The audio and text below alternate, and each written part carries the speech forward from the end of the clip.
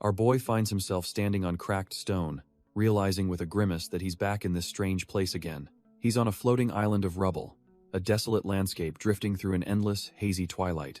Surrounded by Western-style ruins, he notes the complete absence of any life, a true dead world. But then, his eyes catch a flicker of light in the distance, a single point of focus in the vast emptiness. A silhouette with glowing red eyes emerges from the abyss, and Jinwoo is dumbfounded to see it's a person. A colossal, muscular figure with wild blonde hair lands before him, radiating an insane amount of pressure. The giant smirks, his glowing eyes fixed on Jinwoo, telling him that he's been waiting for him at the edge of the abyss. The sheer intensity of the vision causes our boy's eyes to snap open. He wakes up with a jolt, gasping for air and drenched in a cold sweat in his own bed.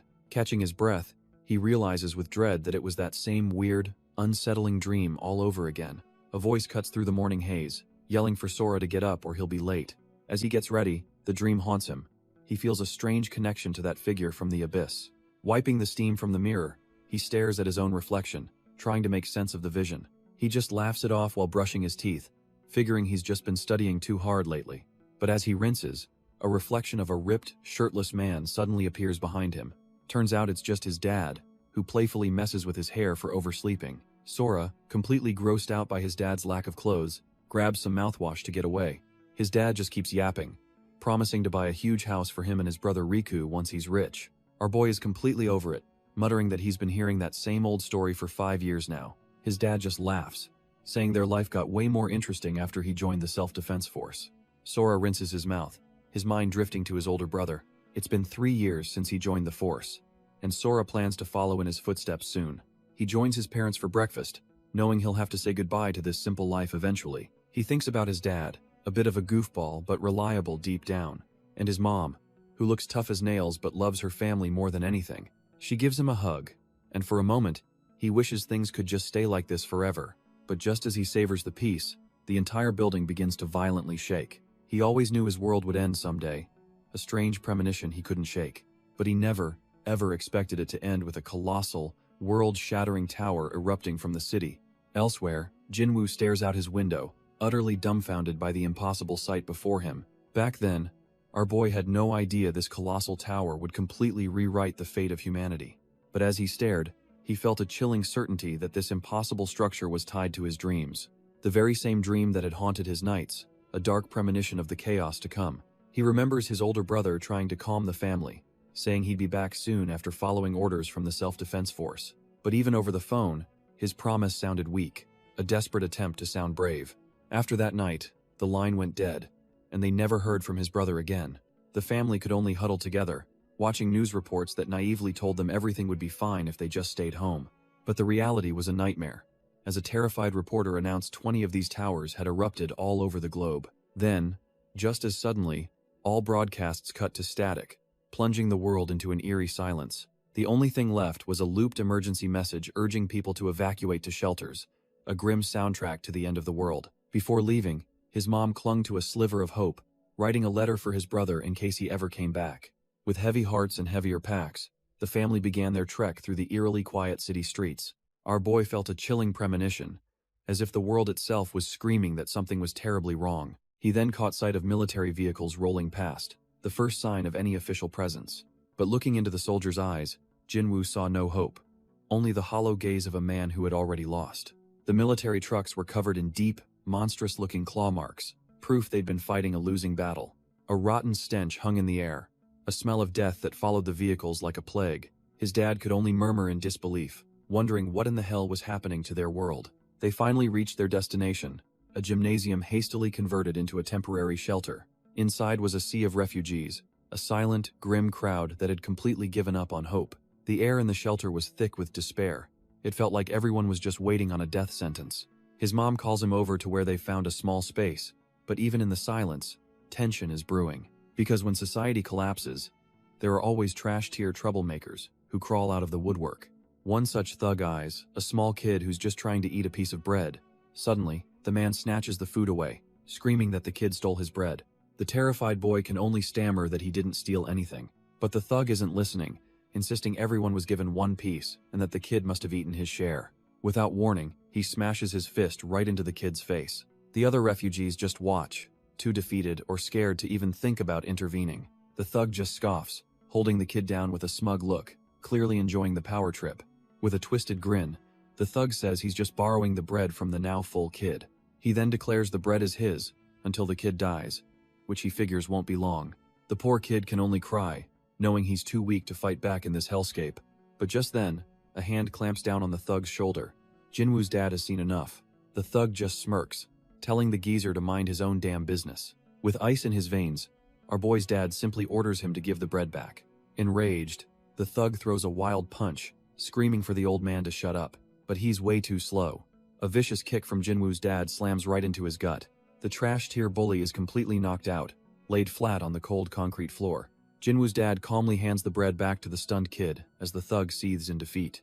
Jinwoo's dad doesn't even flinch, his eyes burning with cold fury. The thug clutches his gut, seething with humiliation after being one-shotted. He gets to his feet, spits on the ground, and warns the old man to remember his face.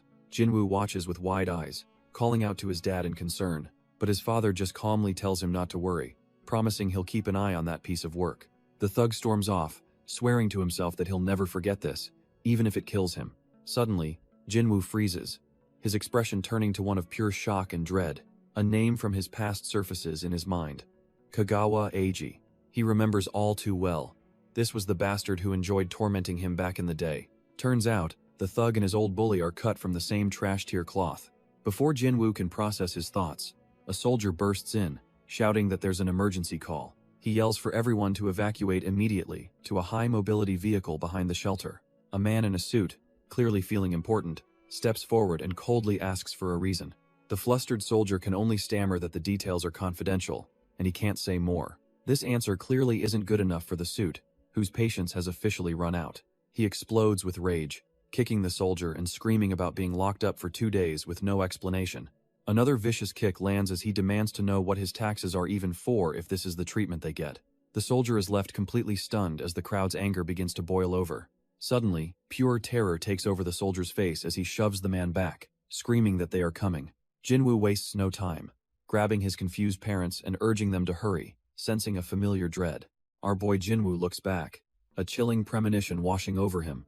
The shelter door begins to buckle, as the soldier on the ground screams for everyone to get to the cars. With a massive crash, the door is obliterated, revealing a horde of armored monsters ready for a slaughter. Leading the charge is a hulking, tusked beast whose very presence screams end boss.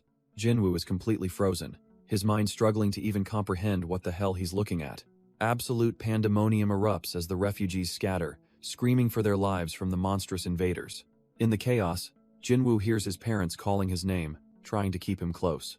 But it's a full-blown stampede now, with people trampling each other just to get away. Realizing he's slowing them down, Jinwoo screams for his parents to go on without him.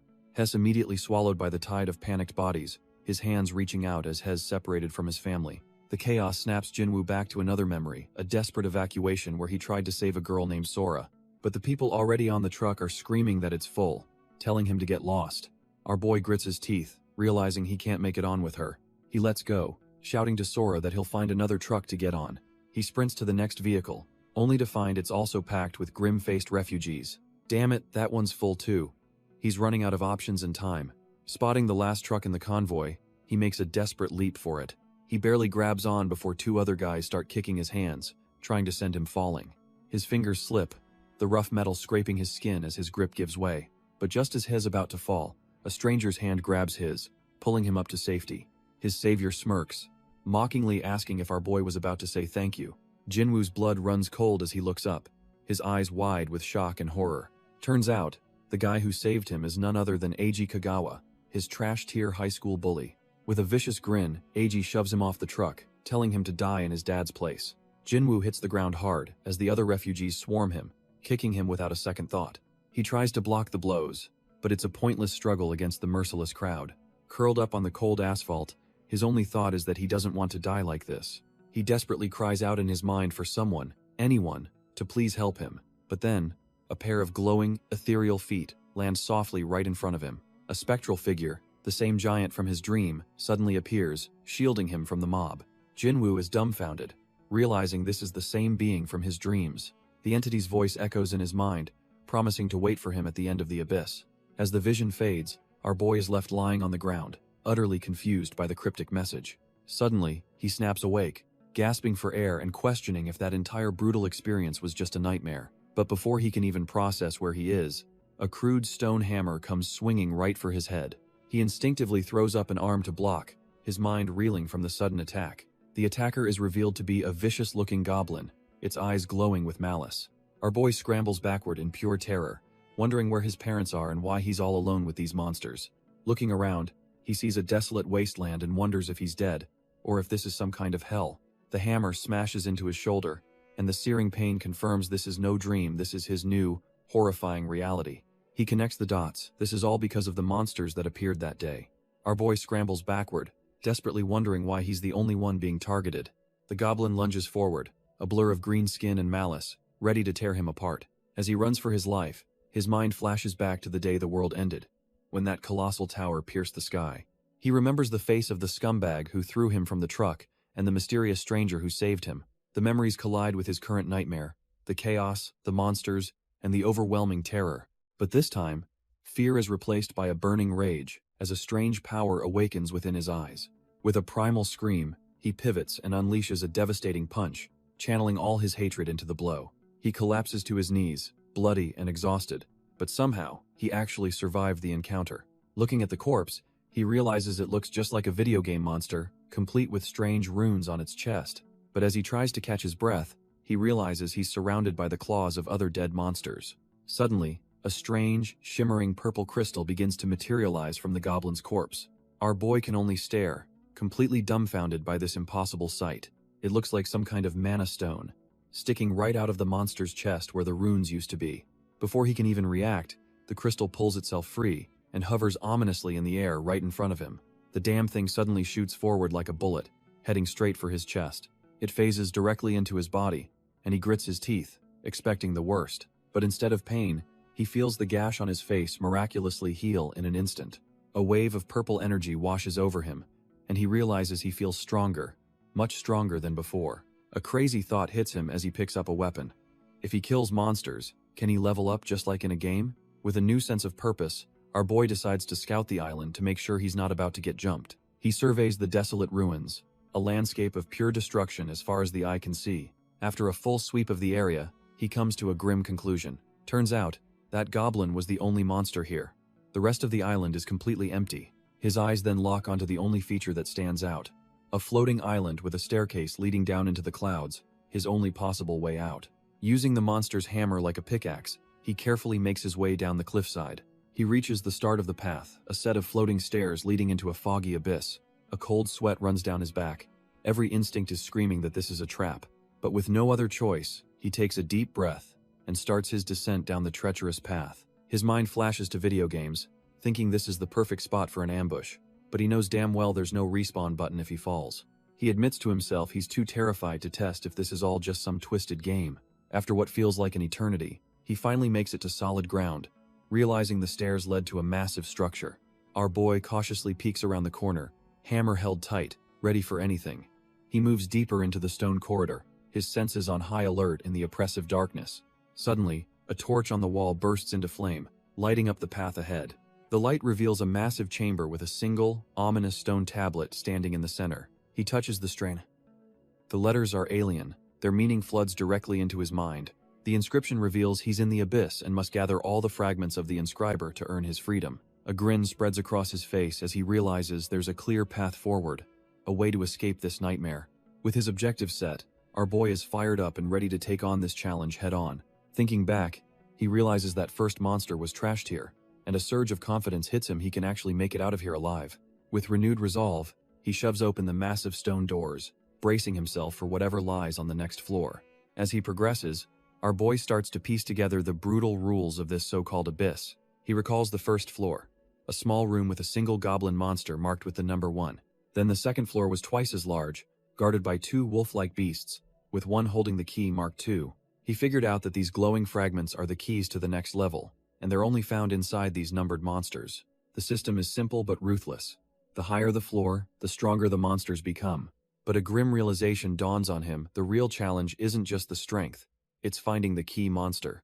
Because with each ascent, the area of the floor doubles, creating a vast and deadly hunting ground.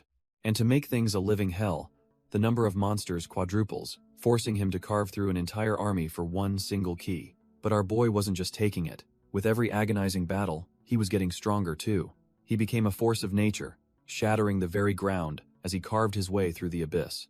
The higher he climbed, the more insane the number of monsters became, an endless sea of enemies. He even ran into an old nightmare on the 12th floor, the very same beast that attacked the shelter. But the monster that once seemed invincible was now just another corpse left in his wake. The grind was relentless. The more monsters he faced, the more numb he became to the slaughter. The system notifications became a blur as the monster count climbed from thousands into the millions. Some keyholders were colossal titans, so massive they blotted out the sky. Finding the target often felt impossible, like searching for a single grain of sand in a desert of death. Other times, the key monster was buried deep within a horde, forcing him to butcher an entire army to get to it. Some keyholders were a pain, hiding deep inside caves like cowards, but the most annoying ones were a special kind of trash. They were the ones he found only after butchering every single monster on the floor. But no matter the trick, the result was always the same. He'd find the target, and utterly annihilate it without a second thought. He just kept moving forward, one bloody floor at a time, and on the 42nd floor of the abyss, he was greeted by over 2 trillion monsters, a literal ocean of death stretching as far as the eye could see. But our boy just grins, thinking this endless war is absolutely fantastic. The sky of the 42nd floor is filled with nothing but wyverns and the stench of death. After so long, our boy, now with flowing white hair, wonders how many years have passed. But he quickly realizes that time is no longer a valid concept in this endless abyss. The only thing that exists here is the cycle of death and killing, marked on the walls. Yet, his eyes aren't filled with despair, but with an ice-cold, unbreakable will. A new challenger steps up, a massive brute with an axe, ready to try its luck. For Jinwoo, this is just another Tuesday. There's the monster's death, and then there's him, the one doing the killing, utterly unfazed by the giant looming over him. The wall, already covered in countless tally marks, gets another fresh coat of blood, and in a flash of pure power, the brute is instantly annihilated, its head exploding into gore. The force of his last kill sends a shockwave through the desolate wasteland. Our boy stands over yet another mangled corpse, barely even registering the new coat of blood. Has been at this for so long, has completely lost track of how many he's killed. It doesn't matter. Hell, just walk over to the wall and carve another tally mark. But he's not just marking a kill this time, he's searching for a specific spot among the endless scratches. He raises his arms, believing it's finally time to find the key he's been looking for.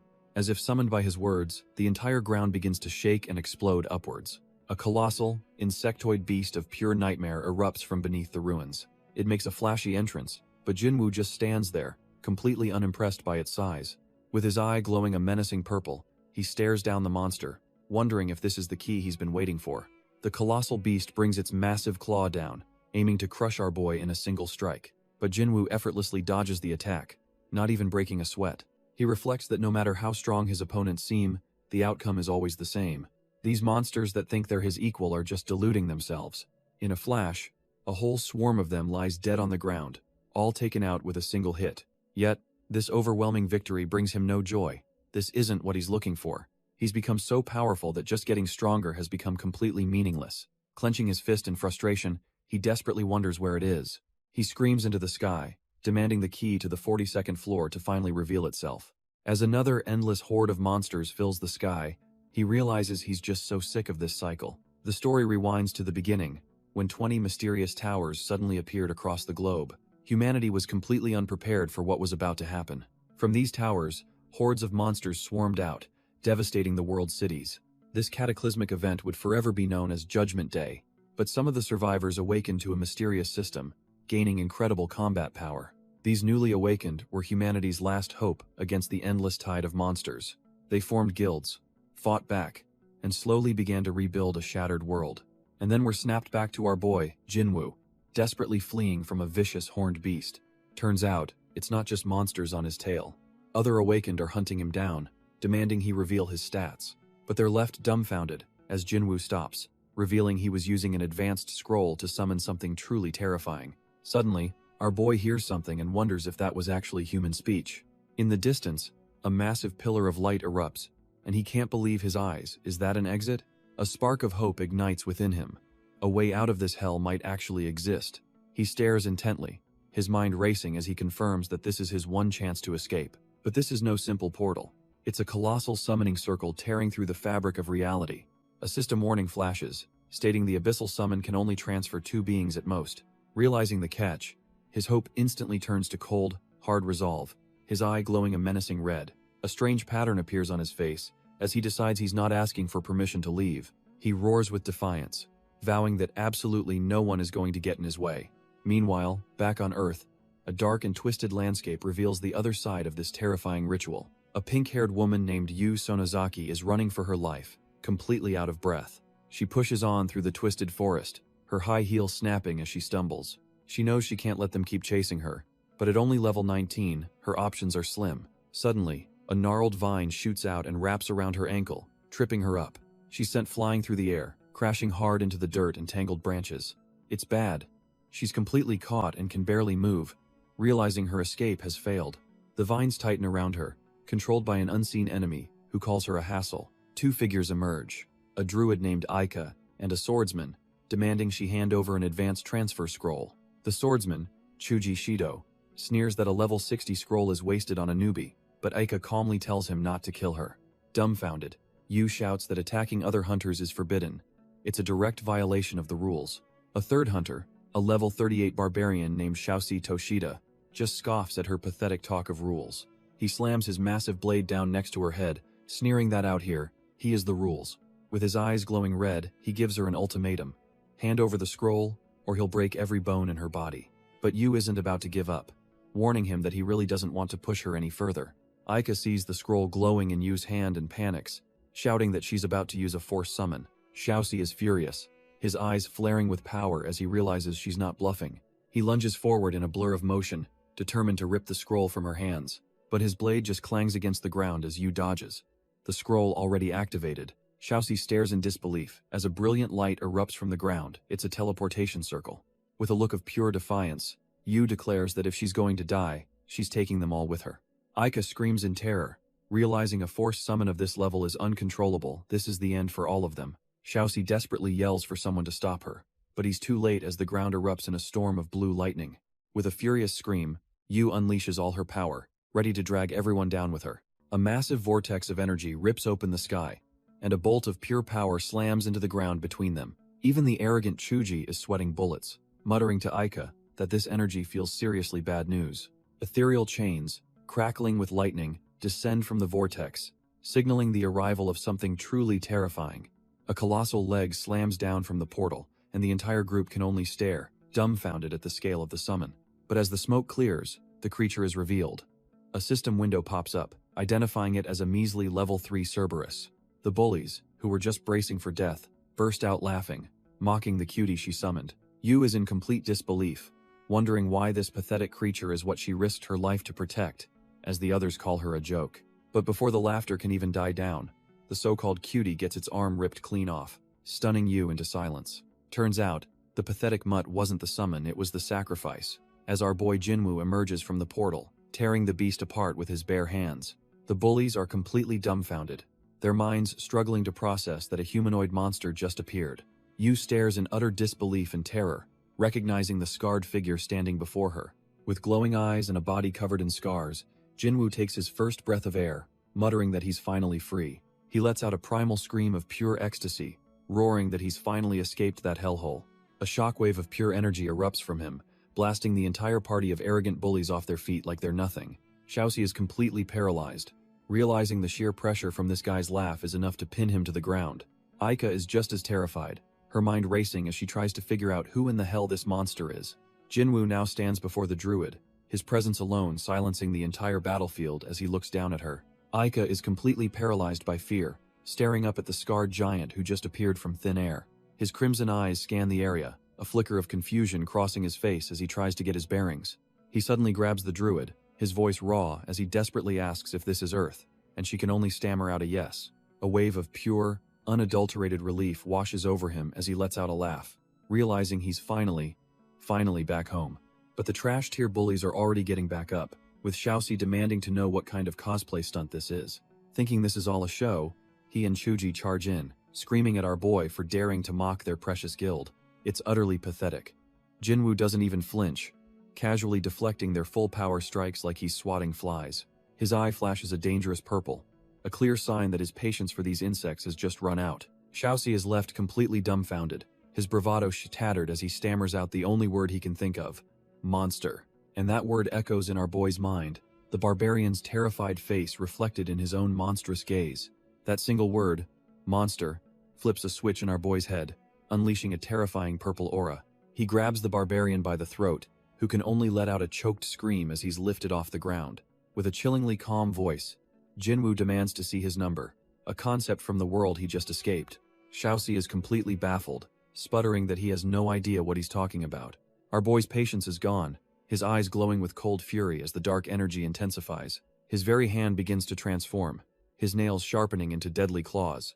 He slams the so-called barbarian into the ground with enough force to crack the earth. The tough guy act shatters completely as Xiaoxi is so scared he literally wets himself on the spot. Jinwoo stands over them, annoyed that even with this weak body, he's still leagues above these clowns. He looks down on the terrified party, his message simple and absolute: get lost. The party scrambles away in pure terror, with Xiaoxi screaming that our boy will regret this. As Jinwoo stands there, you can't help but stare, dumbfounded by his immense strength and the horrifying scars covering his back. Her mind races, wondering if this man is even human, or perhaps some demon summoned from the abyss. But Jinwoo just turns to her, his voice cold as he asks how many years have passed since the tower first appeared. Shaking, she stammers out the shocking truth. It's been 5 years. He's completely lost, questioning if this is even Earth and what happened to the world for everyone to be dressed like this. To explain, Yu pulls up a system window, revealing that after the tower's arrival, a strange power awakened in humanity. The news gets worse as she shows him a report. 1/3 of the cities have fallen, and S City just barely survived its 7th invasion. A jolt of pure shock runs through Jinwoo. S City is his home.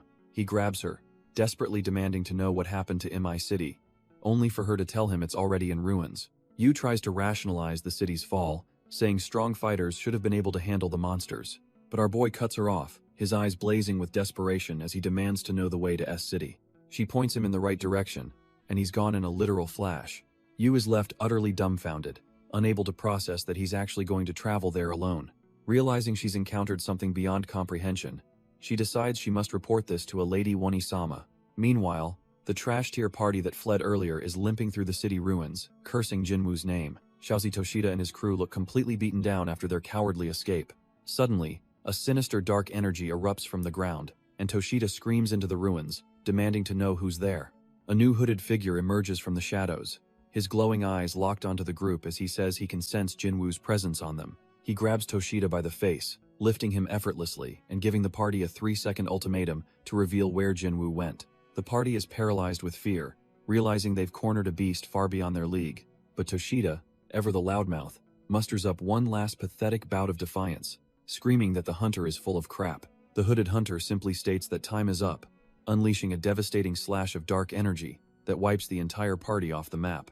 We cut to the gleaming headquarters of the Tower Frontline Guild, Tiger's Roar. Inside, a secretary reports with a grim face that all 4 life signals from Toshida's party have vanished, along with Sonozaki and the scroll.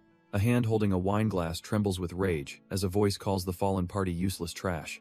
The man is revealed to be a high-ranking guild member, who scoffs at his secretary for recommending a team that couldn't even handle a level 10 summoner. This is Mukai Licht, a level 118 storm priest, who correctly deduces that they must have been taken out in a single, overwhelming blow. He coldly orders his subordinate to find out exactly who was responsible for this mess.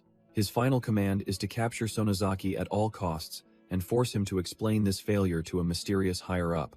Mukai Licht stares out the window, vowing that anyone who lays a hand on his subordinates will pay with their life. But his train of thought shatters when he sees a reflection of a white-haired man, our boy Jinwoo, leaping past his skyscraper window. The guild leader is hit by an overwhelming stench of blood, wondering just who this absolute monster of a man is. He realizes the figure is heading towards the Fallen Zone, a part of the city now swarming with bat-like creatures. It all clicks into place.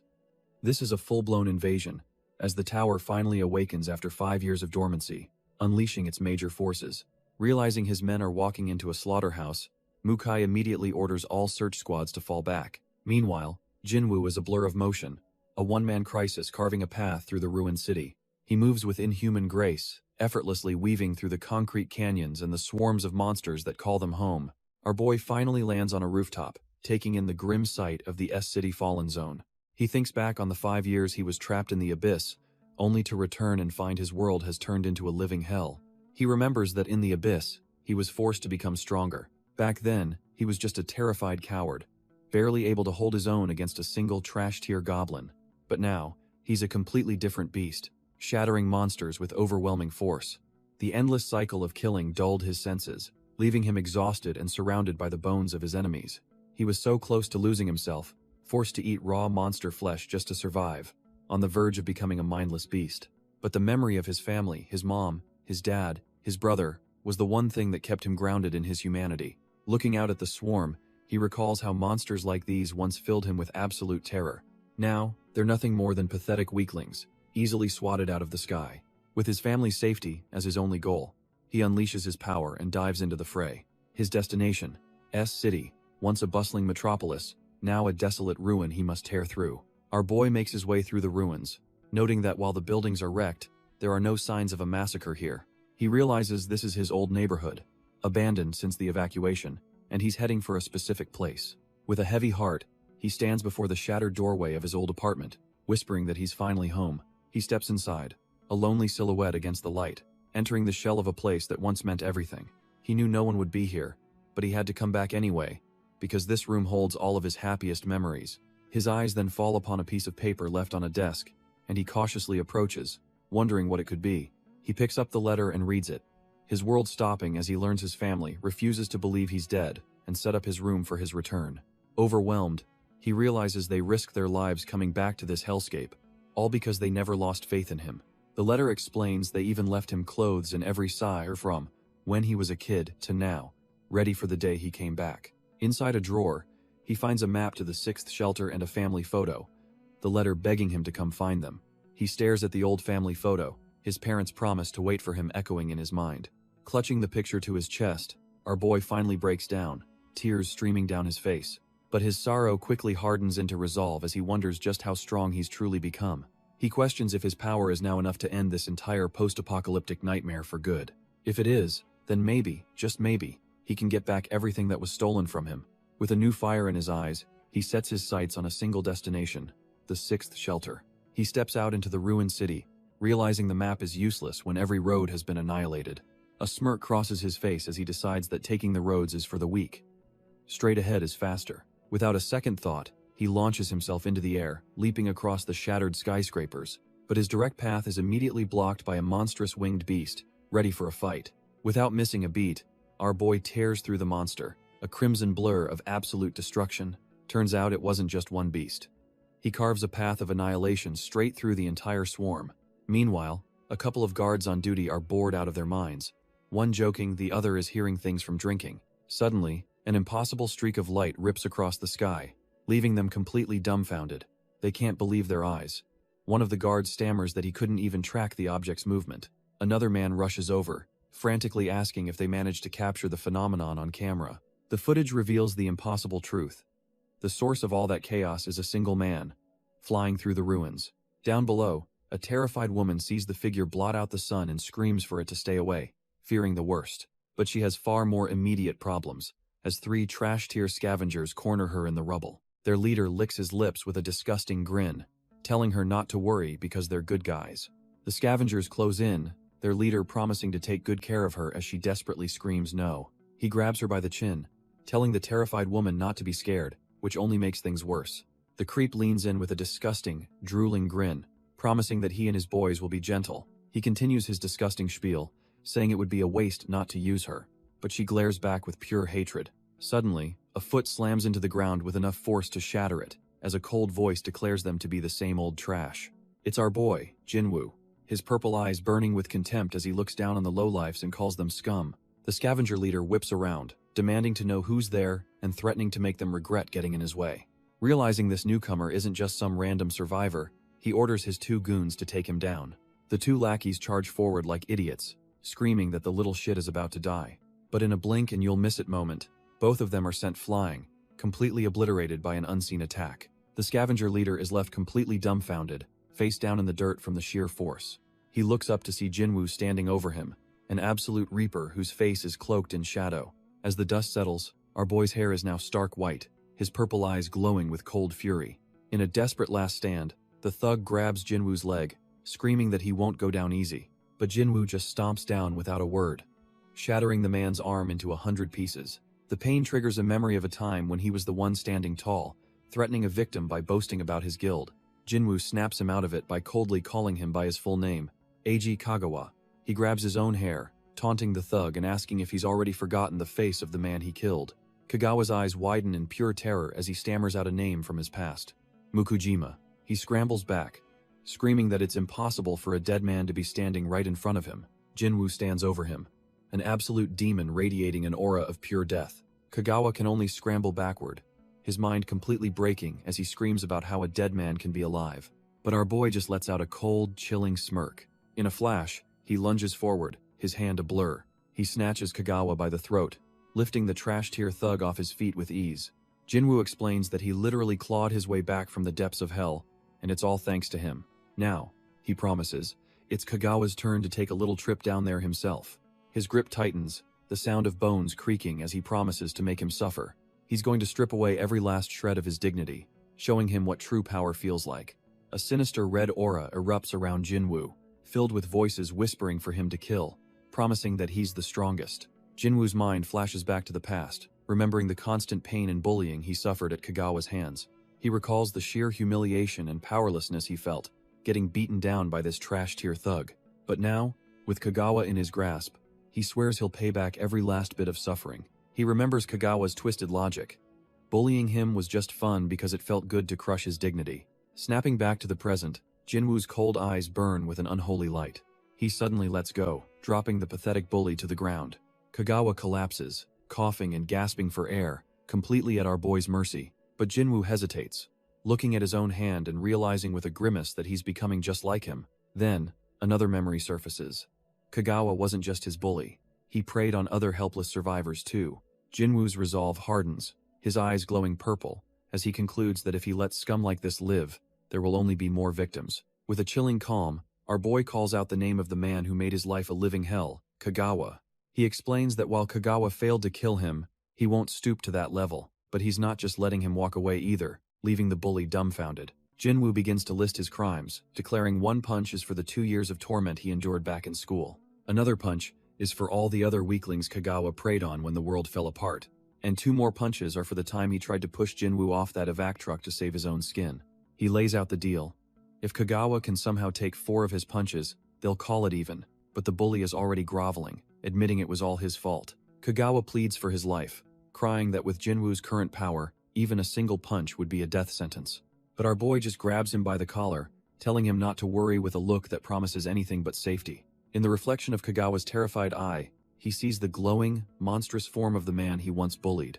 Jinwoo promises to go easy on him before unleashing a devastating blow that sends blood and spit flying. Without a moment's hesitation, Jinwoo winds up for the second punch, as Kagawa's cronies watch in stunned silence. The impact leaves nothing but a grisly splatter of blood on the cold, hard ground.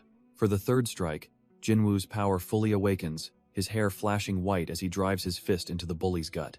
He looms over Kagawa's broken form, his eyes glowing with purple malice, as he orders him to get up. But the man can only beg for it to stop. Kagawa's spirit is completely shattered. He looks up with a mangled face, now pleading for Jinwoo to just end his miserable life. But our boy isn't done yet, delivering the fourth and final promised punch right to his face. The blow is so monstrously powerful it shatters the very earth beneath them, sending debris flying everywhere. Kagawa is left a mangled heap on the ground, his limbs twisted and his eyes destroyed.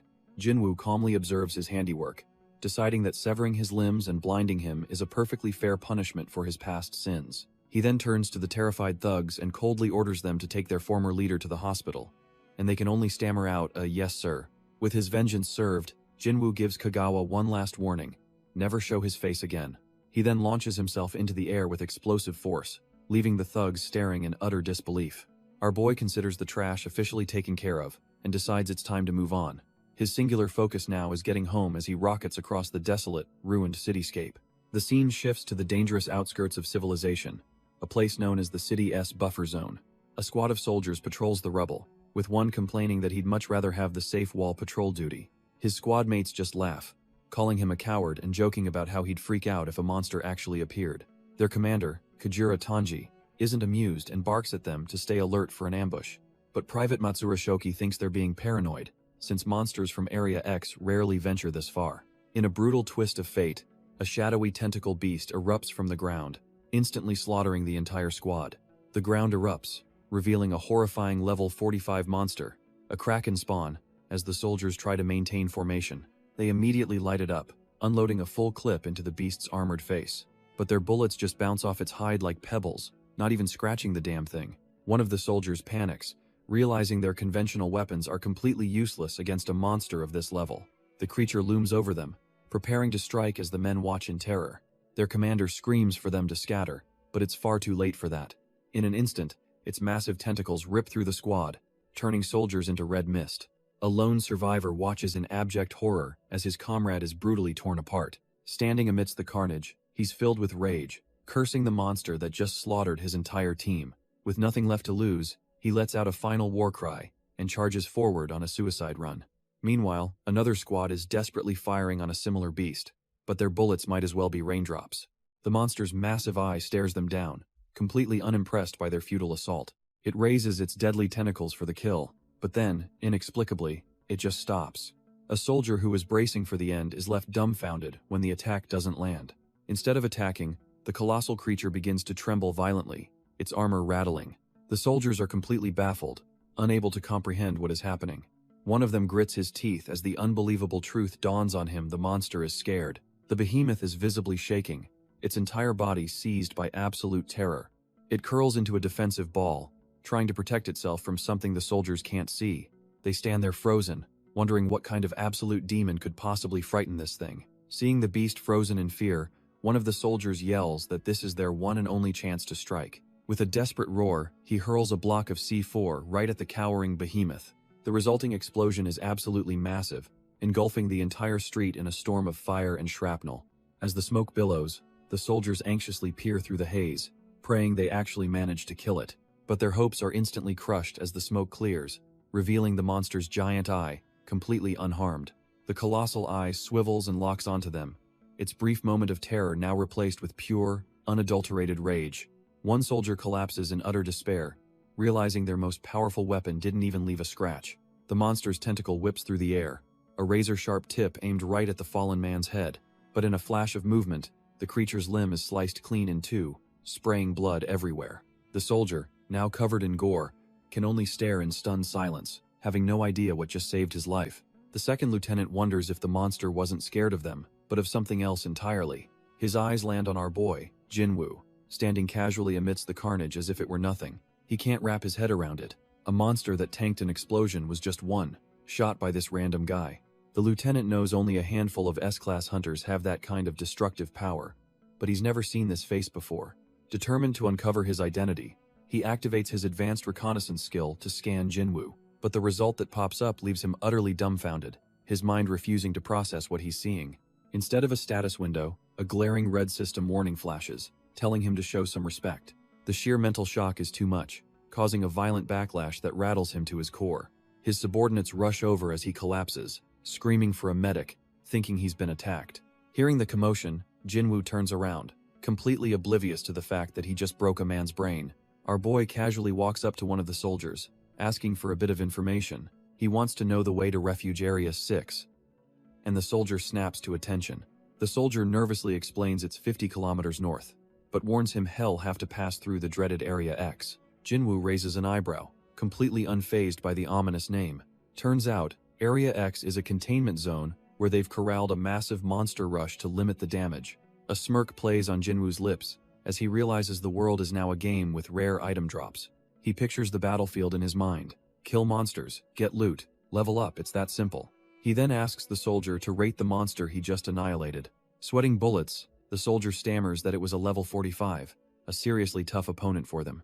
Jinwoo's eyes narrow, thinking they're pathetic for struggling with such trash-tier mobs, and asks how many stronger ones are out there. The soldier frantically explains that if monsters of that level were common, humanity would have been wiped out ages ago. Our boy just shrugs it off, thanks him for the info, and casually turns to leave, completely dumbfounded. The soldier stammers in disbelief as this monster of a man just walks away. He desperately calls out, asking Jinwoo to wait for a moment. Knowing it's a selfish request, he prepares to ask for an impossible favor. With his head bowed, he begs Jinwoo to go to the monster-infested Area X. He pleads that a powerful hunter like him could save countless lives from the slaughter. But Jinwoo's priorities are different. He just asks if Area X is the quickest route to his destination, Refuge Area G. He agrees without a second thought.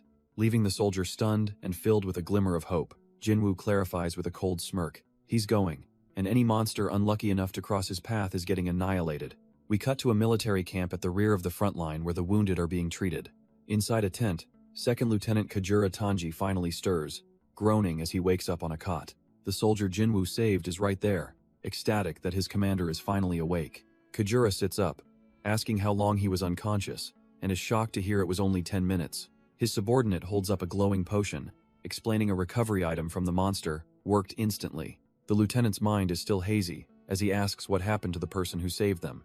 The soldier reports that their mysterious savior simply headed north after the battle. Hearing this, Kajura freezes, a look of dawning horror spreading across his face.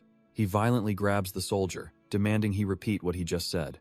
The startled soldier clarifies that the man was heading to Refuge Area G. Kagura's blood runs cold as he processes the horrifying truth.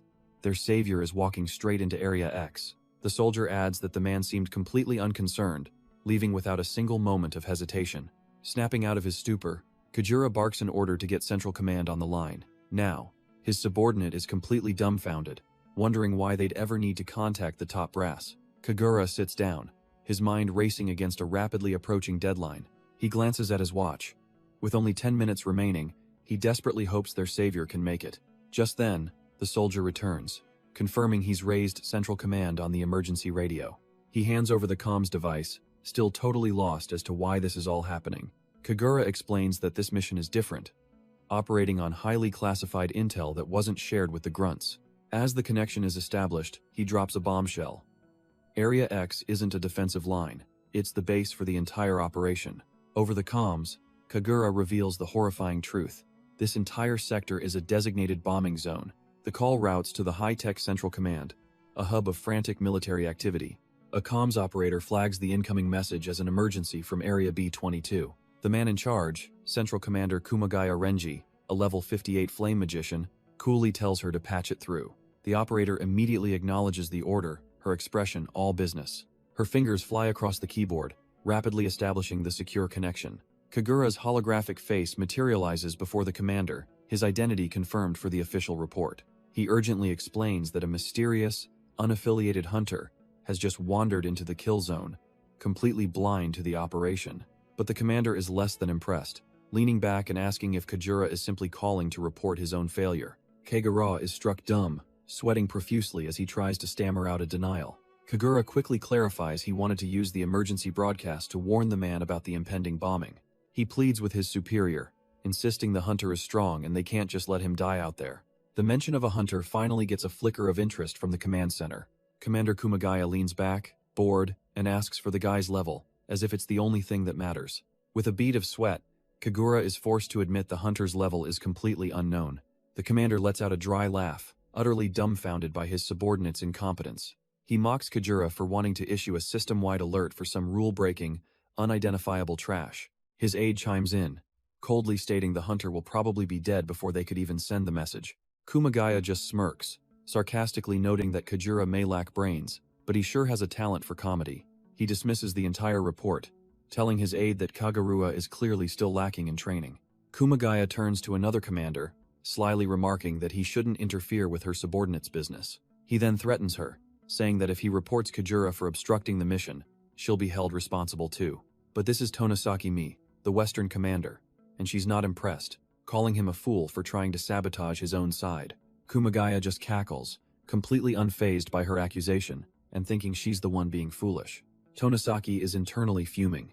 Kajura, a man she personally mentored, is risking it all for some unknown individual. Elsewhere, a high-ranking general watches the feed, wondering just how powerful this hunter must be to make Kagura defy orders. On the ground, Kajura stands resolute with his men, his decision made, and his fate sealed. Back at command, Tonosaki takes a moment, contemplating the impossible situation her subordinate has put her in. She finally opens a channel to Kajura, stating she assumes he isn't trying to sabotage the entire operation, but she lays down the law. On the receiving end of the threat, Kajura looks tense but ready to drop a bombshell explanation. Tonosaki turns to Kumagaya, asking if he finds any of this acceptable, but he just looks utterly disgusted. The central commander can barely contain his rage, furious that some grunt is derailing his grand plan.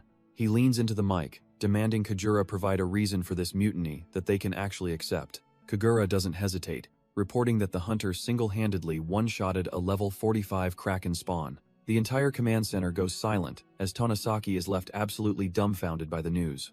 She realizes this means his power surpasses an A-rank hunter, wondering if he's a secret S-ranker. But Kumagaya scoffs, stating all S-ranks are on other missions, and his aide confirms no signals are detected. Tonosaki presses Kagura, asking why his scouting skill hasn't revealed the man's level yet. Kagura sweats, admitting the most terrifying part. He couldn't see the hunter's level at all. Tonosaki can't believe what she's hearing. An unreadable level is unheard of. Kagura explains that when he tried to use his scouting skill, the sheer amount of information fried his brain and knocked him unconscious. The central commander, Kumagaya, grimly concludes that this means the hunter is, at the very least, level 100. The entire command center sits in tense silence, the weight of this revelation hanging in the air. Kumagaya taps his finger, acknowledging the hunter's extraordinary strength but knowing a decision has to be made. He declares that they can't just halt the entire operation for the sake of one unknown variable, no matter how powerful. The Eastern commander, Yuasa Nobuo, chimes in, agreeing that as soldiers, they can't abandon their duty over uncertainty. Yuasa pulls up a map, reminding everyone this operation involves 4 corps and hundreds of thousands of troops. The original plan was simple. Soldiers stationed around the bombing zone would advance and mop up the scattered monsters. But he points out the fatal flaw: if they broadcast an emergency alert for our boy, the sound will just lure every monster in the region straight to him. Yuasa lays out the cold, hard truth. Broadcasting an alert would turn our boy into a monster magnet, causing the entire sector to collapse. The cost would be catastrophic, with hundreds of thousands of soldiers losing their lives in the ensuing chaos. The central commander, Kumagaya, makes the gut-wrenching decision, whispering an apology as he condemns the hunter to save his army. Back on the ground, Second Lieutenant Kagura breaks into a cold sweat, utterly dumbfounded by the command he's hearing. The hologram of his superior, Western Commander Tonosaki Mi, remains silent, her face a mask of grim determination. She finally speaks, her voice laced with ice, confirming that the decision to abandon the hunter has been made. Tonosaki flatly rejects any notion of a rescue, declaring they can't waste the efforts of an entire army for just one person. Kagura is left speechless, as his superior delivers the final, brutal verdict. The call abruptly ends, leaving him with nothing but his horrifying new orders. He turns to his men with a chilling smile, ready to relay the command to leave our boy for dead. His hand tightens, trembling with a mix of rage and disbelief at the trash-tier order he just received. One of his subordinates, Matsura, tries to reason with him, insisting they've already done everything they could. But Kagura isn't listening. He's already facing down a senior field commander who's just arrived on the scene. The old-timer just scoffs, callously reminding him that the bigger picture is all that matters in war. In that moment, something snaps in Kagura's eyes. He's not leaving a man behind, no matter the cost. Without a word, he lunges forward, his eyes locked on the jeep keys hanging from the commander's belt. He snatches the keys in a flash, leaving the senior officer utterly dumbfounded by his insubordination. The field commander can only sputter in shock as Kagura makes a break for it. He screams for Kagura to get back, warning that the bombing will start any second. But our boy just yells back that there are still 6 minutes left. Kagura slams the jeep door, his face a mask of pure determination. He knows he can still make it in time. The field commander is absolutely losing it, threatening Kagura with a court-martial as he speeds off. But it's too late. The other soldiers can only watch as the jeep disappears into the ruined city streets. One of the men asks the commander if they should try to bring him back by force. But surprisingly, the old man just adjusts his cap and tells them to stand down. He says Kagura made his own decision and is prepared to face whatever comes next. Meanwhile, Kagura floors it, his mind screaming that he's going to make it, no matter what. He grits his teeth, a man on a mission, racing against the clock for a single soldier's life. But what Kagura and his squad didn't know was that this was no ordinary rescue mission. The man they were ordered to abandon was destined to face down literal demon lords. Turns out, the trash-tier soldier they left for dead was about to become humanity's last hope. Speeding through the ruins, Kagura is getting seriously frustrated, realizing he can't find any trace of Jinwoo's path. He scans the horizon, dumbfounded, wondering where on earth the kid could have possibly disappeared to. A quick glance at the dash confirms he's on the fastest possible route, which only deepens the mystery. The horrifying thought hits him. If he can't catch up, does that mean Jinwoo is moving faster than a damn car? As he barrels forward, he knows he's about to enter the infamous Area X, a place no one goes to willingly. A desperate idea forms in his mind. If he uses the loudspeaker, Jinwoo would definitely be able to hear him, but he grits his teeth, knowing it's a suicide mission. Every monster in the area will come running too. Screw it, he decides, slamming his hand down to grab the mic. Saving his soldier is all that matters now. He takes a deep breath, steeling his resolve for the chaos he's about to unleash on himself. With that, his lone jeep plunges headfirst into the desolate, monster-infested heart of the ruined city. Clutching the mic, Kajura is crushed by the thought that he's completely unfit to be a soldier. But he shoves the doubt aside, his face twisting with grim determination. He screams into the loudspeaker, trying to jog Jinwoo's memory by reminding him he's the soldier he once saved. He then drops the real bombshell. This entire area is scheduled for a bombing run, and he needs to evacuate now. The warning echoes across the ruined city, finally reaching our boy as he stands over a field of slaughtered monsters. Jinwoo is dumbfounded, wondering why they'd resort to bombing when there are clearly no hunters in the area.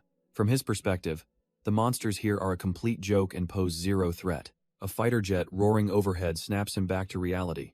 He might be strong, but he's not sure he can survive a direct hit from a missile. He realizes that Soldier risked everything to warn him, and he can't just let the man die for his trouble. Meanwhile, Kajura waits anxiously in his jeep, wondering if his suicidal message even got through. Just as Kajura feared, his broadcast acted as a dinner bell for every monster in the area. With the bombing run just seconds away, a massive beast stomps down right behind him. He realizes in horror that he's attracted every monster around, turning his escape route into a death trap. With no time to waste, he grips the steering wheel, knowing he has to get out of there immediately. He slams his foot on the gas, pushing the jeep to its absolute limit. But even as he flees for his life, his only thought is whether Jinwoo is still out there somewhere. Suddenly, a wyvern dives from the sky, aiming to turn his jeep into a metal coffin. Just as it's about to strike, a calm knock on his window makes him jump out of his skin. It's our boy, Jinwoo, looking completely unfazed as he keeps pace with the speeding vehicle. He leans in, cutting right to the chase and asking what Kajura meant by a bombing. Kajura's blood runs cold as he sees the clock on his dashboard ticking down the last second. The moment it hits 5 p.m., he knows they're out of time. On cue, the sky fills with fighter jets unleashing a terrifying barrage of missiles. The entire city erupts in a storm of fire and explosions, with our boy right in the blast zone. The ground shatters and heaves as the shockwave tears through the streets, threatening to flip the jeep. But Jinwoo refuses to be thrown, digging his feet deep into the crumbling asphalt for a solid grip. He stomps down with inhuman force, creating his own foothold amidst the chaos. In a mind-blowing feat of strength, he rips a massive slab of concrete from the ground to shield them. Meanwhile, back at command, the tactical map confirms that the entire buffer zone has been successfully carpet-bombed. A comms operator coolly reports that the bombing is complete, having no idea 2 people just survived it. The central commander, Kumagaya Renji, orders his team to send in the drones and confirm the monster extermination. But the initial report is baffling. The drones detect no signs of life, leaving the operator wondering where the monsters went. Suddenly, another operator starts sweating bullets, realizing the horrifying truth. The monsters are still right there in the bombing zone. He screams out in pure terror that the monsters at the epicenter of the blast are completely unscathed. Kumagaya Renji shoots up from his seat, absolutely refusing to believe that their ultimate attack was a total failure. The Western commander, Tonosaki Mi, immediately demands they pull up the live drone footage to see what's going on. An operator frantically types, trying to get a visual on the impossible situation unfolding on the battlefield. The entire command center holds its breath, staring at the main screen as the live feed finally comes through. On screen, the Kraken spawn is perfectly fine, protected by a massive, shimmering red shield that tanked the entire missile barrage. But as the camera zooms in, they realize with dawning horror that the shield wasn't cast by a monster, it was cast by a single, hooded man. The hooded man, none other than our boy Jinwoo, stands there unfazed as the drone gets a perfect view. But before they can process it, an operator screams that a monster is attacking the drone. The feed glitches wildly, revealing a horrifying armored wyvern lunging right for the camera. In its final moments, the drone captures the beast, tearing it to absolute shreds. Back at command, the screen goes dead as an operator confirms they've lost all communication. The Western commander, Tonosaki Mi, is stone-faced, realizing this attack feels completely different from anything they've faced before. Then it hits her with a wave of dread. These things are smart enough to know they're being watched. The Eastern commander, Yuasa Nobuo, can only stare in grim silence, the sheer hopelessness of their situation dawning on him. Breaking the tension, he finally shouts the only order that makes sense. Evacuate every last soldier from the garrison area, now. Tonosaki Mi immediately amends the order, yelling for a full military retreat to protect the walls at all costs. But a frantic operator throws a wrench in the plan, reporting that the monsters aren't even heading for the walls. The entire command staff is left utterly dumbfounded, their retreat strategy now completely useless. If they aren't attacking the main defense, Tonosaki demands to know where the hell they're going. The operator quickly pulls up their trajectory on the main screen, confirming they're all converging on Area B-22. A cold realization washes over Tonosaki. That's the exact location where that mysterious hunter disappeared. She immediately orders all remaining drones to that area. She needs to see what could possibly stop the monster's advance. Back in the ruined city, an eerie silence suddenly descends as the sounds of battle cease. A lone soldier on the ground peeks out from behind his shield, completely bewildered as to why the bombing just stopped. The soldier can't believe his luck, screaming to the heavens that he somehow managed to survive. He's laughing hysterically with relief, as our boy Jinwoo calmly stands amidst the ruins. But Jinwoo cuts the celebration short, warning him that the monsters are still alive and heading straight for them. His eyes glint with a sharp focus, sensing the imminent danger that the soldier is completely oblivious to. Suddenly, Jinwoo tackles the soldier, yelling at him to get down, as something hurtles towards them from above. A military drone smashes into the ground right where he was standing, leaving the soldier utterly speechless. The soldier is horrified, realizing the monsters must have attacked the drone, a level of strategy they've never encountered. Jinwoo tells him to save the surprise for later, because there's a much bigger problem. He points towards the horizon where a literal army of monsters is stampeding their way, telling him the only thing to do now is run. The soldier scrambles back, his face a mask of pure terror at the unbelievable sight before him. It's an entire army of high-level monsters, led by a colossal, cloaked figure that clocks in at a ridiculous level 90. His voice cracks as he realizes this is the strongest monster rush they've ever encountered, and its leader is off the charts. All hope drains from his face as he remembers the bombing didn't even scratch them. He's utterly convinced they're done for. While the soldier mutters about their impending doom, Jinwoo calmly points out that if bombs don't work on them, they won't work on him either. A savage grin spreads across Jinwoo's face, his eyes flaring purple as he declares, "Hell, just have to beat the leader to death himself." He yells at the dumbfounded soldier to hide in a car before launching himself straight into the heart of the enemy horde. In a blur of purple energy, our boy becomes a whirlwind of death, tearing a bloody path through the trash-tier mobs.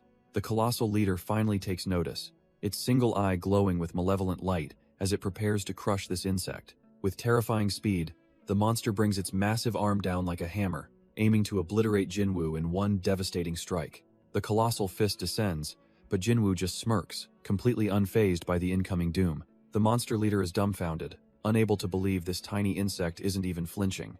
In a flash, our boy sidesteps the world-ending blow like it's a gentle breeze. He uses the shockwave to propel himself high into the air, soaring right over the beast's head.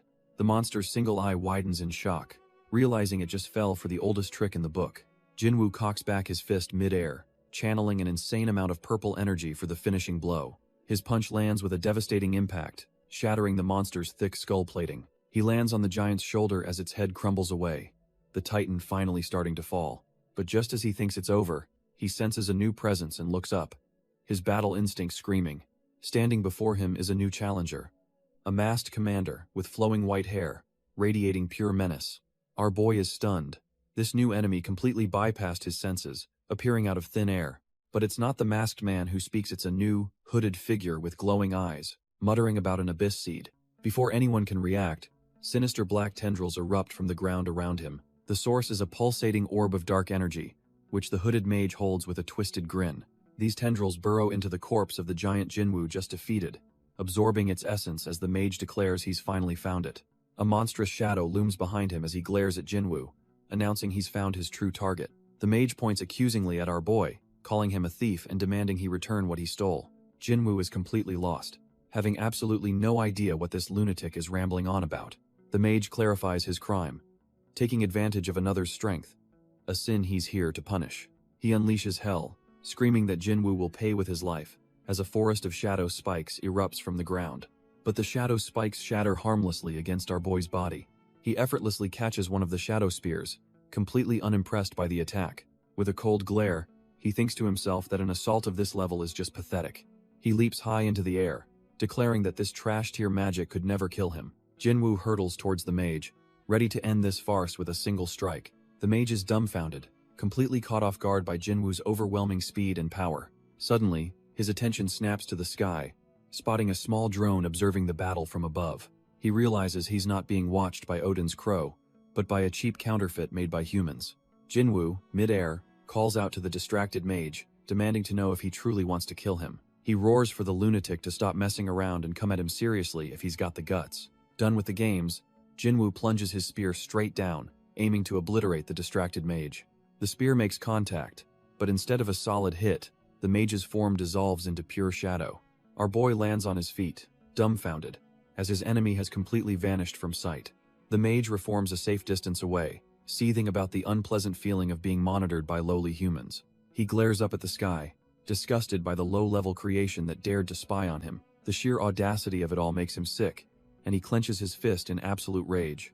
On his command, a wyvern streaks through the air, instantly smashing the drone into a million pieces. He then gives a chilling order to his flying minions: get rid of all the guards in the area. His monster horde immediately swarms towards a nearby high-rise building. Inside, the drone operator curses his luck as his feed cuts out, realizing he's just been discovered. The operator steels himself, knowing he has to finish his mission despite the overwhelming danger.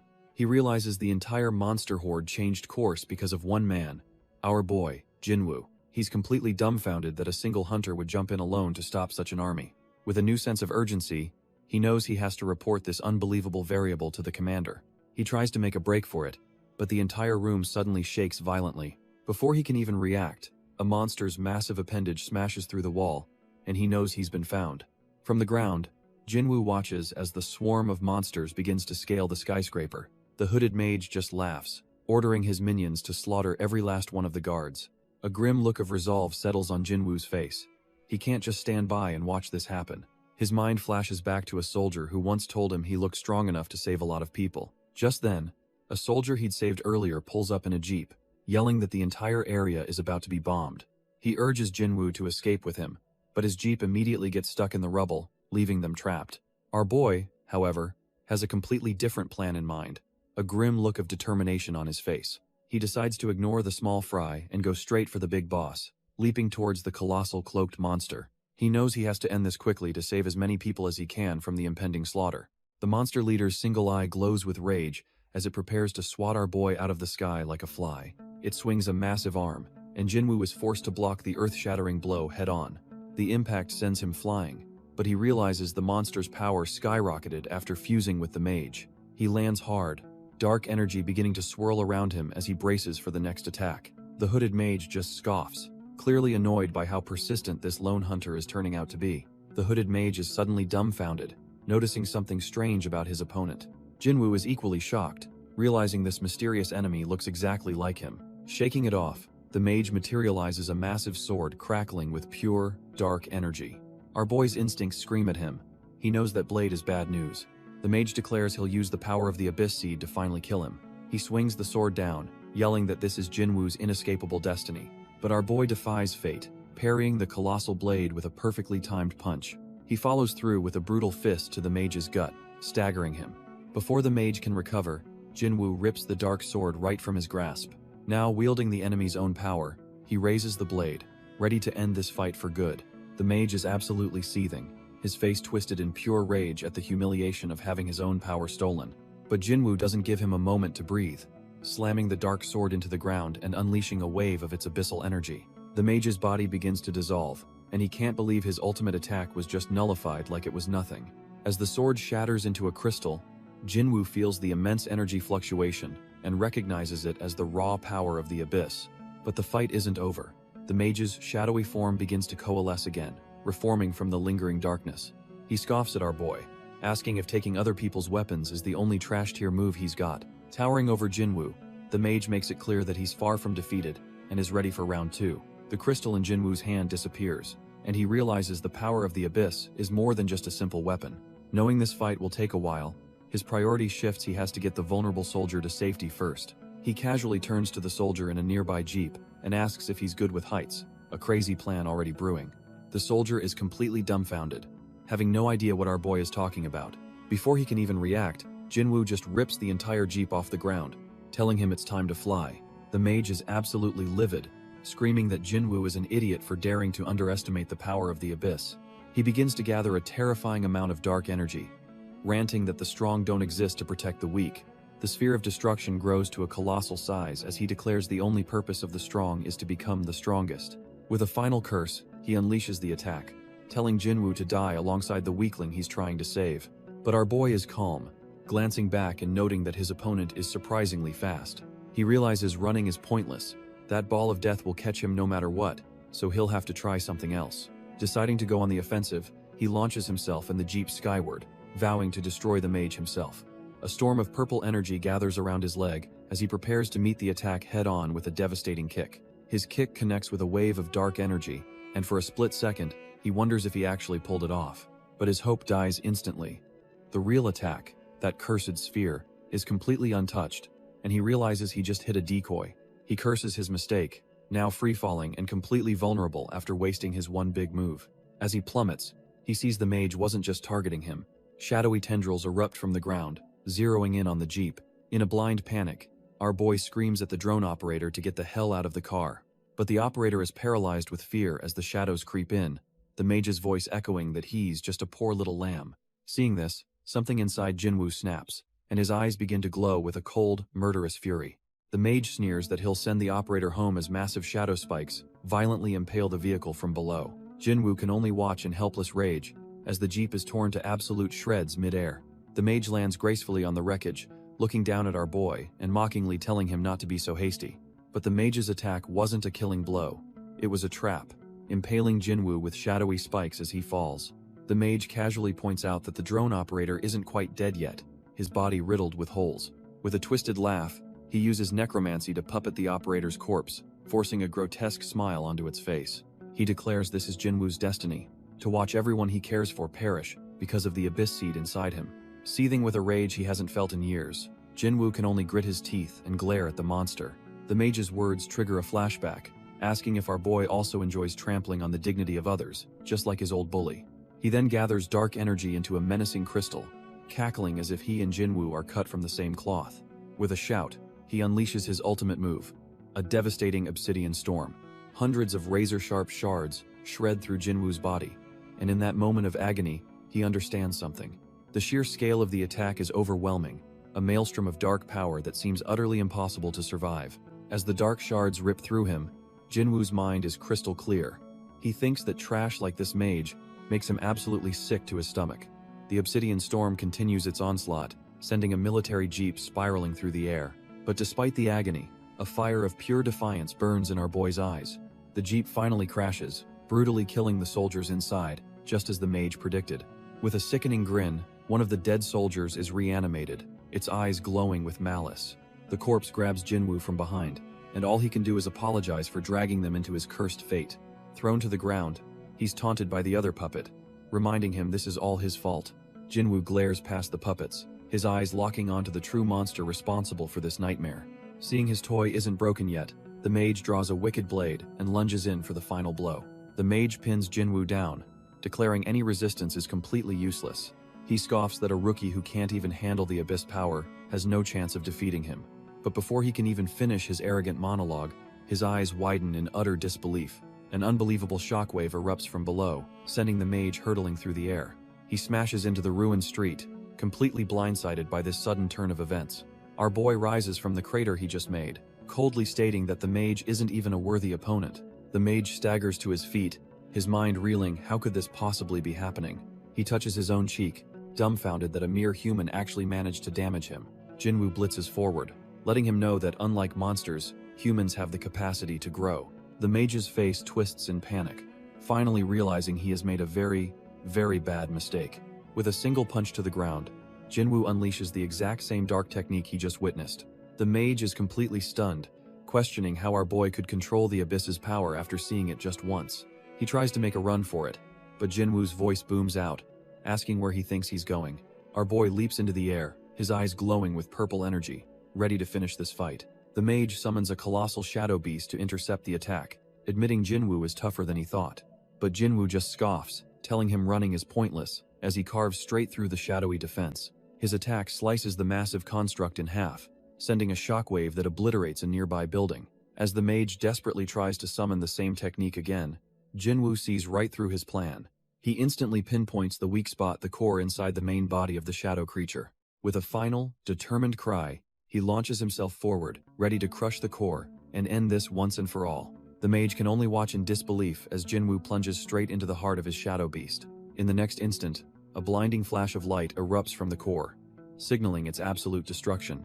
The colossal shadow construct doesn't stand a chance, disintegrating into a storm of fiery embers.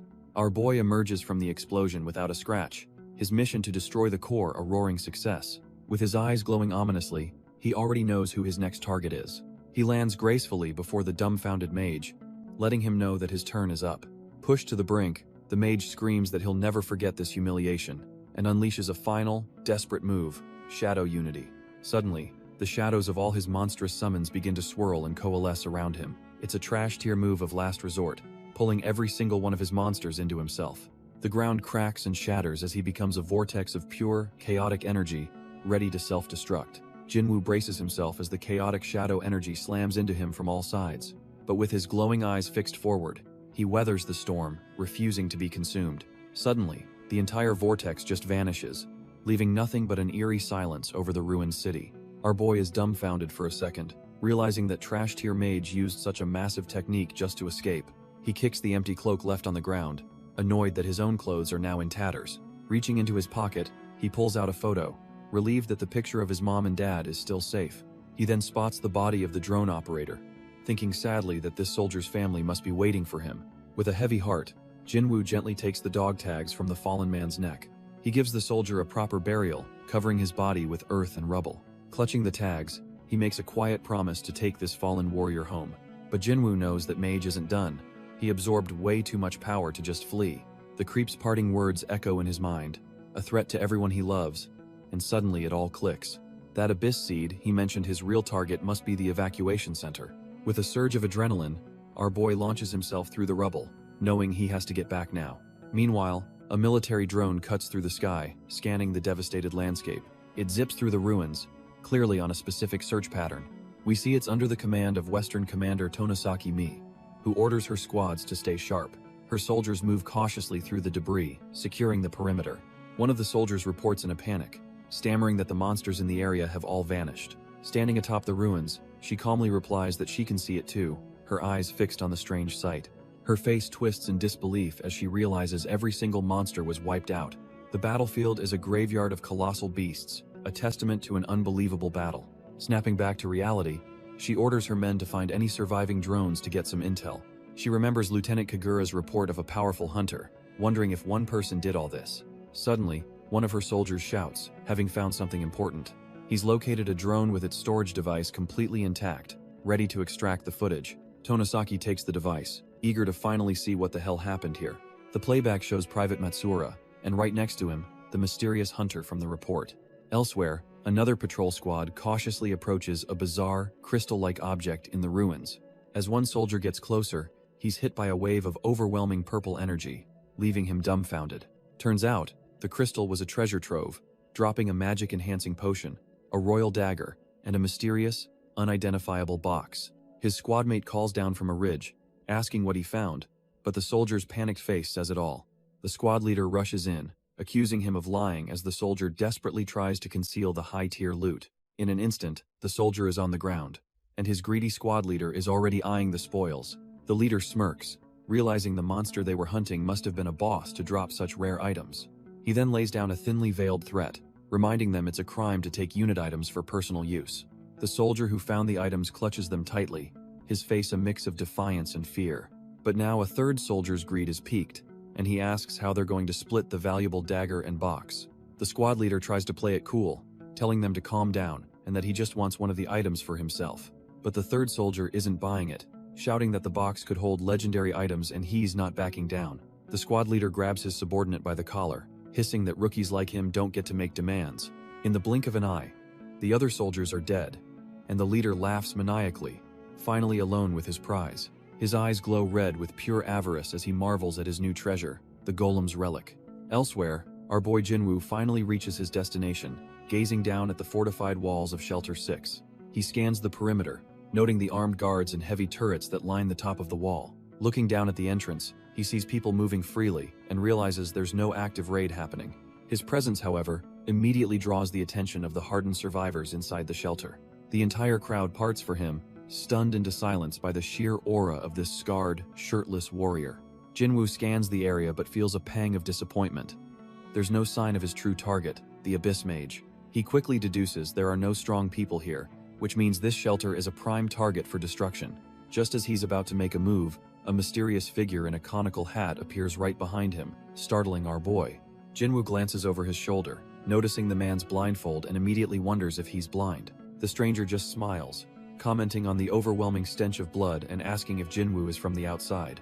With a slight smirk, Jinwoo confirms that he is indeed an outsider. The blindfolded man lets out a hearty laugh, saying that's fantastic news. He then offers a thick wad of cash, explaining that he's not looking for a fight, he just wants to buy information. The man clarifies that if Jinwoo has the intel he's looking for, he'll be more than satisfied. Jinwoo takes the money, silently questioning if this is even the right currency, but agrees to talk. The stranger seems pleased with the arrangement, but tells him to wait a moment. Before they get down to business, he says there's just one thing he needs to know first. Jinwoo cuts right through the charade, asking the man why he's pretending to be a monk. The swordsman chuckles, admitting our boy saw right through him and that the outfit is just a hobby. But Jinwoo presses further, questioning if hiding his eyes is also part of the act. The man starts sweating bullets, thinking to himself that this kid is a real pain to deal with. He fumbles for an excuse, claiming he's just got a minor eye condition. Jinwoo isn't buying it for a second. He can sense an immense, terrifying power lurking behind that blindfold. He realizes this guy is a tiger in sheep's clothing, hiding his true strength from everyone in the shelter. Cutting to the chase, Jinwoo asks what information the man is so desperate to buy. The swordsman finally gets serious, demanding to know what's happening outside that has the soldiers on the walls. It seems the entire shelter is on high alert, with troops and heavy artillery lined up, preparing for war. The swordsman notes that while he heard the commotion, the rest of the civilians in the shelter are completely clueless. He leans in, demanding our boy tell him what really happened out there.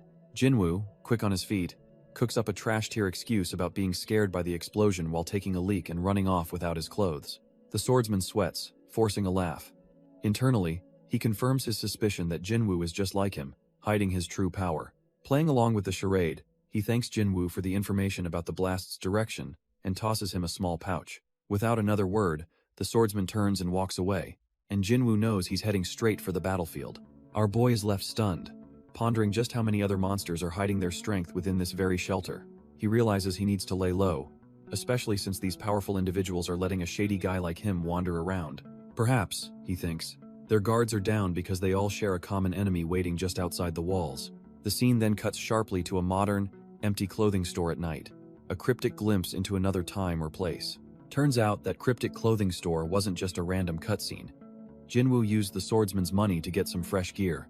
Now that he's not half naked, he focuses on his one true goal, finding his parents in this desolate city.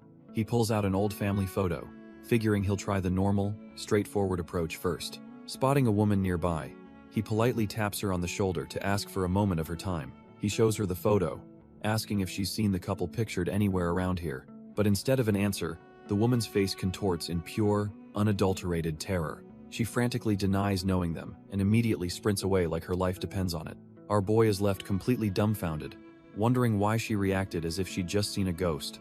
He glances around, noticing some local thugs giving him the stink eye, and figures he has no choice but to ask them. Before he can even take a step, one of the goons calls out to him, and you just know this isn't going to be a friendly chat. Jinwoo just stares back, completely unfazed by the thug's aggressive posturing. The goon gets even angrier, insisting that the people our boy is looking for are not around here. He gets right in Jinwoo's face, mocking him for using an old-school photo to try and pick up girls. Unbothered, Jinwoo just holds out the picture again, calmly asking if he recognizes the people in it. The moment the thug sees their faces, his entire attitude flips, demanding to know where Jinwoo got that photo. He leans in close, his voice now dead serious as he asks what his relationship is to them. Jinwoo looks him dead in the eye and plainly states that he's their son. The thug is left speechless, the image of the small boy in the photo flashing through his mind. His shock quickly turns to pure rage as he accuses Jinwoo of lying and throws a wild punch. But before his fist can connect, a truck comes tearing around the corner at full speed. The truck screeches to a halt, its bumper just inches from the thug's face. Yet our boy Jinwoo doesn't even blink. It smashes through some crates, sending debris flying as the thug is knocked to the ground in sheer shock. Completely dumbfounded, the thug can only stare at the massive vehicle that nearly flattened him. Turns out the driver is one of his buddies, who leans out and menacingly asks Jinwoo to repeat what he said about being their son. But the thug on the ground is a stammering wreck, his tough guy act completely shattered by the near-death experience. Suddenly, his fear turns into a flash of manic recognition as he realizes just who this white-haired stranger is. His entire demeanor flips as he points down the street, eagerly telling Jinwoo that his parents live just up ahead. With a simple word of thanks, Jinwoo turns and walks away, leaving the bewildered thug behind. The thug watches him go with a strange, almost relieved smile, waving him off. But the second Jinwoo is gone, the panic sets in again, and the thug sprints off, yelling that they're in big trouble and need to warn everyone. As Jinwoo walks, he finds it strange that some low-life thug would know where his parents live. He flashes back, remembering his dad was always a kind man, a pillar of the community. His mom was cut from the same cloth, a gentle soul who would be considered a loser in this new, brutal world. But our boy clenches his fist, filled with a new resolve. Now that he's back, they'll be safe. He finally arrives at the address, a quiet street that feels strangely familiar. The place is a traditional-style house, and he's a bit dumbfounded that his parents would live here. He figures that with the population decimated, there are probably plenty of empty houses for the taking. Just as he raises his hand to knock, he freezes, a smile creeping onto his face as he recognizes his dad's voice inside. The door slides open, and his father is standing right there, welcoming him back with open arms. But Jinwoo's smile instantly vanishes as he realizes his dad wasn't talking to him at all. The man's face contorts in anger and confusion, demanding to know who this stranger is in his house. Our boy grabs him, not to fight, but to desperately get a single word out. Sora.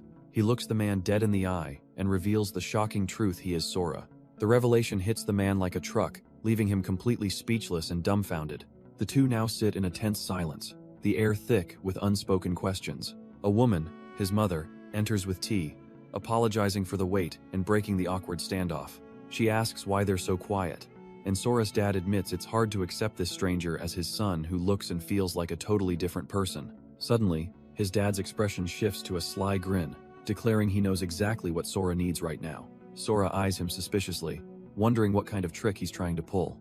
His dad leans in close, whispering that it's a secret test.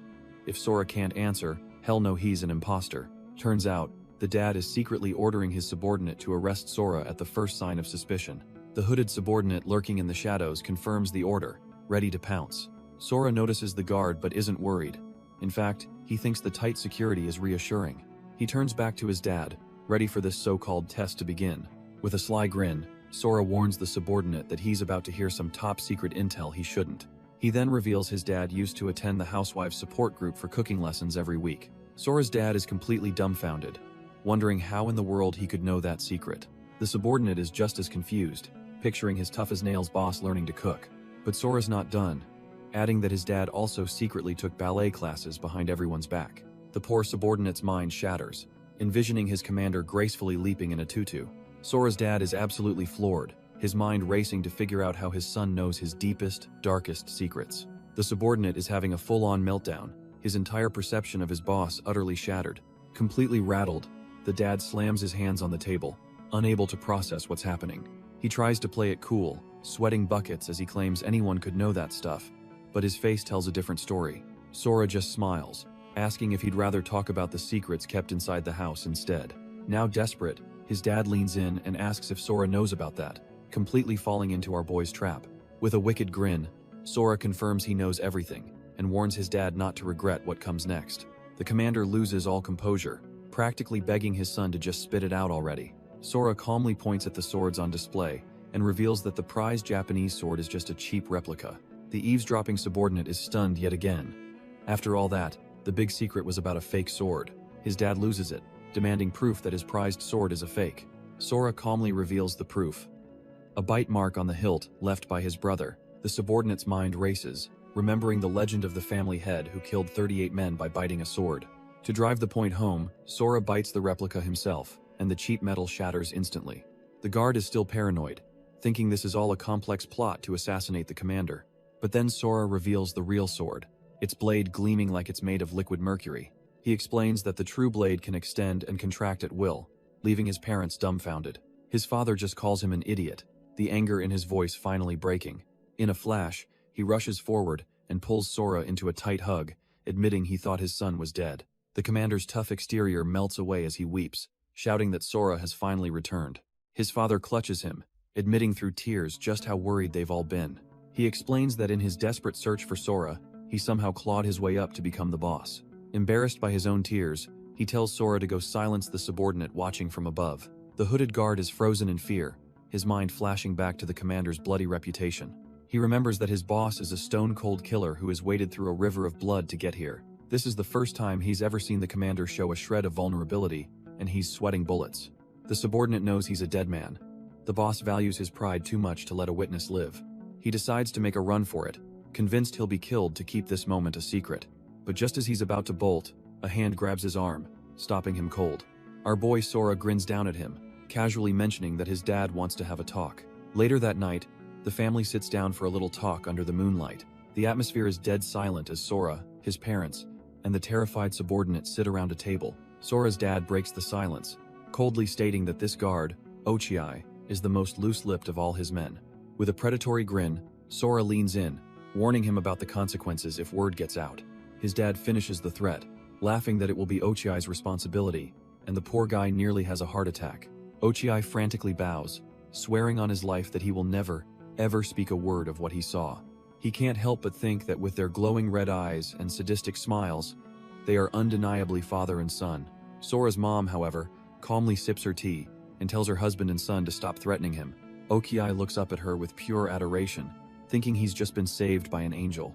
But she just smiles sweetly and adds that he absolutely must keep his mouth shut, proving she's just as terrifying. Ochiai bows deeply, promising his absolute silence after that terrifying family threat. Sora's dad tries to lighten the mood with a dumb joke, but his mom is clearly not amused. Our boy just smiles, thinking to himself that it truly feels like he's returned from the abyss. He finally feels at home, surrounded by his equally unhinged parents. But just as he's soaking it all in, his sharp senses pick up a disturbance outside. The door suddenly slides open, and a thug storms in, shouting for his boss. Behind him is a whole crew of trash-tier goons, armed with bats and knives, looking for a fight. The thugs barge in, completely oblivious to the absolute monsters they just interrupted. Sora turns with a smirk, coolly asking if the white-haired brat they're looking for is him. Before they can even react, he casually places a hand on the leader's shoulder, and the thug is dumbfounded. The thug leader's face drains of all color as he realizes his standing in front of the very person he was looking for. He tries to regain his composure, yelling that even if Sora is strong, they have the numbers advantage. He gets right in Sora's face, demanding to know if he's trying to pick a fight with the infamous Koshu Tiger Howl gang. But our boy isn't having it, casually catching the thug's pointing finger and stopping him dead in his tracks. Sora's eyes flash with a menacing purple energy, and the thug finally understands he's in way over his head. Completely ignoring the terrified goon, Sora turns to his father and asks for a proper introduction to his men. His dad proudly introduces his son, Sora, explaining to the thugs that he just returned after being missing for 5 long years. He then puffs out his chest, about to reveal Sora's impressive level to put the fear of God into them. But his cool demeanor shatters as he has an internal meltdown, realizing he has no idea what his son's level even is. Sora cuts in, calmly informing everyone that he doesn't have a system, leaving the thugs utterly speechless. The thugs are completely dumbfounded, questioning how he could have possibly survived 5 years in the Fallen Zone without a system. The main goon can't even process it, realizing that without the system, you're basically trashed here. Sora just smirks, explaining that no matter how much you train, you can't get past level 10 without one. This just confuses them more. They heard he was strong, but now he's claiming to be a systemless rookie. The thug starts sweating bullets, trying to laugh it off as some kind of mistake. But his mind flashes back to Sora effortlessly tanking his attack, something no mere rookie should ever be able to do. Our boy just lets the silence hang in the air, watching the thug's confidence completely crumble. With a sly grin, Sora then challenges the main thug to use his system to check his level. The goon is just left speechless, completely baffled by the sudden request. Sora then lays his trap, pointing out that if the thug truly didn't have a system, he wouldn't even know how to check. The thug tries to save face, explaining that a system lets you see monster levels, but he clarifies that seeing another person's level requires the rare scout skill. He then reveals that their boss, Sora's own father, just so happens to have that exact skill. With a smug grin, Sora turns to his dad and tells him to go ahead and check him out. Hez not just being cocky, Hez hoping this will finally give them a clue about the abyss. Later that night, the atmosphere is tense as his father's subordinates gather around. The whole crew watches as Sora prepares for the big reveal. He turns to his mother, asking if she wants to see his true power as well, but she just smiles warmly, saying she already knows and just wants to be near him. His father, however, stares at the glowing blue screen in absolute disbelief, utterly dumbfounded by what he sees. Sora's dad is completely baffled, admitting that no matter how many times he tries to scan him, he gets absolutely no information from the system. He reasons there are only two possibilities. Either our boy has no system at all, or his level is so insanely high it's out of his access range, a thought that stuns his crew. He quickly dismisses the first idea, since he can at least see Sora's name on the system. Plus, he knows Sora survived alone for 5 brutal years. A true rookie would be long dead. This leaves only one terrifying conclusion. His son's level is beyond comprehension, and he can only wonder what hell Sora went through. But his wife gently cuts in, asking if they shouldn't be glad he's so powerful. With a knowing smile, she says that Sora is a strong kid. She reaches out to touch his face, acknowledging that he must have endured so much just to come home. Her gentle touch cracks through his hardened exterior, and for the first time in years, he feels like a son again. A flood of brutal memories flashes through his mind: every fight, every near-death experience, all the blood he spilled just to survive.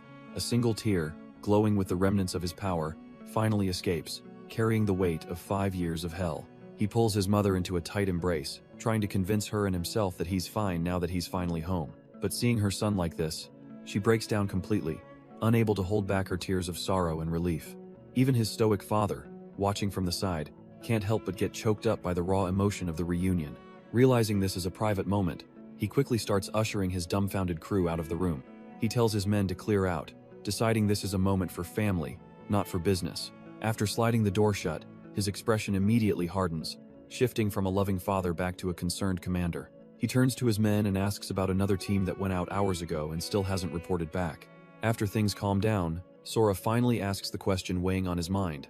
What happened to his big brother? A sudden dread grips him as he imagines the worst possible answer after 5 years apart. His mom, however, calmly reassures him that his brother is fine. He's just busy serving in the military. She shows him a photo of a hardened soldier, explaining he's been fighting on the front lines to avenge Sora. A flashback hits our boy of his brother protecting him, and he realizes just how much time has passed. Changing the subject, Sora asks his mom if she holds a high rank, given her confident attitude. She just smirks, cryptically confirming that she does indeed have an important position here. Turns out, she's a cleric, an ultimate healer, whose support magic is what truly earns everyone's trust. Sora is stunned, immediately asking if her cleric abilities let her peek at his status window. She denies having that kind of power, leaving Sora confused about how she seemed to understand his condition. She gently touches his face, revealing that clerics possess prophecy skills, which is how she knew. With a warm smile, she tells him she always believed he would come back to her one day, leaving Sora speechless. Later that night, a quiet sound echoes through the traditional-style building where they're staying. Sora's dad, ever vigilant, slides open a door and sternly asks who's out there. It's his vice captain, a beast of a man with a nasty scar, who has just returned from a mission. The man, Iwashima Jiru, is formally welcomed back by the entire crew, but he looks dead serious. Sora's dad notices his grim expression, and immediately asks him why he looks so troubled. One of his men leans in to whisper the results of a secret investigation they were running. Turns out, the vice captain's hunch was spot on. The rival Tiger Roar Guild is in bed with the military. The report details how they were scammed, with some pencil pusher nitpicking their monster corpses and cutting their pay while reporting the full value to his superiors. And the worst part? All those skimmed points went straight into the pockets of the rival Tiger Roar Guild. Sora's dad is left dumbfounded, struggling to believe they'd pull such a blatant stunt. He realizes this is a serious power move, and if they let it slide, the whole town's future is at risk. He puts on a calm face, telling his vice captain to eat and rest first, but the anger is boiling underneath. The facade drops as he declares he's going to Tiger Roar to settle things, his energy blade materializing in his hand. With his eyes glowing, he promises to show them exactly why the Union Guild doesn't play nice. But from the shadows, our boy's new enhanced senses connect the dots. His old bullies, Kagawa and his crew, are all part of this guild. With his mom looking on worriedly, Sora gets a sinking feeling about his dad's idea of a talk. Just as they're about to leave, Sora slides the door open, crashing the party and stunning his dad's crew. With a chilling calm, Sora announces that he's coming with them. One of his dad's crew members smirks, thinking this is the perfect chance to see what the boss kid is really made of. The vice captain and the others are just completely dumbfounded by this sudden turn of events. Sora's mom stands behind him with a quiet, knowing smile, seemingly unfazed by the whole situation. His dad proudly introduces Sora, boasting that his son survived 5 years alone in the Fallen Zone, which immediately makes the crew wonder what insane level he must be. With a confident grin, his dad prepares to drop an absolute bombshell on them. He reveals that Sora doesn't even have a system, leaving the entire room in stunned silence. The vice captain is floored, thinking that surviving even 3 days in that hellhole without a system is a miracle, let alone 5 years. He figures that even with peak physical abilities, Sora would be a total liability in a real fight without any job skills. Trying to be diplomatic, the vice captain tells his boss that, while it's great, Sora is back, maybe the kid should sit this one out. His dad reluctantly agrees with the vice captain, telling Sora to just stay home with his mother for now. Mom quickly chimes in, trying to ease the tension by saying they still need to show him around the new house. But our boy knows exactly what's up. They see him as dead weight, a regular civilian wad just get in the way. He decides it's better this way, choosing to hide his true power to keep his family from getting dragged into his mess. So, to everyone's utter shock, Sora just calmly agrees, leaving the entire crew completely dumbfounded. One of his dad's men looks especially bummed out, realizing he just missed the chance to see what the kid could really do.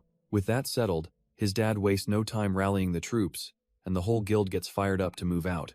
The team marches down the hall, leaving Sora standing alone as they head off to their mission. His mom puts a comforting arm around him, telling him not to worry since his dad is just being protective. She explains that after finally getting him back, the last thing his father wants is to see him face danger again. She tries to reassure him, saying his dad is strong and her prophecies have already guaranteed his safe return. Sora brushes off her mothering, grumbling that he's not a kid anymore, but he listens. In his mind, though, he's not convinced. He knows the rival Tiger Roar Guild has military backing, making future clashes inevitable. He cuts to the chase, asking his mom to explain the whole situation with the shelter and why their guild is at odds with Tiger Roar. She begins by explaining that after the apocalypse, his dad founded the Union Guild in Shelter 6 for the sole purpose of finding him.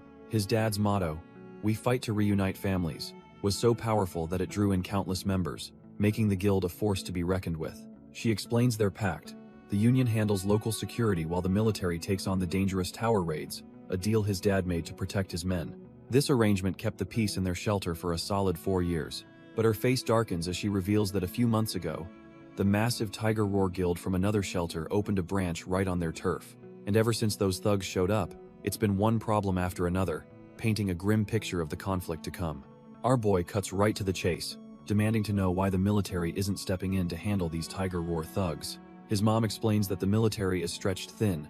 The tower enemies are getting stronger, forcing them to rely on powerful guilds. She adds that not only are the tower rewards too good to pass up, but Tiger Roar has a secret weapon, an awakened one chosen by the tower's deity. This chosen one, a grizzled old warrior named Ezra, is Tiger Roar's ultimate trump card.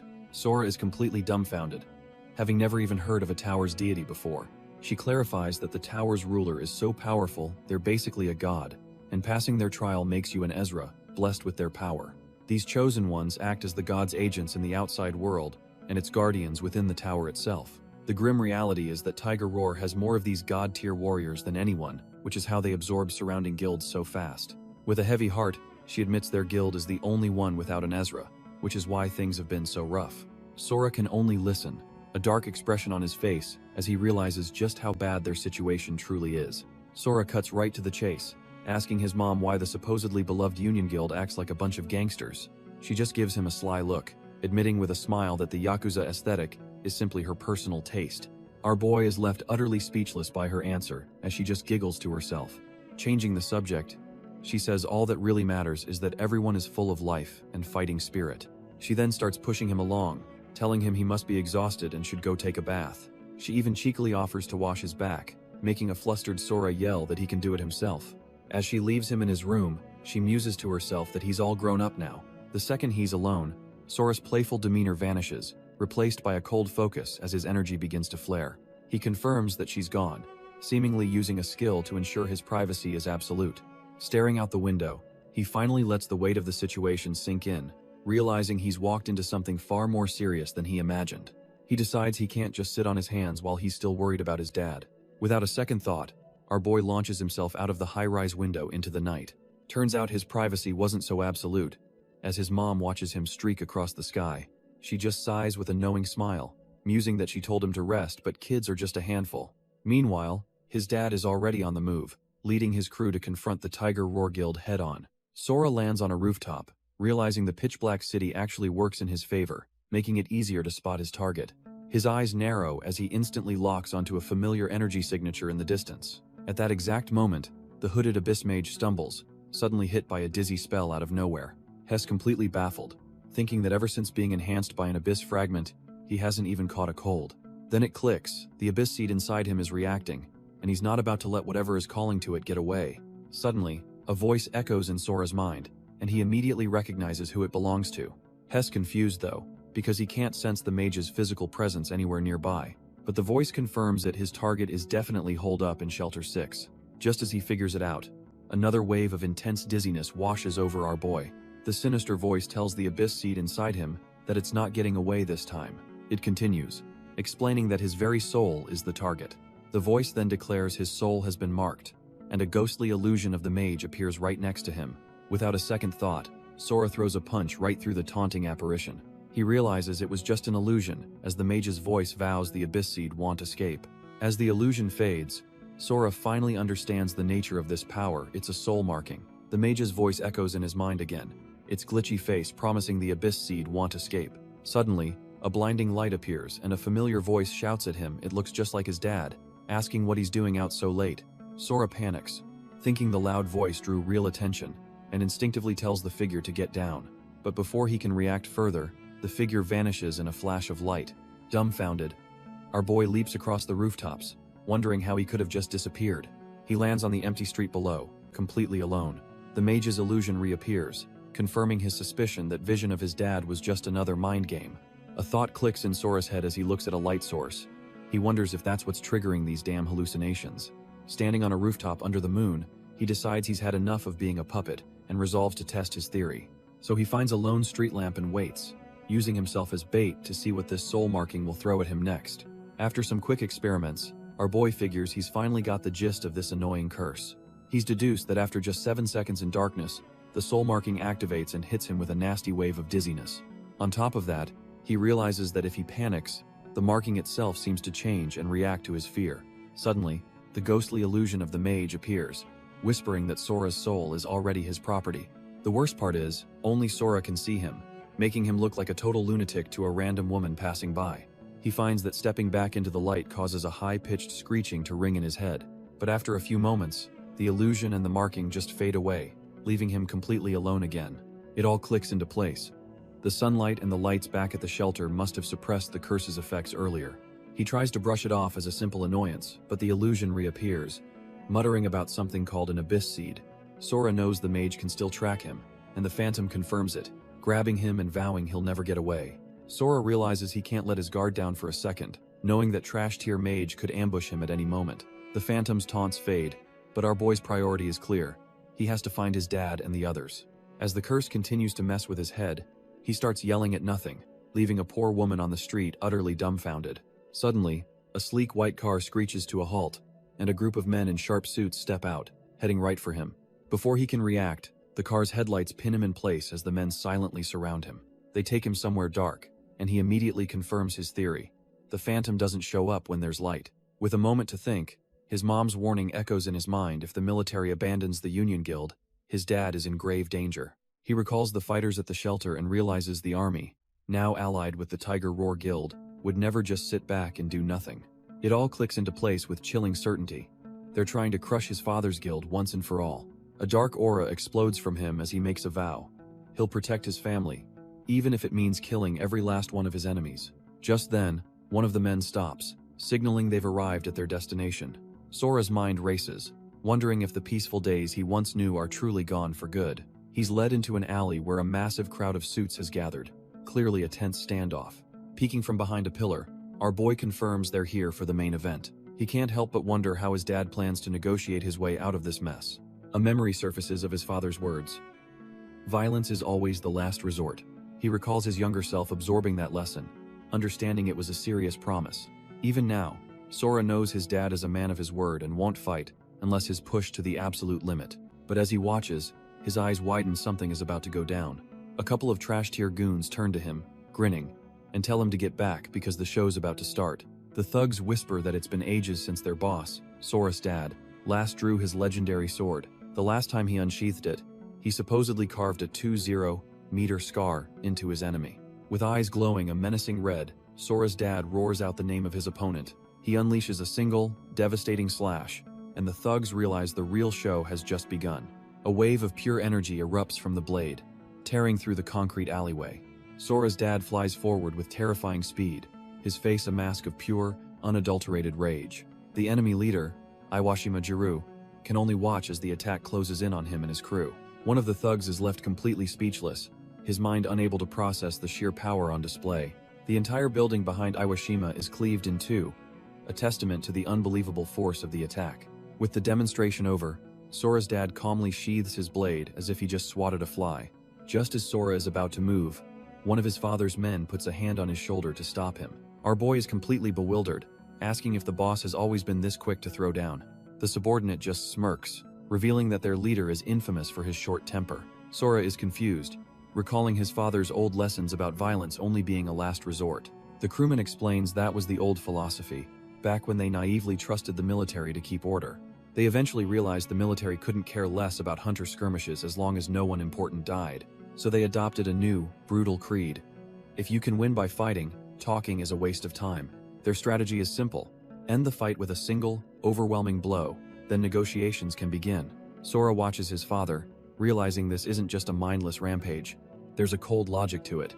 He's left to wonder if he's been wrong this whole time, if having that much power means you can do whatever you want. Sora's mind races, recalling the words of a blind swordsman he once met, questioning if there's another way. Unbeknownst to him, that very same man is perched atop a skyscraper, watching over the city like a silent guardian. He surveys the chaotic buffer zone, a wasteland teeming with monsters and patrolled by military helicopters. This is Shuzenji Yukio, a level 75 Arhat, and nothing escapes his notice. Activating his clairvoyance, his eyes glow as he peers into a distant battleground.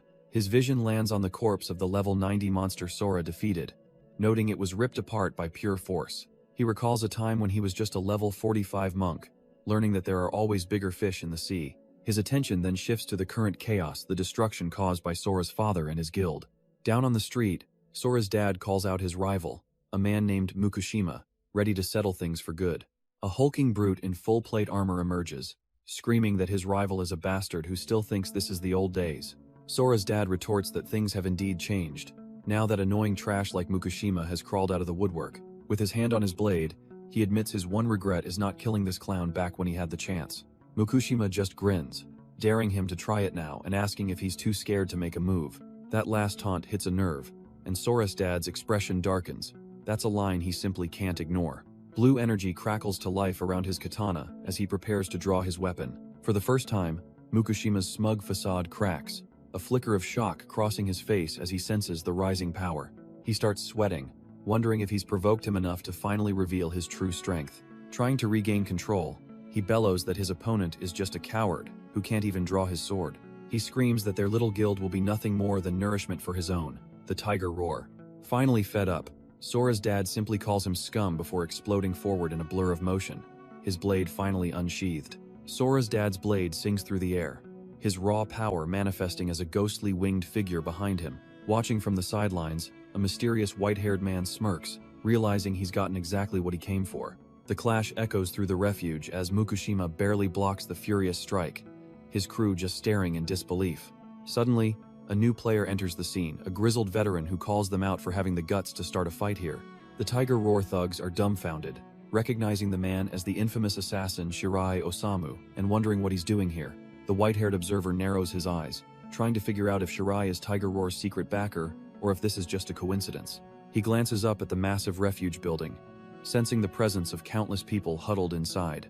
Shirai, however, looks tense, realizing the observer's presence is no accident and that this situation is about to get complicated. He calmly walks towards the brawl, passing Mukushima, who is still desperately holding back the relentless assault. Even in the heat of battle, Sora's dad clocks the newcomer, his mind racing to figure out if this assassin is an enemy or an ally. Shirai steps in, laying down the law. According to the security ordinance, personal duels are forbidden. He glares down at Mukushima, asking if he'll comply, reminding him the penalty is imprisonment or death. Sora's dad instantly sees the trap. They're trying to provoke him so they can use the ordinance to take him down. He realizes Shirai isn't worried about his own shady dealings because this whole thing is a frame job. Once imprisoned, they could easily arrange for an accident to get rid of him for good. He knows that without him, his allied guild would be instantly crushed by Tiger Roar and the other factions. The real question is why the military's top brass would even want to disrupt the delicate balance of power. While he can't grasp their ultimate goal, he knows one thing for sure. He absolutely cannot admit any fault. So he just smirks, telling the old assassin he must be mistaken, claiming they never even fought. As a supporter of the allied guild, he says he can't just admit guilt without a shred of evidence.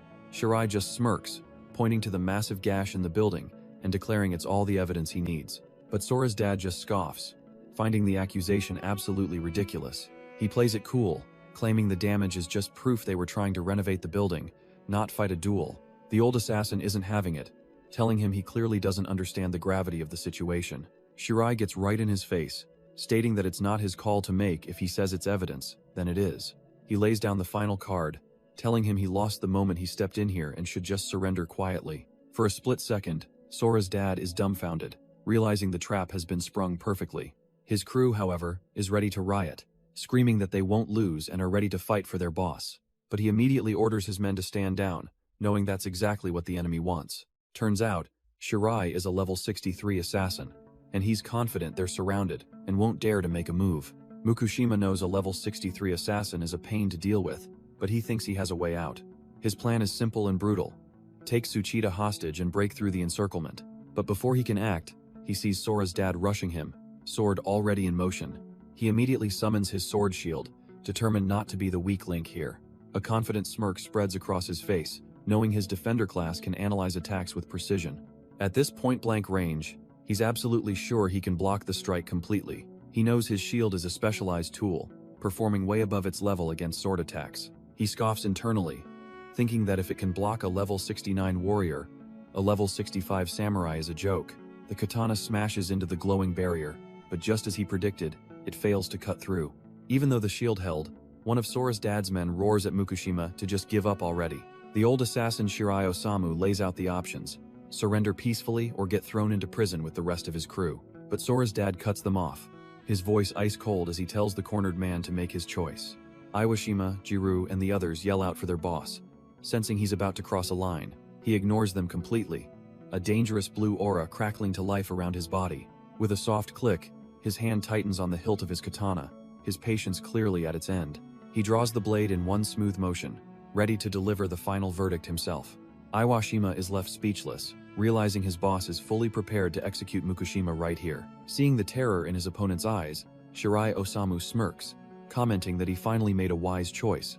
The crew starts to panic, thinking their boss is just bluffing and getting them mocked. But Iwashima knows better, recalling the secret signal. Releasing the sword means attack all at once.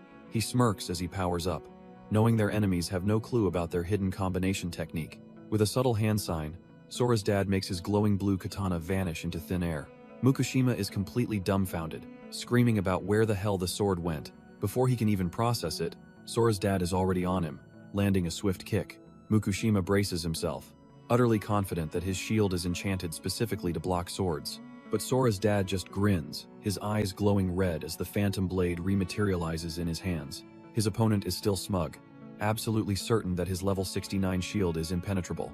Iwashima unleashes his part of the combo, channeling raw power through his hands. The very ground shatters and levitates, drawn by an unseen force. Turns out, the rocks are pulled to Sora's dad's blade, forming a crude but powerful shell around it.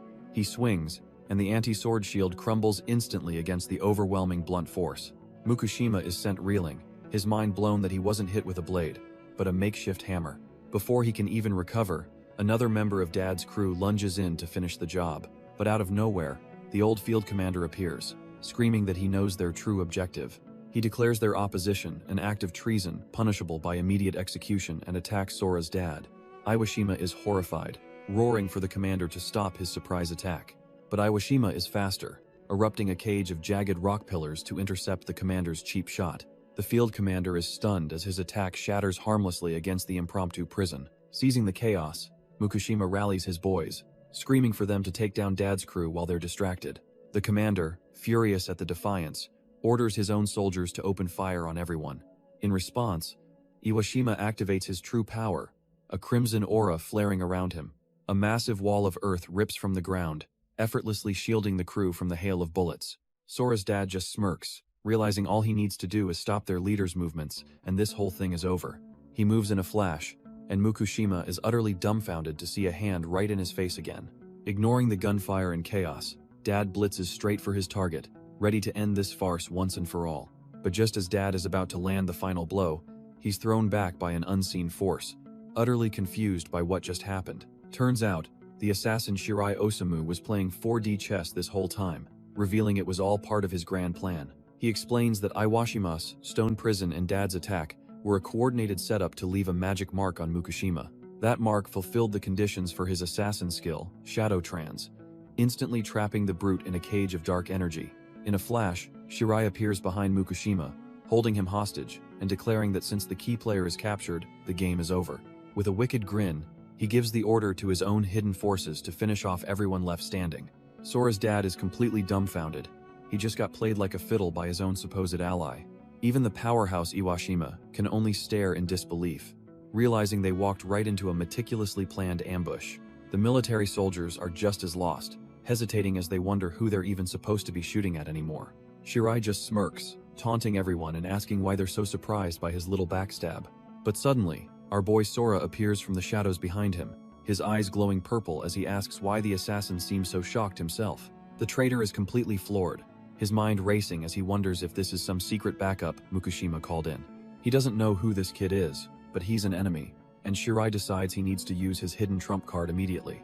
He reaches into his coat to pull out a small, sinister-looking vial. Mukushima recognizes it instantly.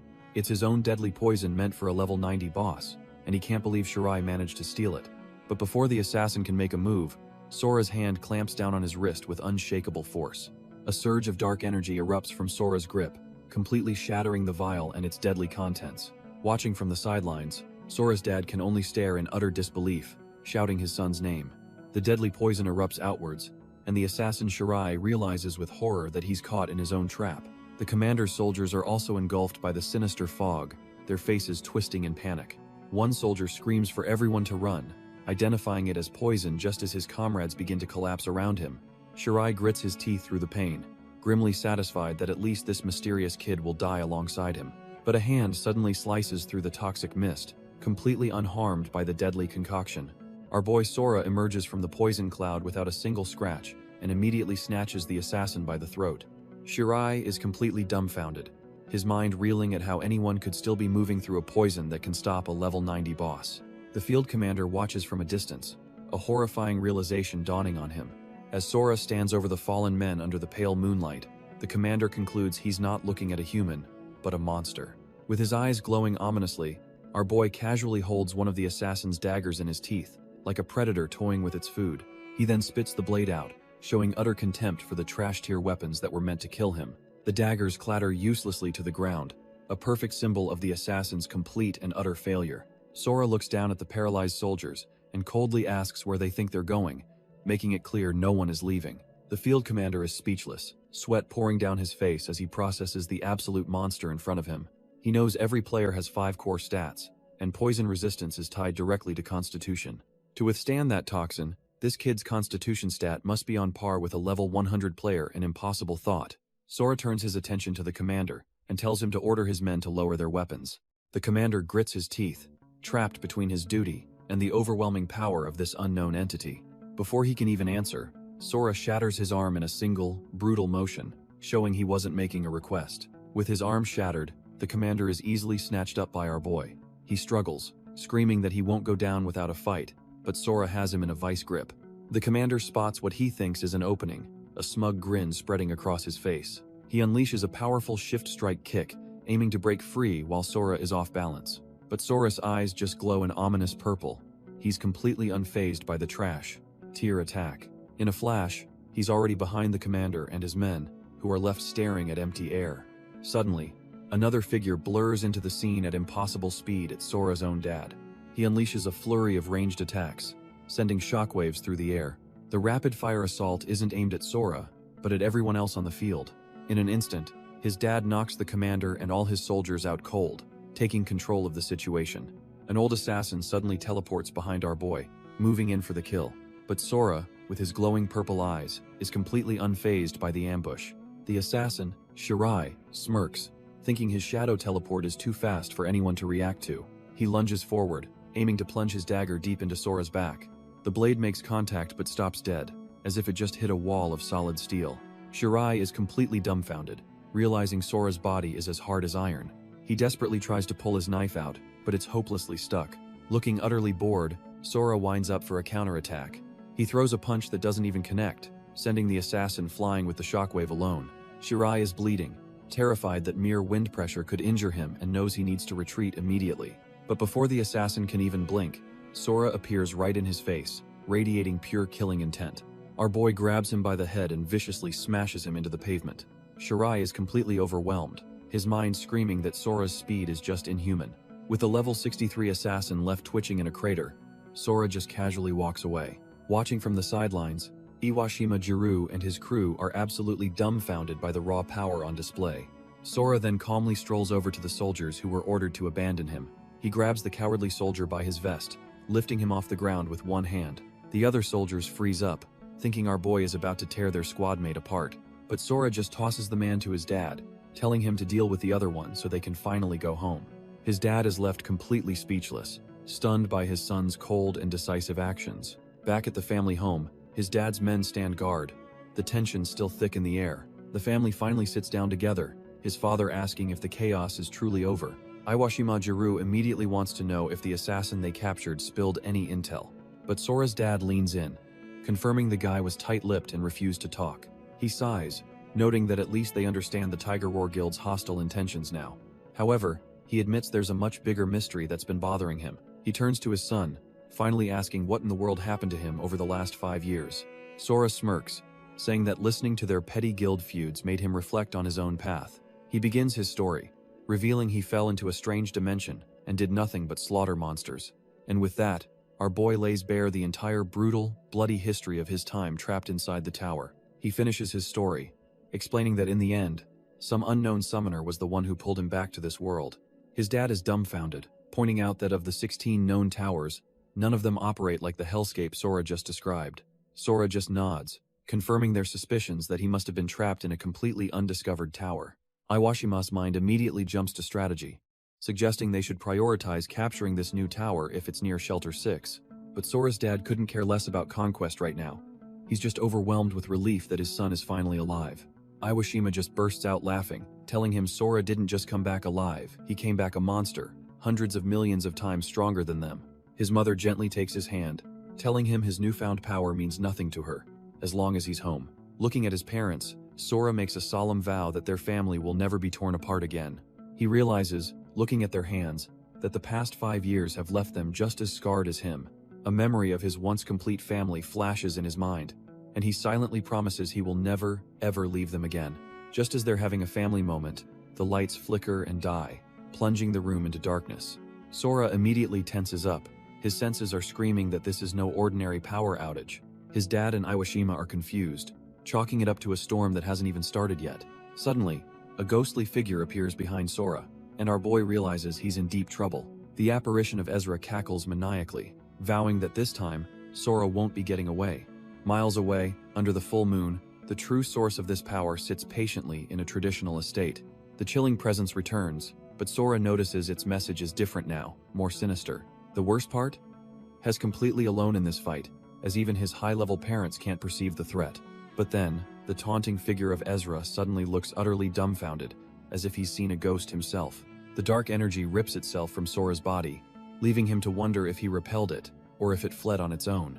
Turns out, it wasn't Ezra's power at all. A new, ancient-looking entity appears, calling Sora Abyss Shield. Our boy is completely stunned, realizing this dark power has a will of its own. He tries to brush it off as just another hallucination, something he can deal with later. But the entity gets right in his personal space, mocking him for trying to deceive himself like a mortal. It then physically covers his eyes, asking if this feels like a hallucination now. Sora stumbles back as his vision is completely stolen, his eyes turning pitch black. The chilling reality sinks in this wasn't an illusion. His sight is actually gone. Suddenly, the oppressive aura becomes so immense that his parents and Iwashima can finally feel it, their faces filled with shock. His mother desperately calls out his name, seeing him completely enveloped in this sinister energy. But his father is horrified by a different detail, screaming about what has happened to Sora's eyes.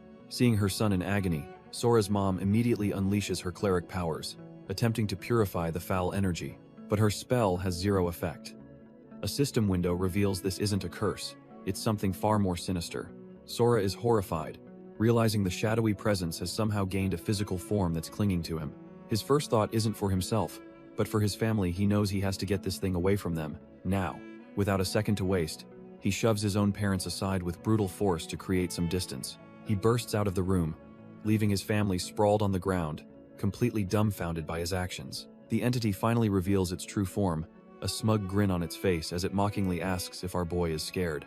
Back inside, his dad is in a panic, yelling about an enemy that he and his wife can't even see. Blinded but furious, Sora lunges forward and grabs the creature, demanding to know why this despicable thing is haunting him. The entity just laughs, introducing himself as Fogaru, a dark god from the noble Asa tribe, revealing he's not alone.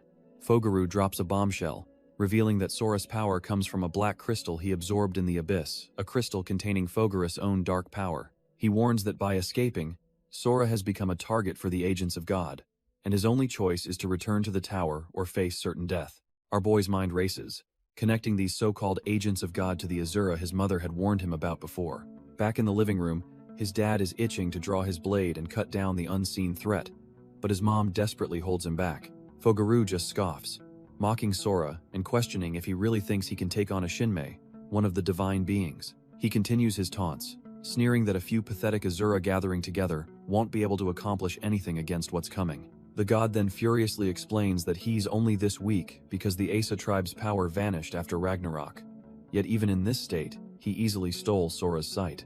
Sora, however, is completely unfazed, coldly demanding to know why he should believe a single word from this spectral parasite. This defiance just sends Fogaru into a fit of maniacal laughter, clearly amused by our boy's stubbornness. His laughter finally subsides as he delivers a final, chilling threat. Sora will regret his disbelief when a rain of blood falls upon this land. Sora stands in silence, the dark curse clinging to his eyes as the god's words echo in his mind. Hess torn. There's no reason to trust this parasite, but if there's even a sliver of truth, he has to act. In a flash, our boy lunges forward and grabs the spectral god by the throat. Done with all the talking, a brilliant golden light erupts from his hand, a power completely opposite to the darkness infecting him. Fogaru lets out a blood-curdling scream as the holy energy incinerates his curse. The smoky tendrils vanish from Sora's face, and he realizes with a jolt that his vision is back. His dad is completely floored, watching as Sora overpowers a being they couldn't even see. With his sight restored, Sora looks down and calmly tells the entity that he believes it's warning. But his dad isn't listening to the god, Hez shouting the name Shuzenji with a massive grin. Sora whips his head around, dumbfounded that his father somehow knows the blindfolded hunter. Sora's mind clicks. He recognizes the newcomer as the mysterious monk from the town entrance. His dad asks if they know each other, but Sora is just as lost as he is. But the old man just grins, revealing this isn't just an acquaintance, it's the guy he started a guild with. Shuzenji ignores the family reunion and asks Sora if he can actually see the spectral god struggling in his grasp. The monk's eyes glow ominously as he cuts to the chase, telling them they need to talk because this is an emergency.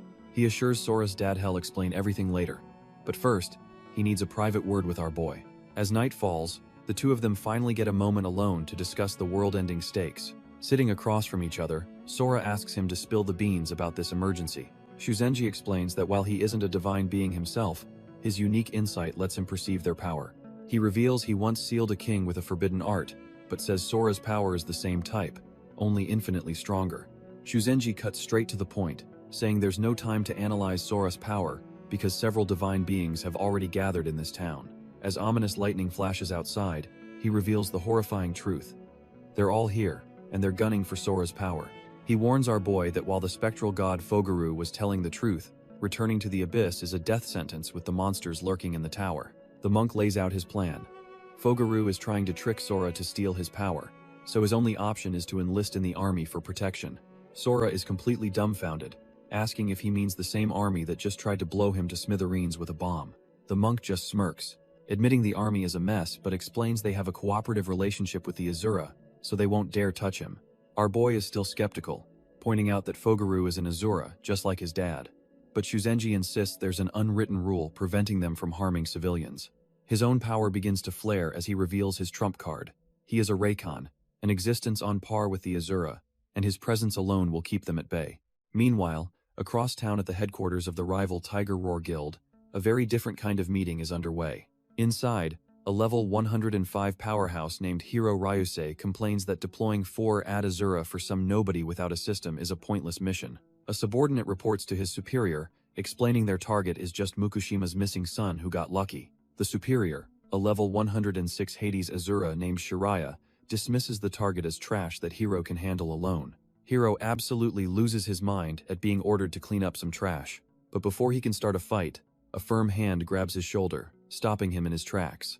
It's Duju Rim, a level 106 Athena Asura, whose cold stare is more than enough to shut him up. Just then, another powerhouse, a level 107 Hermes Asura named Iwagaya, announces he's joining the operation.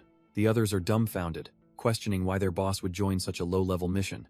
The boss, Mukai Licht, clarifies that this is a direct order from Zeus. Mukushima Sora must be eliminated. Shiraya adds that since Sora's parents and their alliance rejected their proposal, they're now on the hit list too. With his eyes glowing with power, Mukai Licht, the level 118 Zeus Asura, declares they will eliminate them all. Meanwhile, at the Allied Guild headquarters, a new plan is being set in motion. Shuzenji Yukio tells Sora's family to go meet Mii Tonosaki from the command center. He reassures them with a sly grin that she's an old acquaintance who will surely protect them. He also tasks them with checking on a curse practitioner whose power could neutralize even Tiger Roar. Sora's mom tells him not to worry, smirking as she says the alliance has its own reasons for staying. Our boy Sora just nods, accepting the mission without a single question. 15 minutes later, Yukio sits alone outside the guild, as if waiting for something. Suddenly, the leaves rustle as an unseen force approaches at high speed. Yukio's senses flare up behind his blindfold. He knows the enemy has arrived. In a flash, dark, sinister energy tears through the courtyard, signaling the start of the assault. A tide of pure, dark malice floods the courtyard, rushing straight for the Union Guild's entrance. But Yukio was ready, instantly throwing up his golden bell barrier to shield himself from the surprise attack. The sinister energy smashes against his defense, in a chaotic explosion of light and shadow. Inside, the initial blast has already done its damage, leaving Iwashima Jiru standing over his fallen comrades. 4 imposing figures emerge from the smoke. Their eyes glowing with murderous intent, the elite of Tiger Roar have arrived. Yukio is dumbfounded. He can't believe they sent 4 of their top-tier Asura members for this raid. A 5th person calmly walks past the powerhouse squad, their footsteps echoing with absolute authority.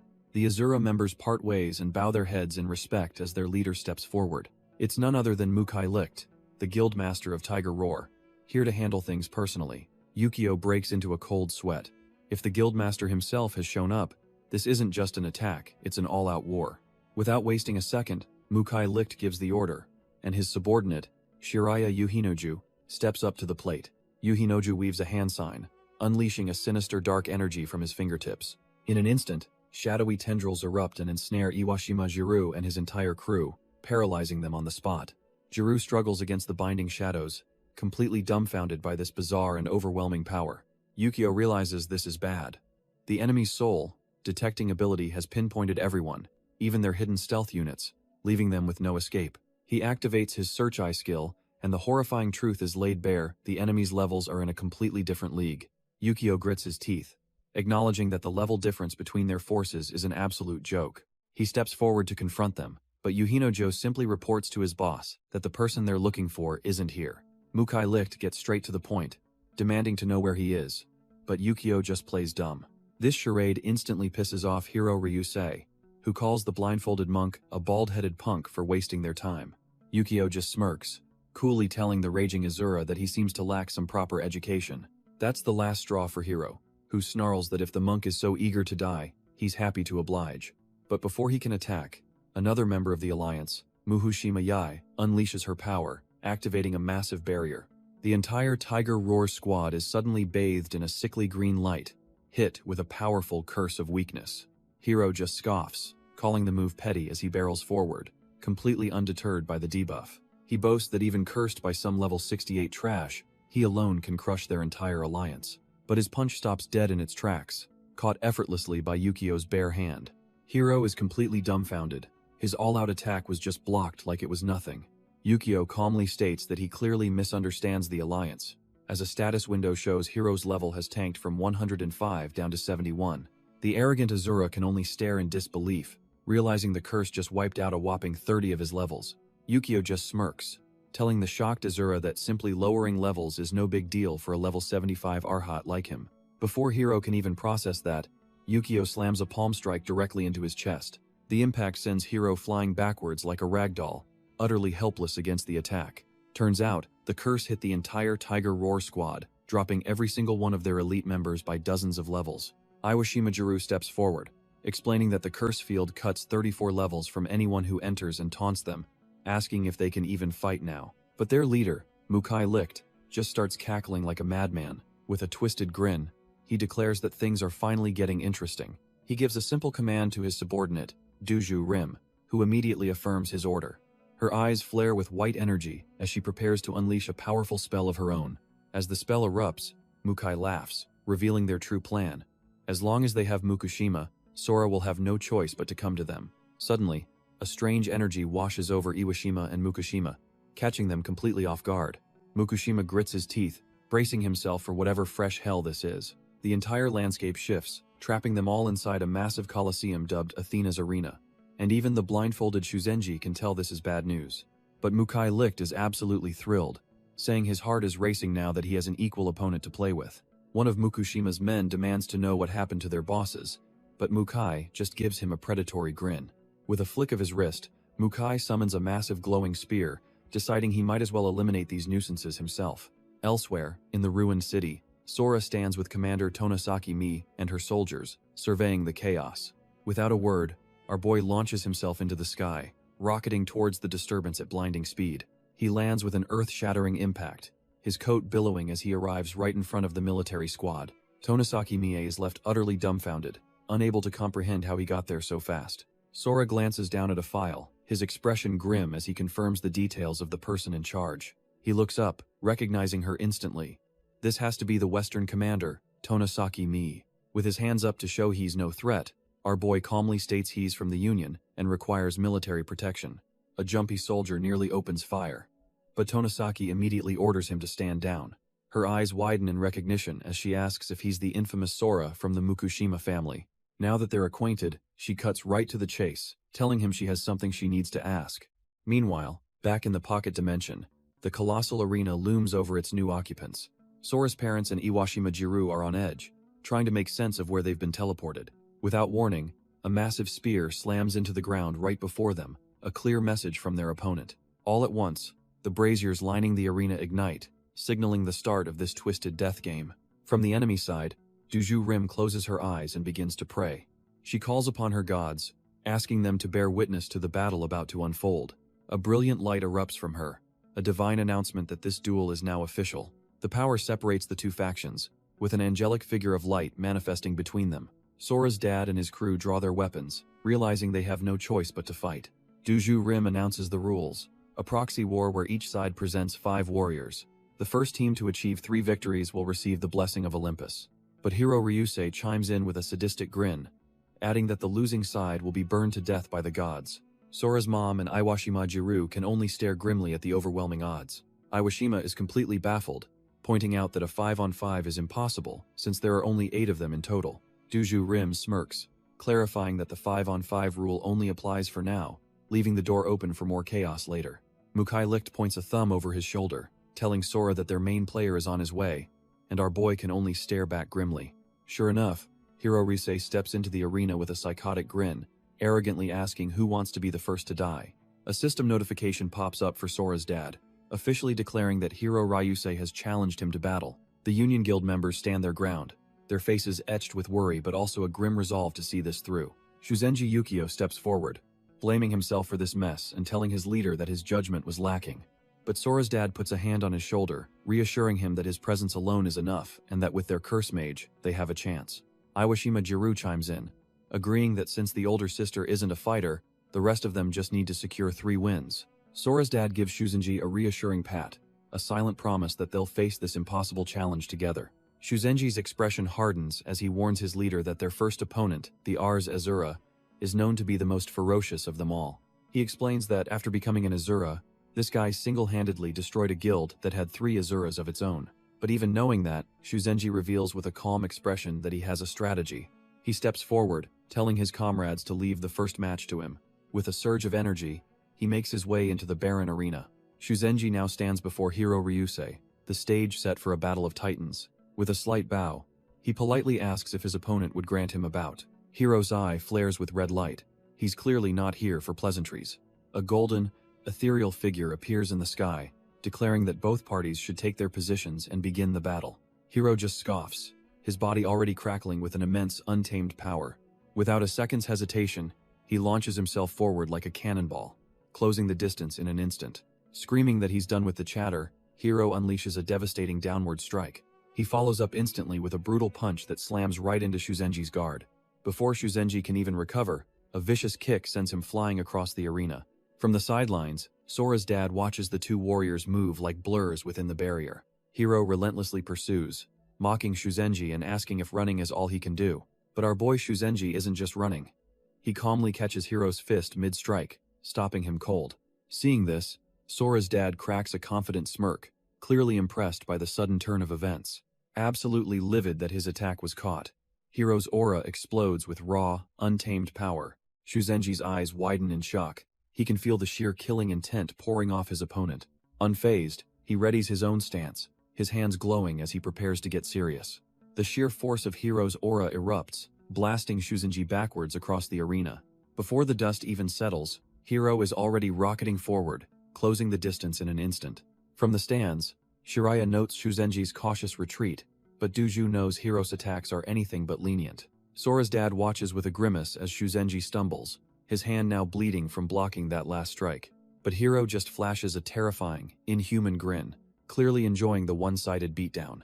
He unveils his trump card, his arm transforming with jagged spikes as he unleashes the Fang of Cadmos. Shuzenji's blood runs cold.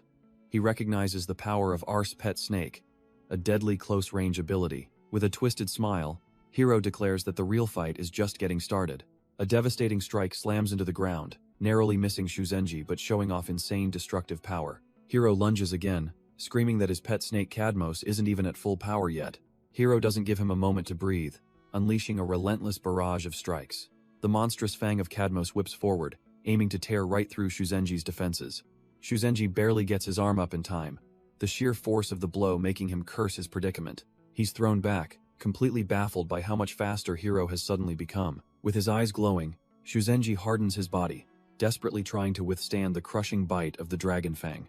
But the raw power is just too much, sending him skidding helplessly across the arena floor. A cold dread washes over him as he realizes the horrible truth of the situation. It wasn't that Hiro got faster, it's that he's gotten slower, his status crippled by the dragon's poison. Hiro just grins, revealing his ability absorbs blood to restore stamina and enhance his power. He scoffs, asking if that's all Shuzenji has, as a strange new energy erupts from his back. From the sidelines, Iwashima activates his search eye, realizing the power gap is only getting worse as he worries for his comrade. Back in the arena, Hiro becomes a blur, rocketing towards the poisoned monk with pure killing intent. He connects with a devastating blow, smashing his fist directly into Shuzenji's head. The brute revels in the moment, sadistically asking how it feels to have the dragon's venom coursing through his veins. He follows up with a merciless barrage of punches, determined to see just how long the monk can take this punishment. Pushed to his absolute limit, Shuzenji begins chanting a sutra, desperately trying to focus his mind and spirit. Hiro just laughs, telling him that praying to his gods at this point is completely useless. But the other high-level spectators sense something is off. A strange divine power is gathering around Shuzenji, one that isn't an Azura's aura. Suddenly, a brilliant golden light explodes from the monk's body, leaving everyone dumbfounded as to its origin. Channeling this newfound energy, Shuzenji unleashes his own technique, meeting Hiro's fist head-on with a powerful counter. Watching from the sidelines, Sora's dad and his crew are stunned, realizing Shuzenji just pulled out a dangerous, forbidden technique. The monk has entered a legendary mental state, the Diamond Realm, and for the first time, he believes they might actually win this. Hiro is left completely dumbfounded, unable to process where this sudden burst of power came from. An enormous golden Buddha materializes from thin air, its massive hand effortlessly stopping Hiro's attack in its tracks. But Hiro's shock quickly turns to a crazed grin. He couldn't care less about gods and scoffs at the idea that this can block him. The divine construct fully forms around Shuzenji, radiating an aura of pure, unadulterated power. Instead of just defending, Shuzenji rockets forward, now clad in a suit of golden divine armor, taking the fight straight to Hiro. The brute just laughs, finding it pathetic that the monk thinks he can fight him hand-to-hand with armor made of pure energy. Hiro recalls a time he killed another fool who tried a similar bold move, confident this will end the exact same way. He thinks Shuzenji is an idiot for believing condensed divine power could ever block the Fang of Cadmos, a mistake his last opponent didn't live to regret. He remembers how his Cadmos power found that divine energy to be an even more delicious feast than fresh blood. With a crazed look, Hiro vows to devour every last piece of Shuzenji, just like he did to that last idiot. Back in the present, he screams at the monk to be swallowed by the darkness of despair and die. But before he can finish his sentence, Shuzenji smashes a golden armored fist straight into his jaw. The monk follows up with a lightning-fast kick, leaving Hiro completely dumbfounded by the sudden turn of events. He can't believe it. The monk somehow suppressed Cadmos poison and regained his speed. Shuzenji gives him no time to think, landing another brutal kick that sends him flying.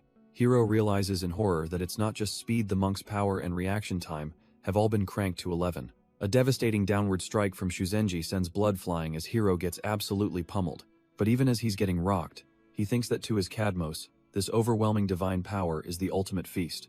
With a crazed grin, Hiro declares that the monk's divine power will become nourishment for his Cadmos.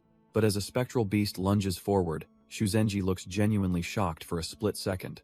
The draconic energy of Cadmos bites down hard, and Hiro feels the divine power flowing into him, Hess absolutely certain of his victory, gloating that he's successfully stolen the monk's power. Suddenly, a blinding light erupts from his back as the stolen energy goes completely haywire. Dumbfounded, Hiro wonders what just happened as the golden power starts leaking from his own body. He screams in agony, realizing he can't control the sheer volume of divine energy he just absorbed. Shuzenji just smirks, telling our boy it's a little too early to be celebrating his win. He explains that the sheer might of an Arhat's power isn't something just anyone can handle. With a final, crushing blow, he tells Hiro that his trash-tier body just can't digest a power of this magnitude. Hiro screams in denial, unable to believe his trump card, Cadmos, can't handle the monk's power.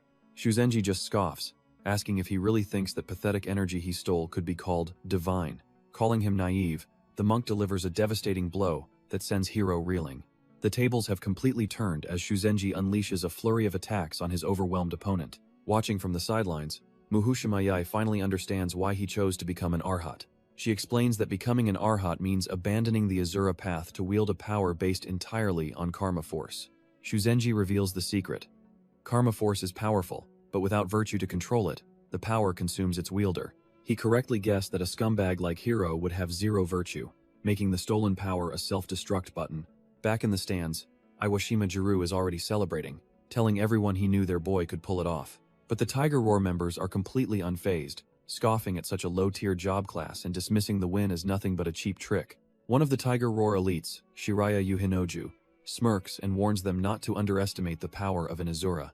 Down but not out, a desperate Hiro Ryusei slams his hand on the ground, refusing to accept defeat. He summons the shadowy head of a dragon, channeling the last of his power for one final move. Hiro mocks the monk, asking if he's already run out of divine energy to even keep his form manifested. With his eyes glowing a furious red, he decides to bet everything on a single, suicidal attack. Screaming for his opponent to face him, Hiro merges with the dragon spirit, forming a grotesque living armor. The attack connects in a massive explosion of flesh and spikes, a desperate gambit to take Shuzenji down with him. But when the smoke clears, all that remains of Hiro is a disgusting, melted puddle on the arena floor. Shuzenji covers his face, realizing the dragon blood from that final attack was an insanely potent poison. He stands alone in the toxic mist, the clear victor of this brutal showdown. Shuzenji stumbles forward, the deadly poison already taking its toll on his body. Miles away, Sora's dad and Iwashima are suddenly on high alert, hearing the distant, bone-chilling sound of war drums. Turns out Hiro's final attack wasn't just a desperate gambit. It was a ritual sacrifice, offering the poison dragon's blood to his master. His entire existence was fuel for a chant, a prayer to place a divine spear in his lord's hands. In a separate realm, a godlike warrior named Arusu answers the call, his hand closing around a newly formed weapon of pure energy. With his eyes burning red, Arusu vows to continue the fight until his very body rots away. Juju Rim explains the terrifying power gap. Even an Asura needs to make a sacrifice to wield a true divine weapon. Shiraya just smirks, declaring that this is the absolute difference in their power levels Shuzenji has already lost. Juju Rim knows they took a massive risk, thinking that their god might forgive such a petty offering if they secure the win. But the alternative is unthinkable. If they lose this fight, the punishment from their own god will be beyond imagination. Duju Rim smugly declares that no normal player can possibly defeat an Asura wielding a divine weapon. But back on the battlefield, Arusu suddenly charges forward, winding up for a bare-knuckle punch instead. Shuzenji is completely thrown off, wondering why his opponent is closing the distance for another brawl. Hez still trying to figure out where the spear went as Arusu's fist, crackling with energy, flies toward him. The god warrior unleashes a beam of pure force, and Shuzenji, knocked to the ground, desperately hopes it won't reach. But the blast slams right into him, sending a shockwave of pain through his body. With a sadistic grin, Arusu gives a single command for the energy he just implanted to explode. Shuzenji is instantly engulfed in a massive detonation, realizing this is a seriously bad situation. He staggers but remains standing, thankful his robe absorbed the blast, but now he's worried about that dragon blood poison. A system notification delivers even worse news. Arusa's blood is corrosive, and it just permanently reduced his robe's defense by 50%. Barely recovered, Shuzenji sees the god warrior Arusu charging in for another round of pain. Arusu closes the distance in a flash, but it's a feint as he prepares a different kind of attack. Instead of a fist, a bloody spike erupts from Arusu's back, skewering Shuzenji completely off guard. The old man is dumbfounded. This monster can attack from literally any part of his body. Arusu unleashes a storm of fists, practically daring Shuzenji to even try and dodge this onslaught. But as the punches fly, they sprout vicious blood-red spikes, turning his fists into deadly projectiles. Shuzenji is utterly overwhelmed, unable to read the moves as the spikes shred through his defenses. He grits his teeth, realizing every hit destroys his gear, and his own restricted power is failing him. If it weren't for the fact Arusu was weakened by the summoning, he knows he'd already be a corpse. With a spike grazing his face, Shuzenji finally gets it. He has to keep his distance or he's dead. Arusu closes the distance in a flash, smashing Shuzenji with a brutal kick that sends shockwaves through the arena. The old man barely manages to create some space, but the monster is already charging right back at him. With a precious second to spare, Shuzenji begins a holy incantation, gathering energy for a counterattack. Arusu just laughs, thinking the old man is at his limit, and taunts him for his pathetic retreat. He then unleashes a wave of blood spikes from the ground, sneering that running away is completely useless. But Shuzenji's eyes flare with power as he completes his technique, unleashing the Silent Law Realm curse. The godlike being is suddenly caught off guard, a flicker of confusion crossing his face. A massive, golden magic circle materializes in the sky, bathing Arusu in its holy, restrictive light. Turns out, the spell is a holy incantation specifically designed to purify and weaken the evil power coursing through him. Arusu is dumbfounded, realizing the old man's entire plan was to seal his movements and win from a distance. Arusu just scoffs, calling the old man's plan naive, as he effortlessly shatters the holy seal with a surge of bloodlust. From the sidelines, Iwashima Jiru panics, realizing Shuzenji is now completely defenseless. In an instant, a flurry of blood spikes erupts from the ground, brutally skewering the old Arhat. Shuzenji grimaces through the searing pain, knowing he only just barely managed to shift his body to avoid a fatal blow. But as Iwashima prepares to intervene, a radiant, golden being descends from the heavens, stopping him dead in his tracks. The ethereal announcer declares that anyone who interferes in the sacred duel will be severely punished. Without warning, Iwashima is engulfed in divine flames, screaming in pure agony as the holy fire burns him. Luckily, his ally Muhushima Yai reacts instantly, casting a protective spell to mitigate the divine punishment. The flames recede, but a system message reveals the steep price. Iwashima's life force has been permanently reduced. Arusu smirks at the wounded Shuzenji, telling him he's only alive because the fool's interruption broke the duel's rules. With the punishment served, the duel's barrier closes in again, trapping the two fighters as Iwashima watches helplessly. Shuzenji grits his teeth, realizing this god is a monster both up close and at a distance with those damn blood arrows. He calculates his remaining energy, figuring he can only last another 3 minutes at this rate. He has no choice but to go all out. Arusu just smirks at his opponent's pathetic struggle, calling the whole display a complete waste. But Shuzenji isn't done yet, roaring that victory will be his as he surges forward in a final, desperate gambit. He knows his current power, the Wise Eye, isn't enough. To win, he must open the next level, the Dharma Eye. With a surge of spiritual energy, he forces his body past its limits and unlocks the legendary technique. A sacred symbol flares to life in his eyes, radiating an entirely new level of power. The old Arhat floats before the summoned god, his presence now overwhelming as they prepare for the final clash. Shuzenji knows this power won't last long. The Dharma Eye gives him a massive speed boost, but he needs to find an opening and end this now. With his Dharma Eye active, Shuzenji easily sees that Arusu's so-called divine spear is pathetically weak. In fact, he realizes it's even less of a threat than the blood arrow from before. A sudden clarity washes over him. He now understands the core of his opponent's trash, tier technique. As Arusu lunges, Shuzenji calmly meets the attack head-on, not with a weapon, but with a simple palm block. The summoned god is utterly dumbfounded, wondering how this old man could possibly have seen through his attack. Shuzenji just smirks, grabbing the blood spear and mocking it for being unexpectedly flimsy. With a single, contemptuous chop, he shatters the divine weapon into a cloud of red dust. Arusu can only let out a pathetic scream, his pride and his weapon completely broken. The spectators are in shock. Shiraya can't believe he blocked it, but Duju realizes his eyes can see through anything. Even the ruthless Mukushima and his crew are stunned into silence, witnessing this impossible comeback. Shuzenji reveals he knew all along there was a countermeasure for this so-called divine power. He analyzes the foul energy, realizing that such an accumulation of evil would naturally corrupt its wielder. With his hands clasped, he prepares a purification technique to cleanse the entire battlefield. But Arusu isn't finished. Roaring that just seeing through his attack won't save him, the shattered spear reforms into a tide of blood, trapping Shuzenji as Arusu boasts about his absolute control. From the sidelines, Duju explains the trick. The divine power isn't uniform throughout the blood. This weakness allows it to be shaped into countless thin, razor-sharp spikes perfect for piercing defenses. The old master finds himself in a deadly prison of blood spikes rising from the ground. Arusu laughs maniacally, screaming that now there's absolutely no escape. With a final command to die, he sends the forest of spikes hurtling towards Shuzenji. But Shuzenji is far from done, unlocking his ultimate perception skill, the Dharma Eye. A wave of golden energy erupts from him, blasting Arusu back as his divine power is purified. The summoned god can only grit his teeth in frustration, unable to comprehend what's happening. With a simple gesture, Shuzenji stands untouched as the forest of blood spikes harmlessly passes him by. He calmly explains that his power is meant to cleanse the suffering caused by ignorant beings like them. Arusu is dumbfounded, screaming to his allies that the old man can somehow see the flow of divine power itself. Duju watches in horror, realizing that if he can see their power, all their attacks are completely meaningless. From the sidelines, Iwashima Jiro is just as stunned by this unbelievable turn of events.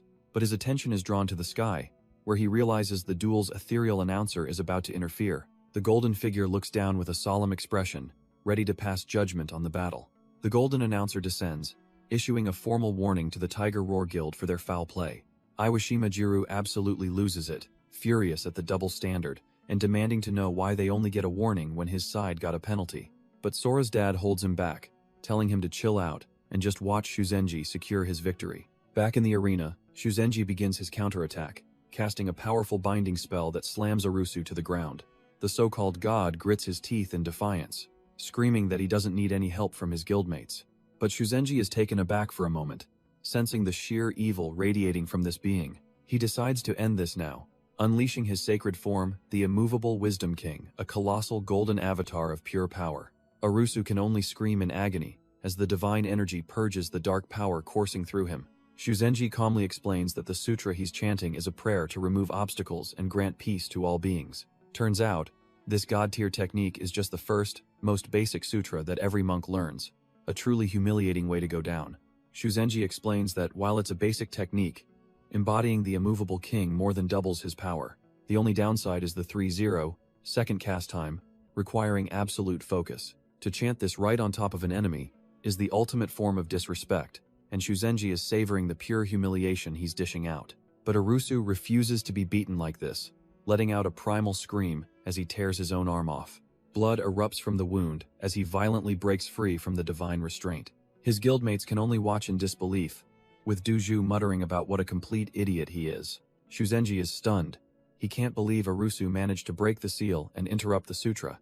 Now, completely unhinged, the so-called god is consumed by pure rage, screaming for death. Shuzenji realizes the horrifying truth. That spell was suppressing the evil dragon's blood, and Arusu just unleashed it all. Arusu unleashes a storm of blood spikes, but Shuzenji just scoffs, thinking a surprise attack is meaningless when he can see it coming. The enraged god screams, bleeding from his eyes as he realizes he only has 15 seconds left to win this. Shuzenji sees the blood, and knows his opponent is already at his absolute limit, burning his own life force away. Despite the relentless assault, Arusu is dumbfounded that he can't even disrupt the monk's focus for a second. With his opponent's rage spent, Shuzenji finally reveals his trump card, manifesting a colossal golden guardian. Watching from the sidelines, Shiraya smirks, beginning a countdown as if the match is already over. Duju and Iwagaya look on with disdain, sighing as the countdown continues, clearly unimpressed by Arusu's performance. Asura calmly explains the profound nature of Shuzenji's power to a grim-faced Iwashima as the final seconds tick away. Our boy Shuzenji enters a state of pure tranquility, believing that like the Enlightened One, everything follows the mind. The Golden Guardian delivers a single, devastating blow, sending the so-called god flying in a shower of his own blood. Arusu's body is torn apart, the so-called god utterly broken by the overwhelming power of the strike. As the dust settles, Shuzenji stands his ground, the force of the final attack echoing around him. He breathes a sigh of relief, realizing he won just moments before his Dharma Eye technique pushed him past his limit. The golden announcer's voice booms across the arena, declaring the first victory for the allied guild. A faint, satisfied smile crosses Shuzenji's face as his guild members erupt in cheers behind him. Back on the Tiger Roar side, Duju Rim effortlessly heals Arusu's mangled body with a swirl of blue energy. Arusu looks up, dumbfounded to find all his wounds have vanished in an instant. But physically healed or not, his spirit is completely crushed, his soul practically leaking out of his body. Duju looks down on him with pure disgust, telling him that at best, he can just try to do better next time. As the announcer's feet begin to materialize once more, Arusu can only kneel in shame, his defeat absolute. Just as Arusu kneels in shame, two golden apparitions materialize before him, ready to pass judgment. The ethereal figures are clearly disgusted, complaining about the disgrace of losing in Athena's hypocrisy-filled arena. Arusu can barely choke out an apology, his spirit completely shattered. But his words are cut short by a furious roar, as one of the figures screams at him for being a loser. They then deliver the final, soul-crushing blow, a message from their father, who is deeply disappointed in him. The two apparitions then argue over who gets the honor of executing him, a truly horrifying turn of events. Without another word, one of them lashes out with a whip of pure energy, sending Arusu flying. The other joins the beatdown, and they mercilessly pummel their own comrade into a bloody mess. Watching from the sidelines, Iwashima Juru is completely dumbfounded, unable to believe they'd do this to their own Asura. The Golden Executioners stand over Arusu's broken body, calling this brutal end a final mercy from their father before fading away. With their grim task complete, the two Golden Executioners give one last, smug look before vanishing into motes of light. On the ground, the defeated hero Ryusei can only grit his teeth in pure rage, seething with hatred for the blindfolded warrior, Shuzenji. He screams a vow that next time, hell definitely kill him. But Sora's dad just calmly helps Shuzenji up, completely unfazed by the threat. Suddenly, the Tiger Roar Guild's top dogs appear, with Shiraya Yuhinaju sneering that there won't be a next time for a loser like Hiro. A terrifying dark energy begins to swirl around Shiraya's hand as he declares that from this moment on, Hiro is his. He then summons a monstrous scythe from the shadows, proclaiming that Hiro is about to burn in the eternal flames of Hades itself. Sora's dad and Shuzenji watch this escalation, realizing the Tiger Roar Guild is about to make a huge power play right in front of them. Stepping forward with a determined look, Sora's dad tells his exhausted ally to stand back and let him handle this. Just then, the curse mage Muhushima Yai hands him a small, sealed talisman, explaining that the Hades Asura's power is tied to spirits, and this will help. Sora's dad clenches the talisman, a system notification confirming he's received the item, ready to make good use of this unexpected ace up his sleeve. His allies wish him luck, and with a grim nod, Sora's dad steps forward to face his opponent. He stands opposite the Hades Asura, Shiraya Yuhinoju, the tension in the air so thick you could cut it with a knife. Our boy runs through the strategy in his head. A samurai's sword aura is powerful but slow, making close-quarters combat the only real option. His plan is simple. First, he'll use Shumpo to close the distance in an instant. Then, he'll use the Renzon technique to parry and counter any incoming attacks, giving his opponent no room to breathe. Finally, he'll find an opening, a weak spot, and end the entire fight in a single, decisive strike. He knows it's a basic plan, but it's efficient though. He wonders what he'll do if it's not enough against this monster. Suddenly, a golden, ethereal being manifests, announcing that both parties must take their positions for combat. The announcer screams for the battle to begin, and Shiraya instantly unleashes a storm of shadow tendrils, roaring for his enemy to die. Sticking to the plan, Sora's dad bursts forward with Shunpo, aiming to slip past the attack and analyze his foe's moves. His blade cuts clean through the shadow assault, neutralizing the attack in a flash of light. Shiraya is completely dumbfounded, unable to believe his opening move was just swatted aside. He sneers, asking if being a one-trick pony is all a samurai is good for. But Sora's dad is already moving, unleashing a devastating slash with his Renzan technique. To his utter shock, his blade connects with nothing but empty air. He realizes in horror that he just sliced through a worthless shadow clone.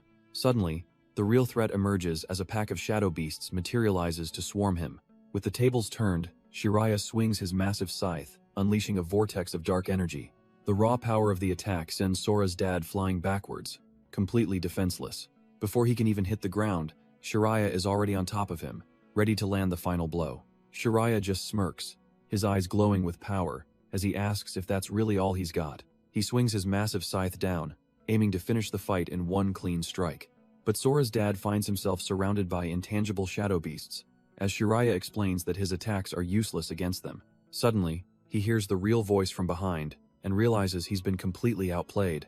The real Shiraya brings his weapon down in a devastating arc, catching him totally off guard. He laughs maniacally, calling Sora's dad a useless beast who should just give up. As if to rub salt in the wound, dozens of shadow clones appear, telling him the vengeful spirits are infinite. The clones all mock him, saying a samurai who can't even find his real opponent is a complete joke. But it seems they pushed him too far. A strange, dark energy begins to form over his face. In a flash, he enters a new stance, his eyes now covered by a dark mask as his blade ignites with a terrifying aura. Shiraya's clones swarm in, thinking they can crush Sora's dad before his new sword aura even settles. But they were dead wrong. He becomes a whirlwind of purple light, effortlessly carving through the shadow army. Each swing of his blade doesn't just cut the clones, it completely obliterates their dark energy. Watching from the sidelines, Duju Rim remarks that this is the vast power difference between an Asura and a normal human. Her teammate Hiro scoffs, calling it a lucky break, but she reminds him that a mere samurai becoming a guildmaster is unheard of. Suddenly, her analytical gaze shifts, and she's left completely dumbfounded by something else on the battlefield. It's Sora's mom, standing there with an unnerving calm, as if this whole high-level brawl is just a walk in the park. Duju realizes this makes no sense. The cleric should be a weak link, so her confidence means she's hiding a trump card. Back in the fight, the dad's blade purifies the last remnants of shadow magic, with a brilliant flash. He lands in a solid stance, his new power fully under control, ready to face the real Shiraya. Shiraya smirks, unimpressed by the light show and wondering if this is some new, desperate move. But from the sidelines, Dujo Rim sees the truth, and screams out a desperate warning for him to watch out. Shiraya barely has time to register her cry, his focus still locked on the empty space where his opponent was. In a flash, Sora's dad uses leap assassination, appearing directly behind the Hades Asura like a ghost. Shiraya is completely dumbfounded, caught in a chokehold before he can even process what just happened. This whole situation brings back memories of when the 6th Refuge was first established by the military and players. Back then, they found a mine teeming with monsters, which they designated as their first major exploration base. At first, the mission was a cakewalk, with the teams easily mowing down trash-tier goblinoid monsters near the entrance. But their confidence led them to push deeper, marching into the dark, unknown depths of the mine itself. And it was there, in the darkness, that everything changed and the true nightmare began for them all. The sheer variety, number, and rank of the monsters they encountered were completely off the charts. They had stumbled into a hidden nest, a full-blown monster ecosystem thriving in the darkness. Deep inside, the expedition ran straight into the final boss, a horrifying, level 80 spider monster. Humanity at the time stood no chance, and the team was forced into a desperate, chaotic retreat. But one man, Mukushima Shoya, made the ultimate sacrifice play, luring the beast away to let everyone escape. He charged headfirst into a suicidal battle, and for 3 long days, nobody knew what became of him. Then, a pitiful scream from the spider monster itself echoed from the deepest part of the cave. In response to the boss's death, the entire mine began to violently collapse in on itself. A much younger Mukushima Yai could only scream his name, believing he was buried alive. But just then, Mukushima Shoya burst from the crumbling entrance, having survived against all odds. Turns out, that legendary survival story gave birth to his signature skill, the 8-fold leap. It's a terrifying technique that lets him chain up to 8 dashes, getting exponentially faster with each one. Mukushima recalls using it 3 times just to escape a monster. But now, he's on the offensive. He plants his foot and explodes forward for the 4th time, shattering the ground beneath him. Shiraya Yuhinojo is completely caught off guard by the sudden burst of speed. The Hades Asura is dumbfounded, realizing his opponent is somehow getting even faster. He swings his scythe wildly, but Mukushima is already a blur, weaving past the attack like a phantom. With glowing eyes, Mukushima locks onto his target, knowing he's got him right where he wants him. He launches into his 5th jump, blade poised to cleave the Asura in 2. Shiraya can only grit his teeth and brace for an impact he knows he might not be able to block. But instead of a direct hit, Mukushima Shoya uses the momentum to pivot, twisting past his opponent's guard. Watching from the sidelines, Iwashima Jiru realizes with a jolt that the real attack is coming from above. Mukushima Shoya unleashes his 6th jump, crashing down from the sky like a thunderbolt. Shiraya is completely panicked, barely able to react to the relentless, high-speed assault. Before he can even recover, Mukushima Shoya is already behind him, launching his 7th jump without pause. The sheer force of the blow sends the Hades Asura flying, smashing him into the ground. Mukushima Shoya knows his inherited power is the perfect counter, designed to annihilate souls before they can even be generated. He slams his blade down, pinning his opponent, and leaving no room for escape. Shiraya desperately brings his scythe up, just barely parrying the devastating strike. But it's all part of the plan. Mukushima Shoya thinks that by forcing close combat, his opponent's soul-based powers are utterly useless. Pinned down but not out, Shiraya grits his teeth, absolutely convinced he can still win this fight.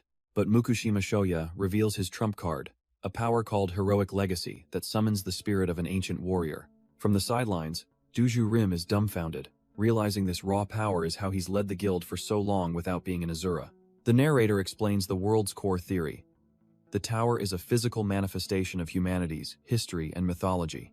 If the gods who choose the Asura represent mythology, then it's the legendary heroes of old who represent history. While becoming an Asura is a constant struggle for a god's favor, inheriting a hero's power is a fated, once-in-a-lifetime encounter. Shiraya can only curse his opponent's insane luck, as he's forced to defend against the spectral warrior's might. He gets cocky, mocking Mukushima for thinking a simple blade could ever challenge a reaper's scythe in a close-quarters brawl. Mukushima remains unfazed, acknowledging the scythe's terrifying power but seeing a clear path to victory. Shiraya unleashes a massive swing, confident that his weapon's superior reach gives him the ultimate advantage. But Shiraya quickly realizes a divine artifact isn't something a mere human can handle so easily. Mukushima's entire plan hinges on this fact. Forcing a close-range fight will create a massive opening. Just as he predicted, the scythe's wide arc leaves Shiraya completely exposed. Mukushima smirks, mocking him for having a god-tier weapon with trash-tier skills to match. The cold reality hits Shiraya like a truck. He's been completely played. With the opening he created, Mukushima drives a powerful blow straight into the Reaper's gut. He reveals this was all part of his 8th leap, a skill he was saving for the perfect moment. From the sidelines, Iwashima Jiru roars in triumph, absolutely certain that the fight is over. But his celebration dies in his throat as he sees something is terribly wrong. Mukushima Yai grits her teeth, knowing this battle is far from finished. But Mukushima's fist just phases through Shiraya, who lets out a chilling laugh. The Hades Asura grins, finding the swordsman's victory face absolutely hilarious. Mukushima is dumbfounded. His attack didn't land, and he realizes Revenant Shade has no cooldown. Shiraya taunts him, revealing he can swap with more than just a spirit body as he grabs Mukushima's arm. A surge of dark, corrupting energy flows directly from the Reaper's hand into his opponent. A wave of pure dread washes over Mukushima as he realizes he's fallen into a deadly trap. The force of the blast sends him stumbling backward, completely caught off guard. A system window pops up, informing him he's been branded with the mark of Hades. He curses himself for letting his guard down, realizing Shiraya's spirit form nullified the physical blow. Shiraya explains the terrifying curse. Get marked 4 times, and his soul becomes an eternal slave. With a wicked grin, Shiraya promises he won't give him another chance to land a clean hit. Mukushima stares at the mark on his chest, the chilling words echoing in his mind 4 marks, and he becomes a mindless wraith. He's caught in a death trap. Getting close means another mark, but staying back means getting swarmed by spirits. The pressure is immense as he realizes what a pain this opponent is. Damn it, his best skill, the 8-fold step, is still on cooldown when he needs it most. Someone calls his name from the sidelines, but he can only focus on the monster in front of him. Shiraya condescendingly admits that Mukushima has some talent, for a mortal, but he follows it up by saying that in the end, he's just another nobody, lunging forward for the kill. The Reaper reveals his weakness. The spirit form constantly drains mana and takes extra damage from magic. But the trade-off is insane. He's completely immune to physical attacks, phasing right through Mukushima's blade. Shiraya mocks him, unleashing a torrent of shadowy spirits to end this little game. Mukushima is forced on the defensive, desperately parrying the relentless assault of spectral minions. The Reaper is amused by his speed, but taunts that it's ultimately pointless. Mukushima leaps in for a desperate strike, but Shiraya blocks it with ease, calling his attack laughably soft. He then lands a palm strike, branding Mukushima's chest with the second mark of Hades. Shiraya cackles, telling him there's absolutely nowhere to run from this fate. The curse spreads as a second agonizing mark burns itself onto Mukushima's hand. With 2 marks now carved into his flesh, Shiraya explains how his body will soon rot away and his bones will crumble to dust. Even worse, he reveals that once the 4th mark is placed, Mukushima's very soul will be chained and turned into his puppet. But instead of breaking, Mukushima just grits his teeth, his eyes burning with pure, unyielding rage. Shiraya unleashes his dark, reaper-like power, a skeletal visage appearing over his face. But Mukushima is seething with pure rage, refusing to back down. The Reaper lands another hit, burning the 3rd mark of Hades into him while boasting that the 4th will enslave his soul. He casually swats Mukushima away with a massive swing of his scythe, laughing at his pathetic struggle. Mukushima creates some distance, landing on the other side of the courtyard to prepare his next move. Shiraya just scoffs, figuring out his plan is to try and run out the clock on his spirit form. He's not worried in the slightest, knowing he can maintain this state for 3 more minutes while Mukushima is already at his limit. Suddenly, Mukushima roars, deciding to channel the power of the curse itself for one last, desperate attack. He kneels, pouring every last drop of his aura into his blade for a single, all-or-nothing strike. Shiraya just smirks, thinking what an absolute idiot for charging up and leaving himself completely wide open. Mukushima unleashes his final move, Revenant Shape, while Shiraya taunts him to just become a wraith already. He channels a brilliant, holy-looking energy into his katana, preparing to bet everything on this one last shot. The blade phases harmlessly through Shiraya's spirit form, and the Reaper smirks, thinking physical attacks are useless. But then the holy energy explodes from the blade, and Shiraya is dumbfounded as it actually starts to damage him. Turns out, this was all part of the plan, as Mukushima Yai had given him a special talisman for this exact purpose. He had wrapped the charm around his sword's hilt, waiting for the perfect moment to spring his trap. She explains that this wasn't just some paper. It was soaked in sacred water and infused with a cleric's divine power. Its entire purpose was to exorcise spirits, making it the perfect weapon for this fight. Shiraya gets absolutely blasted by the holy aura, his spirit form flickering as he realizes this is his hard counter. Watching from afar, Duju Rim understands they've been played. Just as they had a counter for samurai, their opponents had one for them. Mukushima Yai watches with satisfaction, knowing their countermeasure was a brilliant move. But Mukushima's follow-up attack is suddenly deflected as Shiraya unleashes his own power. The Reaper just cackles, declaring it's far too late. The 4th mark of Hades has already been carved. Vile, dark energy erupts around Mukushima, trapping him in what Shiraya calls the fires of hell. Hovering above, Shiraya commands his victim to give up and become his puppet. The curse digs deep into his very soul, and Mukushima can only scream in absolute agony. But instead of breaking, he channels the holy energy from his own blade directly into his body. Shiraya is completely dumbfounded as the dark curse begins to burn away. Mukushima grits his teeth, asking if the Reaper really thought he'd just wait to be turned into a wraith. He roars that it's too bad, because he'd rather burn his own flesh than submit to the curse. Mukushima roars that purging the curse has actually made him feel lighter, as holy energy blasts away the shadows. Shiraya completely loses his composure, screaming for his minions to stop him at all costs. He can't wrap his head around it. He was sure Head used every countermeasure against a spirit form, but then, a horrifying realization dawns on the Reaper's face. He remembers that Mukushima's eightfold step should still be on cooldown, yet our boy is moving like a blur. Mukushima just smirks, telling him that even if Hez figured it out, it's far too late. With a final push, he detonates his holy energy, obliterating the last remnants of the curse. He closes the distance in an instant, bringing his glowing blade down on the stunned Shiraya. Mukushima unleashes a devastating spinning slash, a technique called Revenant Shade, trapping the Reaper in a vortex of light. He bellows that hell end this now, long before he's ever turned into one of Shiraya's wraiths. The vortex of light and shadow tears through the arena as Mukushima puts everything into this one final move. He dives straight for the Reaper, screaming that he's going to end him right here and now. Shiraya is completely cornered, barely managing to throw up a desperate defense against the blindingly fast strike. His pride is shattered.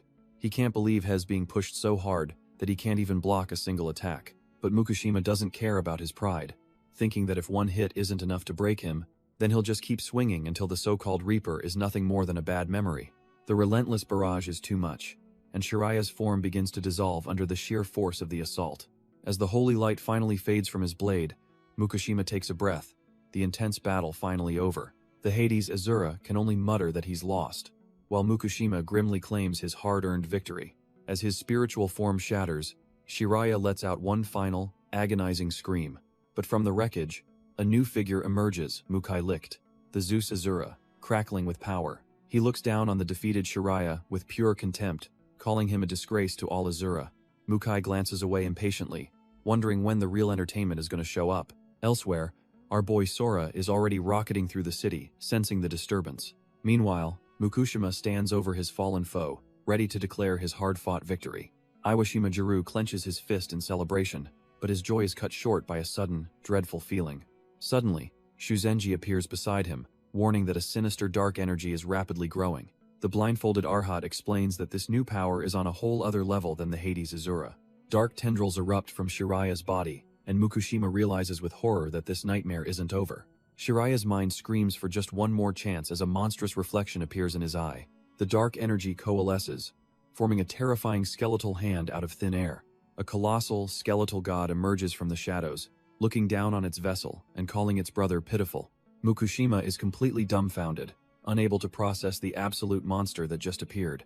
On the ground, Shiraya begs for another chance as the skeletal entity's claws close in on him, but the new being just grabs his head, sneering that cheap tricks could never win a real battle. It lectures him that power is everything as it begins to crush his skull with ease. With a bloody pop, the entity declares that everyone here, friend and foe alike, will die today. Mukushima is paralyzed with fear, finally understanding that this is the true, horrifying form of the Hades Asura. Even from a distance, the other guild leaders are speechless, wondering what kind of monster they're witnessing. From the sidelines, the Zeus, Asura, Mukai licked, just smirks, thinking the real show is finally starting. The colossal Hades entity looms over the battlefield, its sheer presence suffocating everyone below. It coldly reveals its first kill after awakening was its own brother, absorbing him to gain more power. Since that day, it's slaughtered countless victims, turning each one into a mindless puppet in its army of souls. Mukushima Shoya steels himself, knowing that the monster has now declared that his fate will be the same. He desperately raises his sword to block a torrent of shadowy spirits crashing down on him. Suddenly, Hez horrified to find Hades' mark branded on his forehead, a curse that should have vanished with Shiraya. To make matters worse, he realizes his ultimate movement skill, Eightfold Step, is still on cooldown. With his back against the wall, he grits his teeth, wondering if he's completely out of options. But just as despair sinks in, a strange and unfamiliar power begins to surge from deep within him. This new power sends him spiraling into a memory of a past battle, one where he faced this colossal spider monster. Back then, he was completely out of gas, his attack getting swatted away like nothing. The beast let out a horrifying shriek as one of his men screamed for their master, utterly terrified. He was sent flying, tumbling helplessly into the darkness below. But even as he hit the ground, defeat was the last thing on his mind.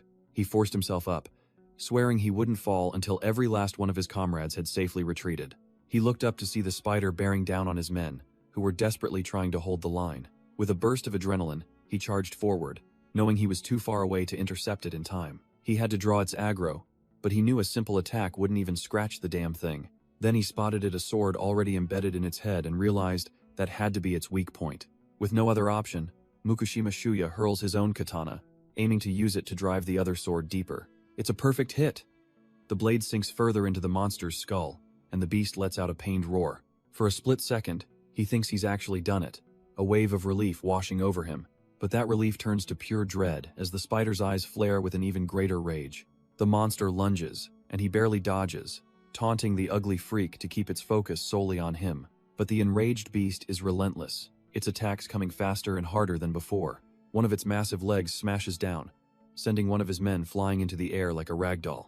Before he can even process it, another blow sends him tumbling backward through the air. He crashes hard onto the ground, the impact rattling his entire body. As he struggles to look up, the colossal spider looms over him, ready to deliver the final, crushing blow. He looks up in despair, wondering if this pathetic end is all he amounted to. At the very least, he finds a sliver of peace knowing he managed to save a few of his people. His mind flashes back to another failure, another monster, consumed by the regret that he wasn't strong enough. But just as he accepts his fate, a voice rings out, telling the human not to give up. Out of nowhere, a winged, ethereal warrior dives down, intercepting the spider's fatal blow. He can't believe it. He was just saved by the legendary Crow Tengu, a martial arts master from the old myths. In that moment, he realizes it wasn't just monsters that invaded their world. The legendary heroes descended too. The spectral being stands before him, a silent guardian in the cavern's gloom. Barely catching his breath, he thanks his savior and asks who he is. The winged warrior simply replies that he can call him Crow Tengu. The spirit explains has bound by a fallen warrior's will to find an heir for the legendary spider cutter blade. The problem is, the very spider yokai that was slain by the sword has somehow returned to life. Holding a serious grudge, the monster ambushed Crow Tengu, leading to a desperate battle. He managed to land a fatal blow, but it wasn't enough. They took each other down in a stalemate. But seeing Mukushima Shoya risk his life for a stranger made him realize he was the key. He proposes they team up to kill the spider and reclaim the sword of his fallen friend. Mukushima Shoya is dumbfounded, but accepts the honor without a moment's hesitation. From then on, the legendary Crow Tengu stayed by his side, training him personally. He poured everything into mastering the heroic legacy his new master was passing down. But in the end, he admits with regret that he just didn't have the talent to see it through. He admits he couldn't inherit everything the legendary warrior had to offer. Of the 6 techniques, he only mastered 3. But he knew it would be enough if they fought together. Their battle against the spider monster was absolutely brutal. He used the Eightfold Step, one of the skills he'd mastered, to blitz the creature. With a final, decisive strike, he was able to take the monster down for good. Afterwards, Crow Tengu entrusted him with the legendary blades, including Spider Cutter. But Mukushima Shoya made a promise to pass the sword to a more worthy successor if he ever found one. Back in the present, he roars, unleashing the very power he inherited as lightning crackles around him. He becomes a whirlwind of death, cutting through the horde of armored monsters. Even as he fights, he feels he was never truly worthy of wielding such a legendary blade. He unleashes a powerful shockwave, sending the shadowy monsters flying. But the sheer number of these trash-tier mobs is just overwhelming. Even with his immense power, Mukushima Shoya starts to get pushed back, his body taking a beating. He realizes his own strength isn't going to cut it against this endless tide. With no other choice, he decides he has to borrow the true power sealed within the legendary blade. He grips the hilt, remembering the promise he made to the man who saved his life. If he dies here, that promise dies with him, and a strange mark appears on his forehead as his eyes begin to glow. With a guttural roar, he draws out the sword's latent energy, letting it surge through his entire body. The resulting blast of pure power absolutely obliterates the entire horde in an instant.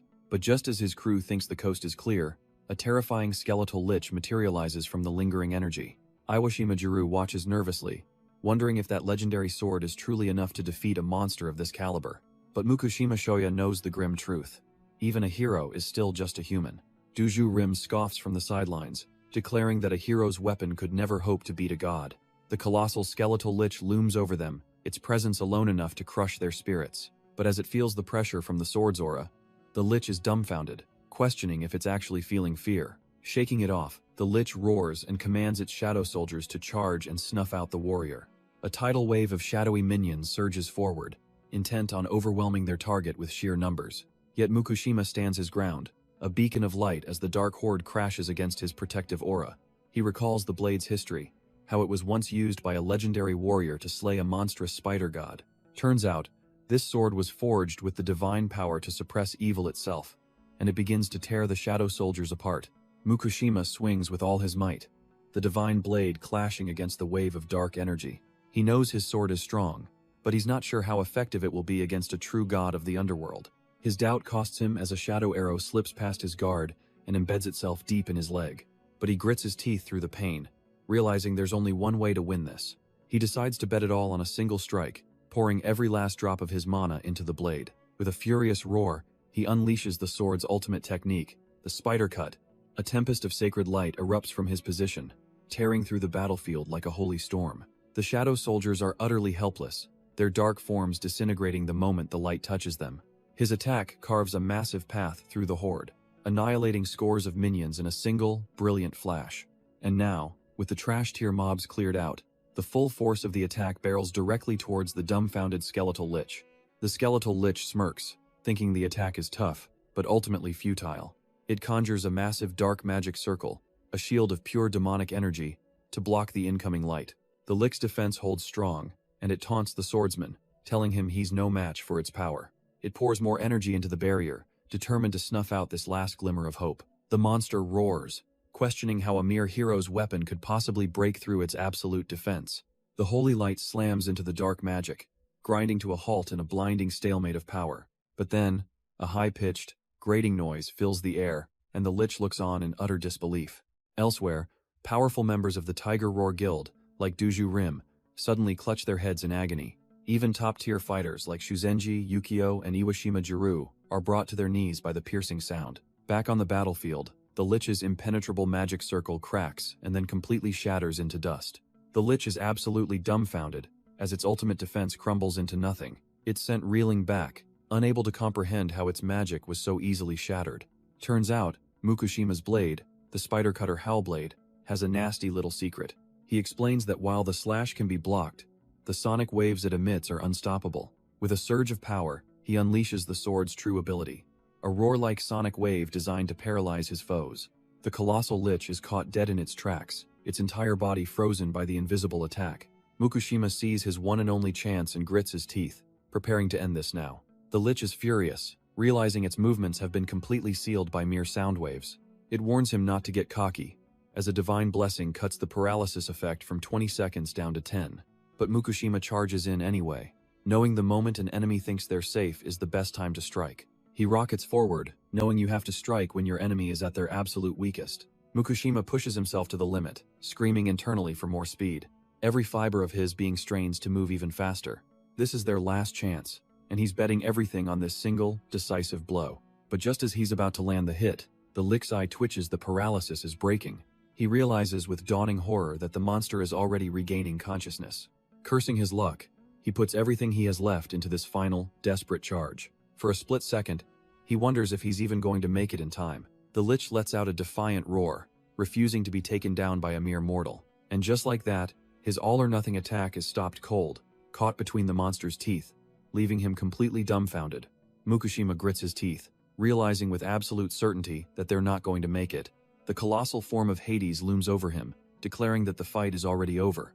A torrent of dark energy erupts from the god form, engulfing Mukushima in pure agony. He's sent flying by a massive skeletal fist, completely powerless against the overwhelming force. Lying broken in the monster's palm, all he can hear is its triumphant, echoing laughter. Hades gloats, absolutely certain that its victory is sealed.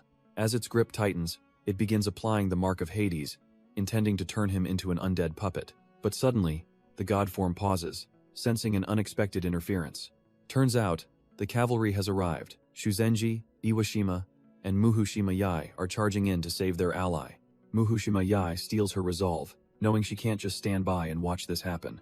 But just as they're about to charge, a brilliant golden figure materializes, blocking their path.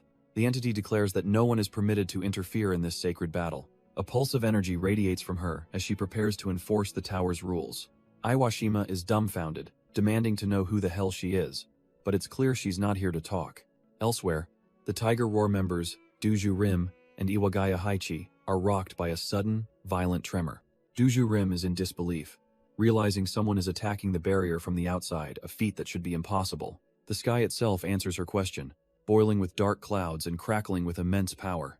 A colossal bolt of pure energy slams down from the heavens, striking the golden announcer head-on. The system's guardian reels back, its perfect form glitching and distorting under the raw force. Its face begins to crack like glass, shattering into nothingness from an attack it was never designed to withstand. Duju Rim is completely floored, screaming that the barrier has been breached by their own boss's lightning. Her companion points to the sky, confirming her worst fears as the source of the attack becomes visible. Descending from the heavens are Sora and his father, arriving just in the nick of time with a storm of electricity. The sight of the lightning spear attack leaves Duju Rim dumbfounded. That's a move only their leader should possess. But the skeletal Lich isn't phased, throwing up a Diamond Veil magic shield to block the incoming assault. On the ground, the Alliance scrambles, with one of the dad's subordinates yelling for everyone to protect their master and trust in Sora. Our boy knows a simple blast won't cut it, concentrating the raw, crackling energy into a single, overwhelming point. He unleashes the attack, a spear of pure power that shatters the Lich's defenses and slams into its skull. The Lich roars in fury, taunting them that breaking through the barrier was a pointless, trash-tier move. It then reveals its ultimate trump card. Sora's own father, now trapped and controlled by dark energy, is nothing more than its puppet. Sora stands defiantly atop the crumbling pillar, staring down the monster that dares to use his family against him. But his dad, with a final act of will, roars and stomps the ground, deciding to turn himself into a launch pad. Our boy yells out his thanks, knowing this is the one shot his old man can give him. Using his father's power, He shoots forward like a human cannonball, right as the lich swings its massive hand to intercept. The skeletal monster is left completely dumbfounded, unable to comprehend this insane father-son tag team. Before it can even process the move, Sora smashes a supercharged fist directly into its skull. The lich reels back, screaming not just from the impact, but because it feels its very power being drained from its arm. In a blind rage, it slams its other colossal fist down on the battlefield, aiming to crush the Alliance members below. On the ground, his father's loyal crew can only watch in absolute horror at the overwhelming display of power. But the reason for the lich's panic becomes clear. Sora has latched onto its arm, his absorption skill already tearing it apart from the inside. With his father slung over his shoulder, Sora declares that as long as he's here, he won't let a single person die on his watch. The lich roars in absolute fury, but Sora just glares back, calling the monster a bastard for what it's done. He looks at his old man, amazed that he managed to hold out for so long against this overwhelming power. But our boy quickly realizes this skeleton is just a distraction. The real problem is someone else. His eyes lock onto the figure outside the barrier, the one casually firing off devastating lightning attacks. It's Mukai Licht, the strongest person he's met since leaving the Abyss, who remarks that Sora has finally returned. But Sora is left completely dumbfounded when the lightning strikes him and does absolutely no damage. In fact, he finds he can not only touch the energy, but wield it as his own. He wonders how it's even possible to handle this god's power so easily, as if it was always meant for him. A massive surge of lightning erupts from Sora as he vents the power he just absorbed. But he knows this isn't the time to marvel at his own strength.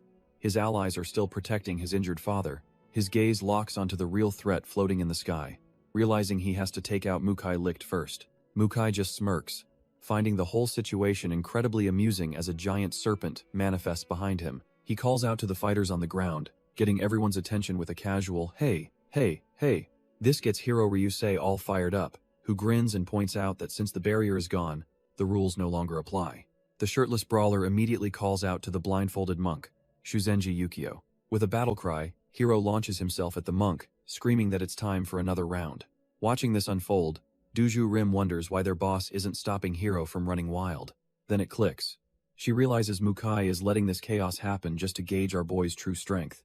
Seeing the chaos, Dujo Rim decides she can't just sit back and watch this unfold. She whips around, yelling at Iwagaya and asking how long he plans on just being a spectator. Iwagaya just smirks, telling her to worry about herself since an assassin's arrival is perfectly timed. Not done yet, Duju screams at Shiraya, telling him that losing one arm is no excuse to stay out of the fight. Shiraya's monstrous true form snarls back that he doesn't need to be told what to do. The colossal skeletal being, the true form of Hades, glares with pure malice. He vows that no one can escape death as he launches himself directly at Sora. A storm of dark, shadowy energy erupts from the Hades form, hurtling towards our boy. Sora quickly turns to Iwashima, telling the old man he's leaving his dad and the others in his hands. Iwashima accepts the duty without hesitation, smashing the ground to create a protective barrier. A massive earthen wall erupts, shielding Sora's dad, mom, and even Mukushima from the blast. With his family safe, Sora turns to face the storm of death magic head-on, completely unfazed. He smirks, realizing that with everyone protected, he can finally go all out and promises to kill anyone who dares to touch them. Meanwhile, Hiro Ryusei rushes in to finish off Shuzenji, screaming for him to die, but he's left completely dumbfounded as his punches connect with nothing but air.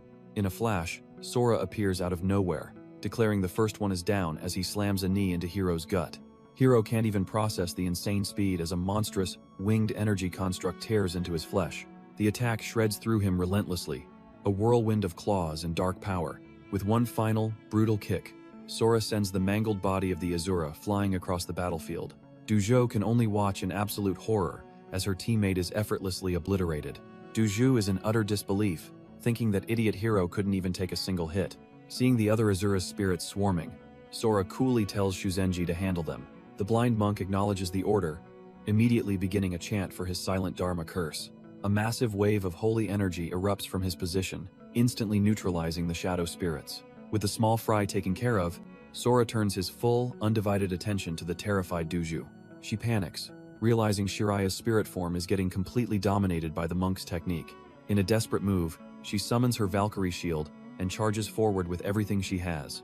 But our boy just casually stops the massive shield bash with one hand, completely unimpressed. Her blood runs cold. She knows she's facing a monster she has no hope of defeating. She tries to draw her sword, but Sora is already on her, grabbing her wrist and shutting her down completely. With her defenses shattered, Sora unloads a vicious flurry of blows directly into her face. He doesn't give her a single inch, pummeling her relentlessly with pure, overwhelming force. The rest of her crew gets the same treatment, getting absolutely ragdolled by our boy. Battered and broken, she desperately wonders why her boss hasn't made a move to save them yet. Turns out, the boss, ManhwaCapped, is floating high above the battlefield, calling someone below worthless trash. He smugly reminds his real target that they forgot he's still under the curse of weakness. With a wicked grin, he declares that this next strike will be something special.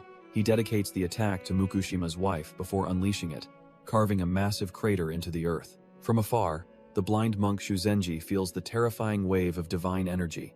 Realizing it's aimed at the curse mage, knowing it's reckless, he decides there's no other way and begins to remove his blindfold. With his eyes now open and glowing, Shuzenji prepares to activate his ultimate technique, the Heavenly Eye. But ManhwaCapped just scoffs from the heavens, telling the monk he won't get a chance to power up like the last fool. The monk's face falls. He realizes he's been completely outmaneuvered and is way too slow. With a look of utter contempt, ManhwaCapped calls him an insect and prepares to erase him from existence. A spear of pure, divine lightning materializes from the storm clouds, aimed straight for the ground. The attack descends like a bolt from God himself, promising nothing but total annihilation for its target. Elsewhere, Iwashimajiru is splattered with blood, his face a mask of pure disbelief at what he's witnessing. Turns out, our boy Sora had blitzed in at the last second, taking the full force of the divine judgment head-on. The world explodes in a blinding flash of energy, leaving nothing but a smoldering, cratered wasteland. But as the dust settles, Sora is still standing, gritting his teeth as he absorbs the last of the devastating power. Amidst the rubble, a single, pale hand juts out from beneath the crushing weight of the rocks. It's motionless, a grim testament to the collateral damage of the divine attack. Our boy Sora stares, his mind going blank for a second before the horrifying realization hits him like a truck. He lets out a gut-wrenching scream for his mom, scrambling towards the wreckage in a desperate frenzy. But before he can get there, a golden shield flies right at his face, trying to halt his advance. Absolutely livid, Sora snarls, warning the attacker not to get in his damn way. With a roar, he smashes the shield into pieces, his raw power overwhelming the divine artifact. He glances at his fist, realizing he's just absorbed the shield's power, feeling it amplify his own. Without a second's hesitation, he launches himself at the one who dared to stop him, Dronzer Rim. As her curse of weakness shatters, he tells her he hopes her head is clearer now that she's back at full power. He throws a punch, but she catches it mid-air, dumbfounded by the sheer power our boy is packing. Dronzer Rim shoves him back with a wave of energy, ordering him to get out of her way. Suddenly, Sora finds himself completely paralyzed, unable to move an inch as her power takes hold. She leans in close, twisting the knife by telling him the only reason the curse broke is because his mother is already dead. That's the last straw. Sora roars for her to shut up and sends her flying with a vicious kick. The devastating news hits him hard, and he stumbles, which she mistakes for him losing his will to fight. Seeing her chance, she declares that a person with a weak will is the perfect prey for her. She summons a spear of holy light and hurls it forward, impaling Sora straight through the chest. The divine energy wraps around his body like chains, searing him from the inside out. Dronzer Rim watches with a smug look, absolutely convinced that her attack has worked. Sora cries out, but a second later, he's dumbfounded he can't feel any damage at all. Dronzer Rim activates her search eye to figure out what the hell is going on with this kid. Her jaw drops. Inside him is a divine power greater than a god's, absorbing her attack like a black hole. She realizes he's like an infant who can't even use his own strength properly. But what kind of monster is he? Suddenly it all clicks. This is why the boss gave the order to kill him on sight. Deciding he absolutely cannot be allowed to live, she activates her sacred aura, boosting her stats. She screams for her comrades, Shiraya and Iwagaya, to lend her their strength to finish this now. In response, the colossal form of Hades erupts from the shadows, roaring that he can finally summon his weapon. At the same time, Iwagaya blitzes in from the side, knowing they have to kill our boy before he finishes growing. The three of them launch a desperate all-out assault, terrified that if he masters this power, he'll surpass the gods themselves. Dronzer Rim lunges forward, roaring that his journey ends right here and now. But her face triggers a traumatic memory in Sora, and all he can see is his mother. He's thrown back to the day of the disaster, staring at a lifeless hand buried in the rubble. Suddenly, the fingers twitch, and a desperate thought flashes through his mind. She's still alive. Back in the present, the three Asura combine their power, casting Soul Chain to completely restrain him. But the vision won't stop. he sees his mother, crushed and broken, weakly calling his name. Her hand stretches out from the debris, a final, desperate plea for help. That image shatters something inside Sora, and with a primal scream for his mom, he reaches back. The Asura are completely dumbfounded as their divine chains begin to crack and shatter from his raw power. With a final, earth-shattering roar, our boy obliterates their binding spell in a shockwave of pure force. Tears stream down his face as the traumatic memory consumes him completely. He clutches his head, screaming in denial, refusing to accept what he's seeing all over again. In his mind, Hez kneeling before his mother's broken body, utterly helpless. He's completely lost, his mind racing with the horrible question of what he could have possibly done. His mother, pinned beneath the rubble, weakly tells him that it's enough, but our boy won't accept it, desperately clinging to her arm and refusing to let go. With her last breath, she tells him not to worry and to just run, to save himself. She says he must walk his own path now, promising to always watch over him as ethereal figures loom in the background. But while Sora is lost in his grief, the Hades Asura, Shiraya, sees the perfect opening. With Sora's guard completely down, Shiraya lunges in for the kill, screaming for him to die. Just as the blade is about to connect, it stops dead in its tracks. Our boy snaps back to reality, his eyes blazing with an insane purple light. Shiraya is dumbfounded, finding his wrist caught in an unbreakable grip. With a single flex of power, Sora completely shatters the divine blade. The Hades Asura can't comprehend what just happened. A knife of divine power is just gone. Seeing an opening, the Hermes Asura, Iwagaya, activates his haste skill to rush in. But the Athena Asura, Duju Rim, swoops down from above to stop him. She's in absolute shock, realizing Sora just destroyed that weapon with a bare-knuckle punch.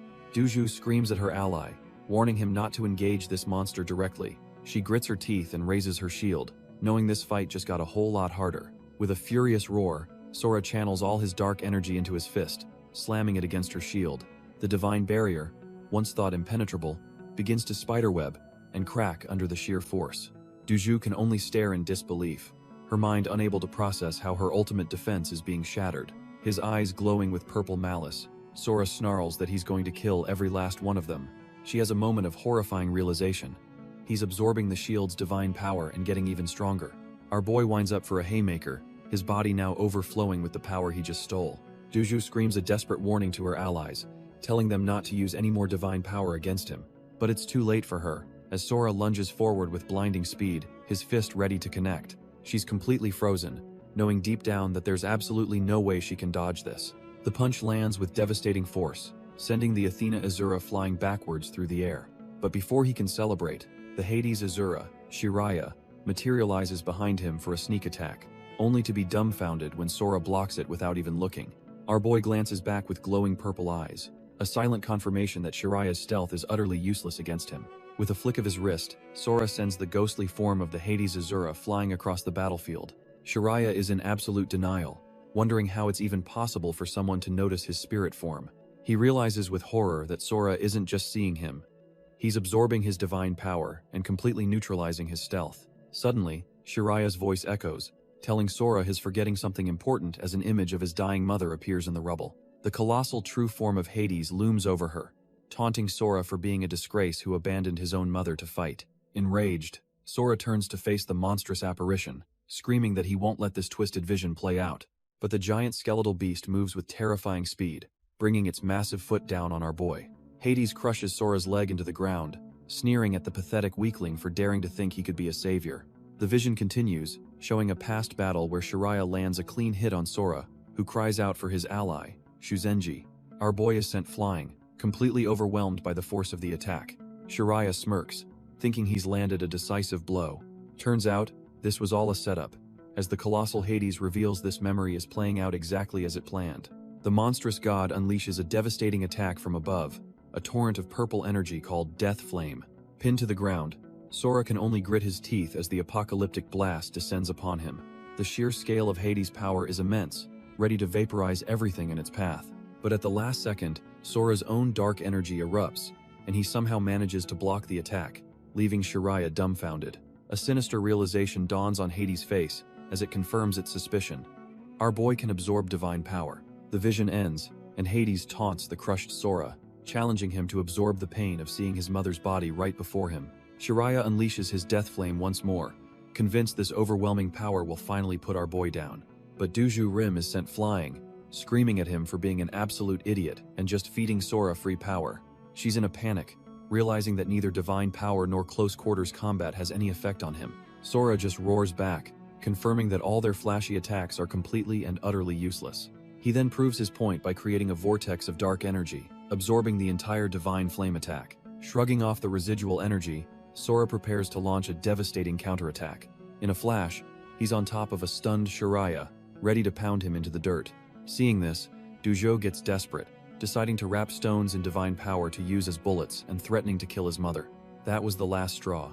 Hearing his mother threatened sends Sora into a blind rage. He's forced to abandon his attack on Shiraya to block the vicious barrage of divinely charged rubble. Our boy grunts as he weathers the storm of divine rocks, taking the hits head-on. Shiraya just cackles, telling him to burn out while ordering his allies to join the dogpile. He screams for Sora to die as the full, unrelenting barrage rains down from all sides. But Sora isn't just a punching bag. He spins like a whirlwind, shattering the projectiles with his own dark power.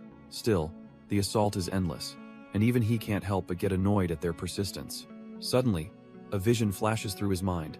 His mother, beaten and broken on the ground. With tears in her eyes, she begs him to stop, telling him he's done enough. But her pleas fall on deaf ears as Sora roars back a defiant no. He screams that he has to take them down, because what's the point of living if he can't even protect his family? His enemies just mock his touching family love as they combine their powers for one final, overwhelming blast. Mukai Licht sneers that Sora's family drama is making him sick, as he channels a storm of divine lightning. He scoffs at Sora's ability to absorb divine power, revealing he has a trump card for just this situation. With a smirk, he materializes a golden dagger, declaring this meaningless struggle is over as he summons the Blade of Atropos. He explains this isn't just any weapon, it's a divine relic that can sever the very threads of fate. Turns out, its special property is that it can cut through any divine power, making it the perfect counter to our boy. Mukai decides to turn this fate-severing blade into an arrow, charging it with an insane amount of energy. He's confident that once he fires this shot, it will be absolutely impossible for Sora to block. With his bow fully drawn, he vows to cut Sora's destiny short right here and now. The sheer pressure radiating from the attack is so immense it even sends the powerful Shuzenji Yukio flying. Dumbfounded, Shuzenji looks up at the heavens, realizing the divine power gathering above is on a whole other level of dangerous. Realizing the attack is inescapable, Shuzenji screams for our boy to get the hell out of there, but a voice cuts in from behind, as Sora's dad appears, asking if he really has time to worry about someone else. Before Shuzenji can even react, his dad grabs him and yanks him out of the blast zone at blinding speed. Sora, barely conscious on the ground, can only watch in confusion, wondering what on earth is happening.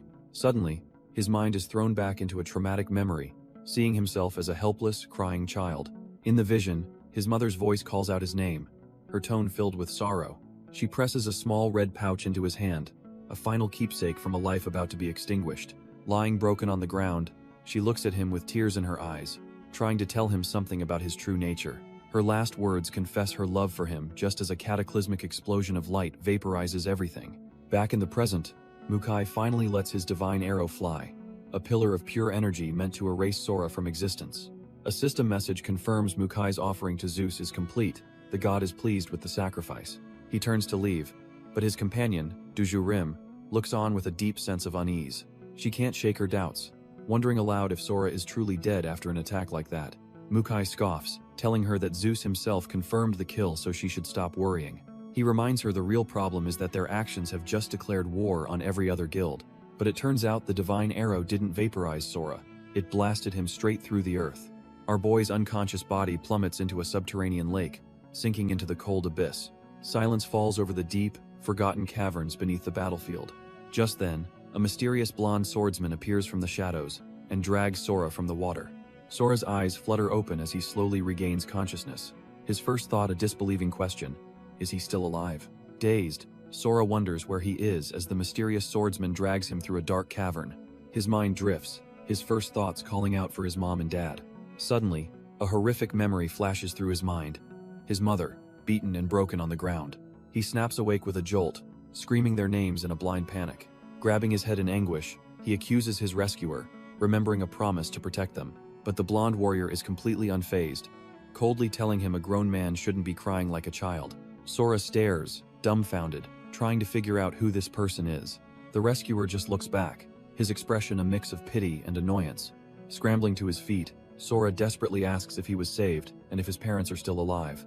The man ignores his pleas, instead questioning how someone so weak could have been chosen by that one. The man tells our boy to accept reality, his face cold and emotionless. He drops the bombshell. Sora's parents died to save him. Without another word, he grabs Sora's arm, telling him it's time to go. But Sora snaps, screaming that it's a lie and Hez going back for them. He struggles desperately, yelling for the man to let him go. In his panic, Sora realizes something is wrong. He can't summon any of his strength. The rescuer is completely dumbfounded, asking if our boy really dares to shout at him. Fed up, he shoves Sora away, telling him to stop wailing like a child. Sora hits the ground, clutching his arm as the man scolds him for his lack of gratitude. The rescuer's eyes turn ice cold as he warns Sora that he can kill him just as easily as he saved him. Seething on the ground, Sora can only curse the man who just threatened his life. The rescuer explains that the blade of Atropos severed his divine power, making him nothing more than an ordinary human. He slams his massive sword into the ground, a silent challenge to our boy's powerlessness. The man then offers a lifeline, saying that one can reconnect Sora to the divine power within him. Not only that, he promises they will teach Sora how to properly wield the immense strength he was fumbling with. He extends a hand, giving Sora a simple choice. Stay here and be useless, or come with him. Sora hesitates, his fist clenching in the dirt as he weighs his non-existent options. With no other choice, he takes the man's hand, reluctantly agreeing to the deal. The rescuer pulls him to his feet, and our boy confirms he'll go along with the plan.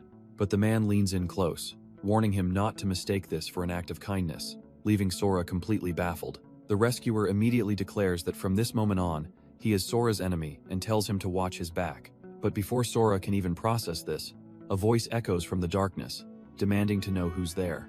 A blindfolded monk emerges, vowing he won't let them take the child of his fallen friends until he knows who that one is. Our boy is stunned, recognizing the man as Shuzenji. Shuzenji looks at Sora with deep regret, apologizing for his failure to protect his parents. He explains that the backlash of divine power cast them deep underground, which is how they both barely survived. Sinking into the memory, he reaffirms the promise he made to Sora's parents, a promise he'll fulfill with his life. Back in the present, Shuzenji warns the rescuer that if he dares use Sora's power for his own selfish ends, there will be no forgiveness. The blonde warrior just scoffs, mocking the half-dead monk for acting so high and mighty. But Shuzenji is unmoved, calmly stating that he doesn't fear death, because clinging to life would be a shame he cannot bear. Shuzenji knows he can't face Sora's parents in the afterlife if he fails to keep the promise he made to them. The blonde warrior, fed up with the standoff, simply suggests they ask the kid what he wants to do. Sora calls out to Shuzenji, finally ready to make his choice known. Our boy confesses that he wants revenge more than anything, but in his current state, he's completely powerless. Fueled by desperation, he declares that he doesn't care if he's used by someone, so long as he can finally awaken. The monk is completely floored, stunned into silence by the sheer intensity of Sora's will. With a pained expression, Shuzenji accepts the grim reality of the boy's decision. He tells Sora that he understands, and if this is the path he's chosen, he will not object. Before letting him go, he hands over a katana, explaining it's the last thing his parents left for him. The moment Sora's hand touches the hilt, he feels a strange energy as a system window pops into view. Sora instantly recognizes the energy flowing from the blade. He knows this feeling all too well. It's the same power his parents wielded, but he senses something more, a history buried deep within the steel. The monk explains that the sword holds the records of generations of heroes, but warns Sora that he lacks the divine power to access them. Our boy is stunned. A weapon that carries the souls of its wielders is a heavy burden to bear. Shuzenji reveals that Sora's parents entrusted the blade to him, knowing that one day their son would be ready for it. Sora scoffs internally, realizing his parents used their precious foresight just to ensure he'd get this sword. The blonde rescuer cuts in, impatiently asking if they're finally done, and Sora quietly agrees. As they walk away, Sora's mind races, replaying the nightmare of entering the tower and losing his parents all over again. He wonders where this dark path is even taking him as a grim vision of a robed skeleton on a throne fills his mind. A single, glowing eye flares in the darkness, leaving Sora to question what terrifying fate awaits him.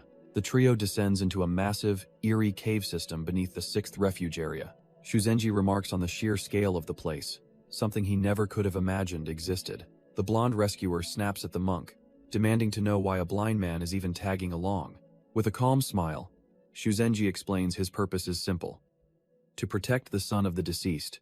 The rescuer is completely dumbfounded by this seemingly trash-tier answer. He scoffs, pointing out that Shuzenji is too weak to protect anyone, let alone Sora, from a real threat. The monk doesn't deny it, so the rescuer presses him, asking how he plans to be a shield. Shuzenji simply states that he will protect Sora with his life, a vow that silences everyone. This triggers a memory for the monk of his female subordinate, reminding him to follow their leader's instructions for the best outcome. But he can only remember the disastrous result, a painful failure that now fuels his every move. Shuzenji declares he's done with prophecies.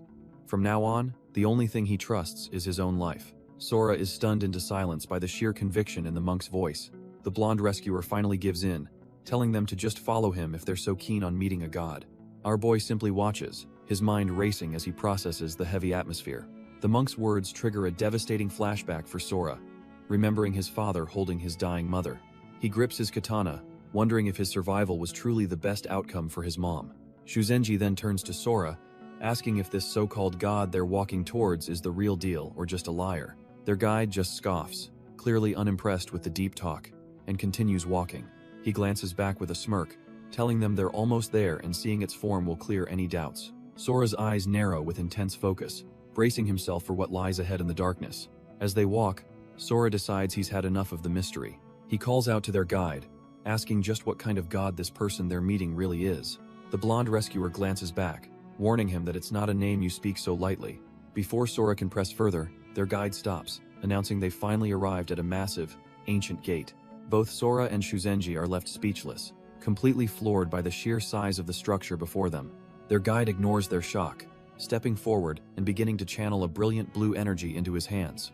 He declares that with the raging fire in his hand, he shall present himself before his god. He then thrusts the ethereal flame forward, sending it hurtling towards the gate. The energy slams into the door's central symbol, causing it to erupt in blinding light as the ancient lock disengages. As the colossal gate slowly grinds open, the rescuer simply gestures forward, telling them to enter. But just as Shuzenji moves to follow, the blonde rescuer puts a hand up, telling him he has to wait for the god's permission. Shuzenji turns to Sora with a final warning. Be careful of the cave god, because the divine power in our boy's body is so extraordinary the god might try to steal it. Sora nods in understanding as their guide simply tells him to come, leaving the blindfolded warrior behind. With no other choice, Shuzenji is left standing alone as Sora and the rescuer head into the darkness. The rescuer then reveals that the god of intrigue and flames is the one waiting for him inside. Intrigue and flames, Sora thinks to himself, steeling his resolve for whatever twisted trial is coming next. He doesn't care what kind of god it is, or whether it wants to recruit him or just use him for its own ends. Because as he steps through the threshold, Sora makes a promise to himself. He'll be the one to take control. Now completely alone, our boy enters a vast, cavernous hall, facing a seemingly endless flight of stairs. With grim determination, he begins the long, solitary walk up into the heart of the god's domain. The moment Sora steps past the threshold, a magic circle flares to life beneath his feet, marking his official entry. He whips his head around, suddenly feeling an oppressive, suffocating aura wash over him. Back at the gate, Shuzenji is left dumbfounded, realizing he's sensing an overwhelming wave of pure divine power. Inside, the sheer scale of the place is insane. Our boy is just a tiny speck in a colossal, dark throne room. He walks forward, his eyes fixed on the shadowy figure waiting for him at the very end of this grand hall. Sora confirms his suspicions. This immense presence has to be the god of intrigue and flames he was warned about. Just as predicted, he's face to face with the Norse god, Loki, slumped on a massive, imposing throne. But as he gets a closer look, he can't help but notice something is off with the god's form. The mighty deity looks ancient, completely worn out and withered by the passage of time. Suddenly, a single eye flashes open in the darkness, its gaze locking onto the mortal who dared to judge him. A voice echoes in the hall, as Loki remarks that Sora has finally arrived. The ancient god seems intrigued, questioning our boy's complete lack of fear. He notes that to remain so calm in the presence of a god is no small feat. Loki quickly concludes that Sora is clearly no ordinary, run-of-the-mill human. He then prods him, asking if he's here seeking vengeance for his fallen family. Sora doesn't miss a beat, declaring that revenge is the exact reason he came. The god reveals a critical weakness. A sacred artifact has severed Sora's divine power, and restoring it will have a cost. Without a shred of hesitation, Sora promises he'll offer anything to get that power back. Our boy then calls him out, saying this desperate plea is exactly what the god of intrigue wanted to hear. Loki falls silent, his glowing eyes just staring at the mortal who dares to play his own game against him. Sora realizes his desperate plea isn't enough to move the god before him. Loki seems amused by this, questioning if our boy has finally caught on.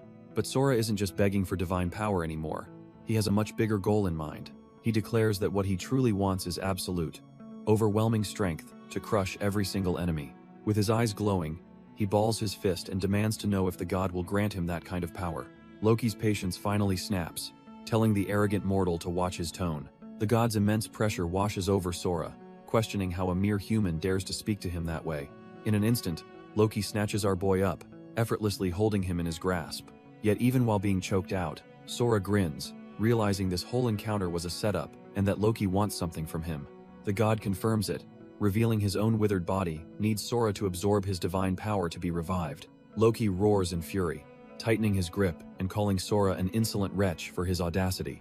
But even as he's being crushed, Sora just taunts him, asking if he finally hit a nerve. The god's desperation boils over, and he actually begs Sora to kill him and take his divine power already. Loki admits it's a bold claim for a mortal to make, but the situation is dire. Our boy just smirks, pushing further by asking if the real problem is that Loki is too weak to even give the power away. Visibly annoyed, Loki releases his grip, setting Sora down on the palm of his hand. Now, standing on somewhat equal footing, Sora finally gets a moment to properly assess the god before him. Loki then reveals that the divine power Sora already has is from the Norse gods, and it isn't fading like it should. With this new information, Sora boldly asks the trickster god if this makes them equals. It all clicks into place for him. The power he absorbed back in the tower was the power of a Norse god all along. Loki explains that as second in command of the Norse pantheon, he had no choice but to team up with a mortal. The god points a clawed finger, condescendingly acknowledging the mortal's courage for talking back to him. But our boy is cut from a different cloth, grabbing the god's finger and sarcastically asking if a simple greeting will do. Loki's eye flares with power as he warns Sora to remember the fates of those who disrespected him in the myths. Unfazed, Sora just smirks, telling the god that empty threats only tarnish his legendary reputation. The trickster god can only seethe, calling him an annoying brat. But Sora's confidence doesn't waver for a second. Suddenly, Loki breaks into a coughing fit, admitting that his weakened state won't hold for much longer. He urges them to be quick, but Sora sees right through it, realizing that without his power, the god is just an empty vessel. Seeing his opening, Sora agrees to an alliance, asking the so-called trickster god what grand scheme he has in mind. With the terms set, Loki finally reveals the plan. Sora has to go back to the tower. Sora is dumbfounded, his mind reeling as he remembers the hell he escaped. Loki wants him to return to the abyss. The god explains there are 16 towers on the planet, each one a seal containing a different god's divine power. He elaborates that while the towers of the other Norse gods have been unlocked, none have awakened yet. Loki's eyes burn with fury as he declares they cannot allow outsiders to steal what is rightfully theirs. Our boy cuts right to the chase, asking the obvious question: if they're so powerful, why haven't they awakened? With a roar of pure rage, Loki reveals the shocking truth. They were betrayed. He finally names their common enemy, the ones responsible for their downfall, the Greek gods. Seeing Sora's desire for strength, Loki switches tactics, offering him the absolute power he craves with a simple choice. The first option materializes before Sora: the legendary, blazing flame of the giant Surtur. Loki explains that this flame will purify his divine power, forging it into a primordial force that he can finally control. But there's a nasty catch. The flame demands a constant supply of divine power, otherwise it will burn our boy's body to ash. Loki then presents the second option, planting a seed of the world tree inside him. This would turn his body into the ultimate vessel, allowing him to perfectly control his own power. The downside? It's a staggeringly long and arduous path to mastery. Sora realizes he's stuck between a rock and a hard place. One path is parasitic, the other is just too slow. But just as he's weighing the options, Loki grins, revealing there's a third, hidden choice: take both. He explains they have a perfect synergy. The tree feeds on the flame's pure power, while the tree's growth protects his body from being incinerated. The price for this perfect balance, however, is absolute ruin. Ragnarok itself will come to crush him. If he loses control for even a split second, his body will be instantly turned to charcoal. With the stakes laid bare, Loki looms over him, demanding our boy make his choice. Sora just smirks, realizing this whole thing was a setup. Loki never planned on giving him a real choice. So without a shred of hesitation, our boy declares he'll take both paths, embracing the flame and the world tree. Loki absolutely loses it, letting out a booming laugh, thrilled that this mortal chose the path of total destruction. But the process is pure agony, as Sora feels his entire body being incinerated by the conflicting energies. A fiery sigil burns itself onto one hand, while the other channels the World Tree's power directly into his blade. He screams as the powers violently clash, dark tendrils wrapping around his arm like a parasite. Loki watches, fascinated, as the two powers that should repel each other actually begin to fuse within Sora. He can't quite believe it, musing that the last hope of the Norse gods now rests in a fragile, short-lived mortal. Suddenly, the vision shatters, and Sora's consciousness is violently thrown back into the ruined city. He snaps back to reality mid-fall, completely dumbfounded to find himself right in the face of a giant monster. Turns out, the monster is Fogaru, the so-called Dark God, and he's absolutely horrified by what's happening. He screams in agony, realizing his divine power is being siphoned away by our boy. Sora's new power manifests as grinning shadow minions, and Fogaru desperately vows to keep him out of the Norse tower. Meanwhile, across the ruined city, another storm is brewing. Two major factions square off in the streets. Mukushima Shuya's crew against the forces led by Mukai Licht. Mukai doesn't waste any time, gathering crackling blue energy into his fist. His forces watch on as their leader prepares to make his move. With a smirk, he asks if today is the 17th, hinting that their grand plan is finally in motion. He unleashes his full power, declaring that they will seize their prize, no matter the cost. And watching it all unfold from the shadows is none other than Loki, the god of mischief himself. Back with our boy Sora, he's screaming in agony, trying to tame the chaotic energies tearing him apart from the inside. The two powerful hunters who saved him can only watch on, completely powerless to intervene. The blonde rescuer is dumbfounded, realizing the kid is insane enough to try and fuse two opposing forces within his own body. Shuzenji grits his teeth, silently begging Sora to just hang in there and survive this reckless gamble. With a final, desperate roar, Sora's eyes blaze with power as a blinding light completely engulfs him. Suddenly, the pain is gone, and he finds himself floating aimlessly in a silent, white void. He looks down at his hands, utterly confused, trying to figure out where the hell he is. The world around him is a formless white expanse, and he can't shake the feeling he's been ripped from reality. His vision finally focuses on a breathtaking sight, a colossal, ethereal tree, and he wonders if he's trapped in his own mind. Hez left speechless, realizing Hez witnessing the legendary world tree's seed, freshly planted and growing before his very eyes. Our boy comes to his senses, finding himself in a desolate, unfamiliar wasteland. Before he can even process it, a colossal green entity appears, and Sora can only ask himself who this being is. The giant's glowing gaze locks onto him, and Sora realizes with a chill that he's been noticed. The being declares that through Sora's chaotic power, it can see his entire past. It tells him his mind is nothing but a scorched wasteland, burned to ash by the flames of his own rage. Claiming to be Yggdrasil's messenger, it shows him a vision of his lost family, offering to heal his broken soul. But Sora's no fool. He smirks, knowing an offer this good always comes with a steep price. The entity chuckles, calling it a win-win situation for the both of them.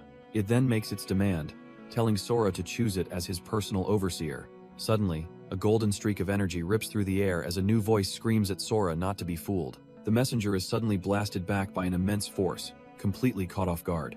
Turns out, the golden streak was a massive, ornate axe spinning through the air with divine power. Wielding it is a new player in this cosmic game, a fiery warrior made of pure golden energy. She screams that the messenger is a liar, only wanting to enslave Sora and turn the mortal world into fertilizer for his tree. The messenger looks on, dumbfounded, as this new entity challenges his authority in this spiritual realm. He scoffs, claiming her demand is even more insane to follow the path of the giant Surt. But the golden warrior is resolute, declaring that her one and only purpose is to burn everything to ash. The messenger just smirks, unimpressed by her dramatic entrance and apocalyptic threats. With a roar, the two divine beings clash, their immense energies tearing the very fabric of this mental world apart. The golden warrior taunts him, asking if he can still read Sora's mind now that our boy has made his choice. She mocks the messenger, saying that besides his rotten tree, everything has already been burned away. Ignoring her, the giant green entity turns his gaze from the fiery warrior. He looks straight at Sora and tells him that the choice is now his to make. But before that, he insists our boy read something very carefully. With a flick of his wrist, he rips a glowing page from his divine book and sends it flying. The page floats directly into Sora's hand, who catches it, completely dumbfounded. He looks closer and realizes what his holding is a guide of some kind. Ezra's notebook. The notebook lays out the 3 steps to becoming an Ezra, starting with choosing a god to serve. The second step is a brutal descent into the abyss to fight a battle royale against other candidates. And the final step, be the last one standing to become a god's proxy and gain control of the tower.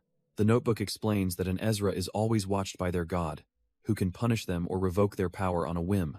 On top of that, they're granted a divine weapon, a tool that lets them channel their god's overwhelming strength. The Golden Warrior, Searcher's Flame, rages that she should have just burned Sora to cinders instead of dealing with this. But Yggdrasil's messenger just scoffs, telling her that's beyond her capabilities, as the two primordial forces clash. Sora, however, just smirks, thinking any normal human would have passed out from the pressure by now. The two divine beings loom over him, and the messenger finally asks him to make his choice. But our boy looks up with pure defiance and tells them they've got the whole situation twisted. He scoffs at their offer, saying they're acting like he should be grateful for the gift they're dangling before him. A monstrous shadow erupts from Sora as he realizes that no matter who he picks, he'll just be their puppet. Then he flips the script, declaring that they're wrong, he's not their puppet, they're going to be his. Sora declares their powers are already his, crushing the messenger's green essence in his fist. He does the same to the Golden Warrior's flame, who screams for him to let her go. But our boy is merciless, grabbing the fiery goddess by the face as she lets out a pained shriek. He completely absorbs their power, leaving only shimmering constructs of their former might in his hands. The once mighty messenger is left dumbfounded, staring at a tiny sapling that is all that remains of his power. With the world tree now reflected in his eye, Sora's gaze turns ice cold. He crushes the miniature tree, declaring that from this moment on, gods are nothing but prey to him. With a single punch, he shatters the entire mental world, breaking free from their illusion. He finds himself back in the throne room, facing the shadowy god Loki, who calmly asks which choice he made. But Loki just smirks, revealing that it never mattered. Sora has already fallen right into his trap. Instead of answering, Sora's body erupts with a new, terrifying power he forged himself. He smirks, telling the god to look for himself as a strange new mark glows on his hand. With a burst of speed, our boy lunges past the god, telling him he's out of this stupid game. Loki is dumbfounded, realizing the mark isn't from the fire god or the world tree, it's something completely new. He can't believe it. Sora somehow fused both divine powers, becoming the first Ezra candidate for the 17th Tower. This monumental event sends a shockwave across the world, as a system alert announces Tower 17 has been unlocked for early access, stunning two powerful figures. Mukai Licht grits his teeth in fury, realizing someone has beaten them to the punch. His companion, Duju Rim, immediately wonders if their rivals from the Tiger Roar Guild are the ones pulling the strings. Wasting no time, their entire party bolts through the ruined city, determined to break through and reach the new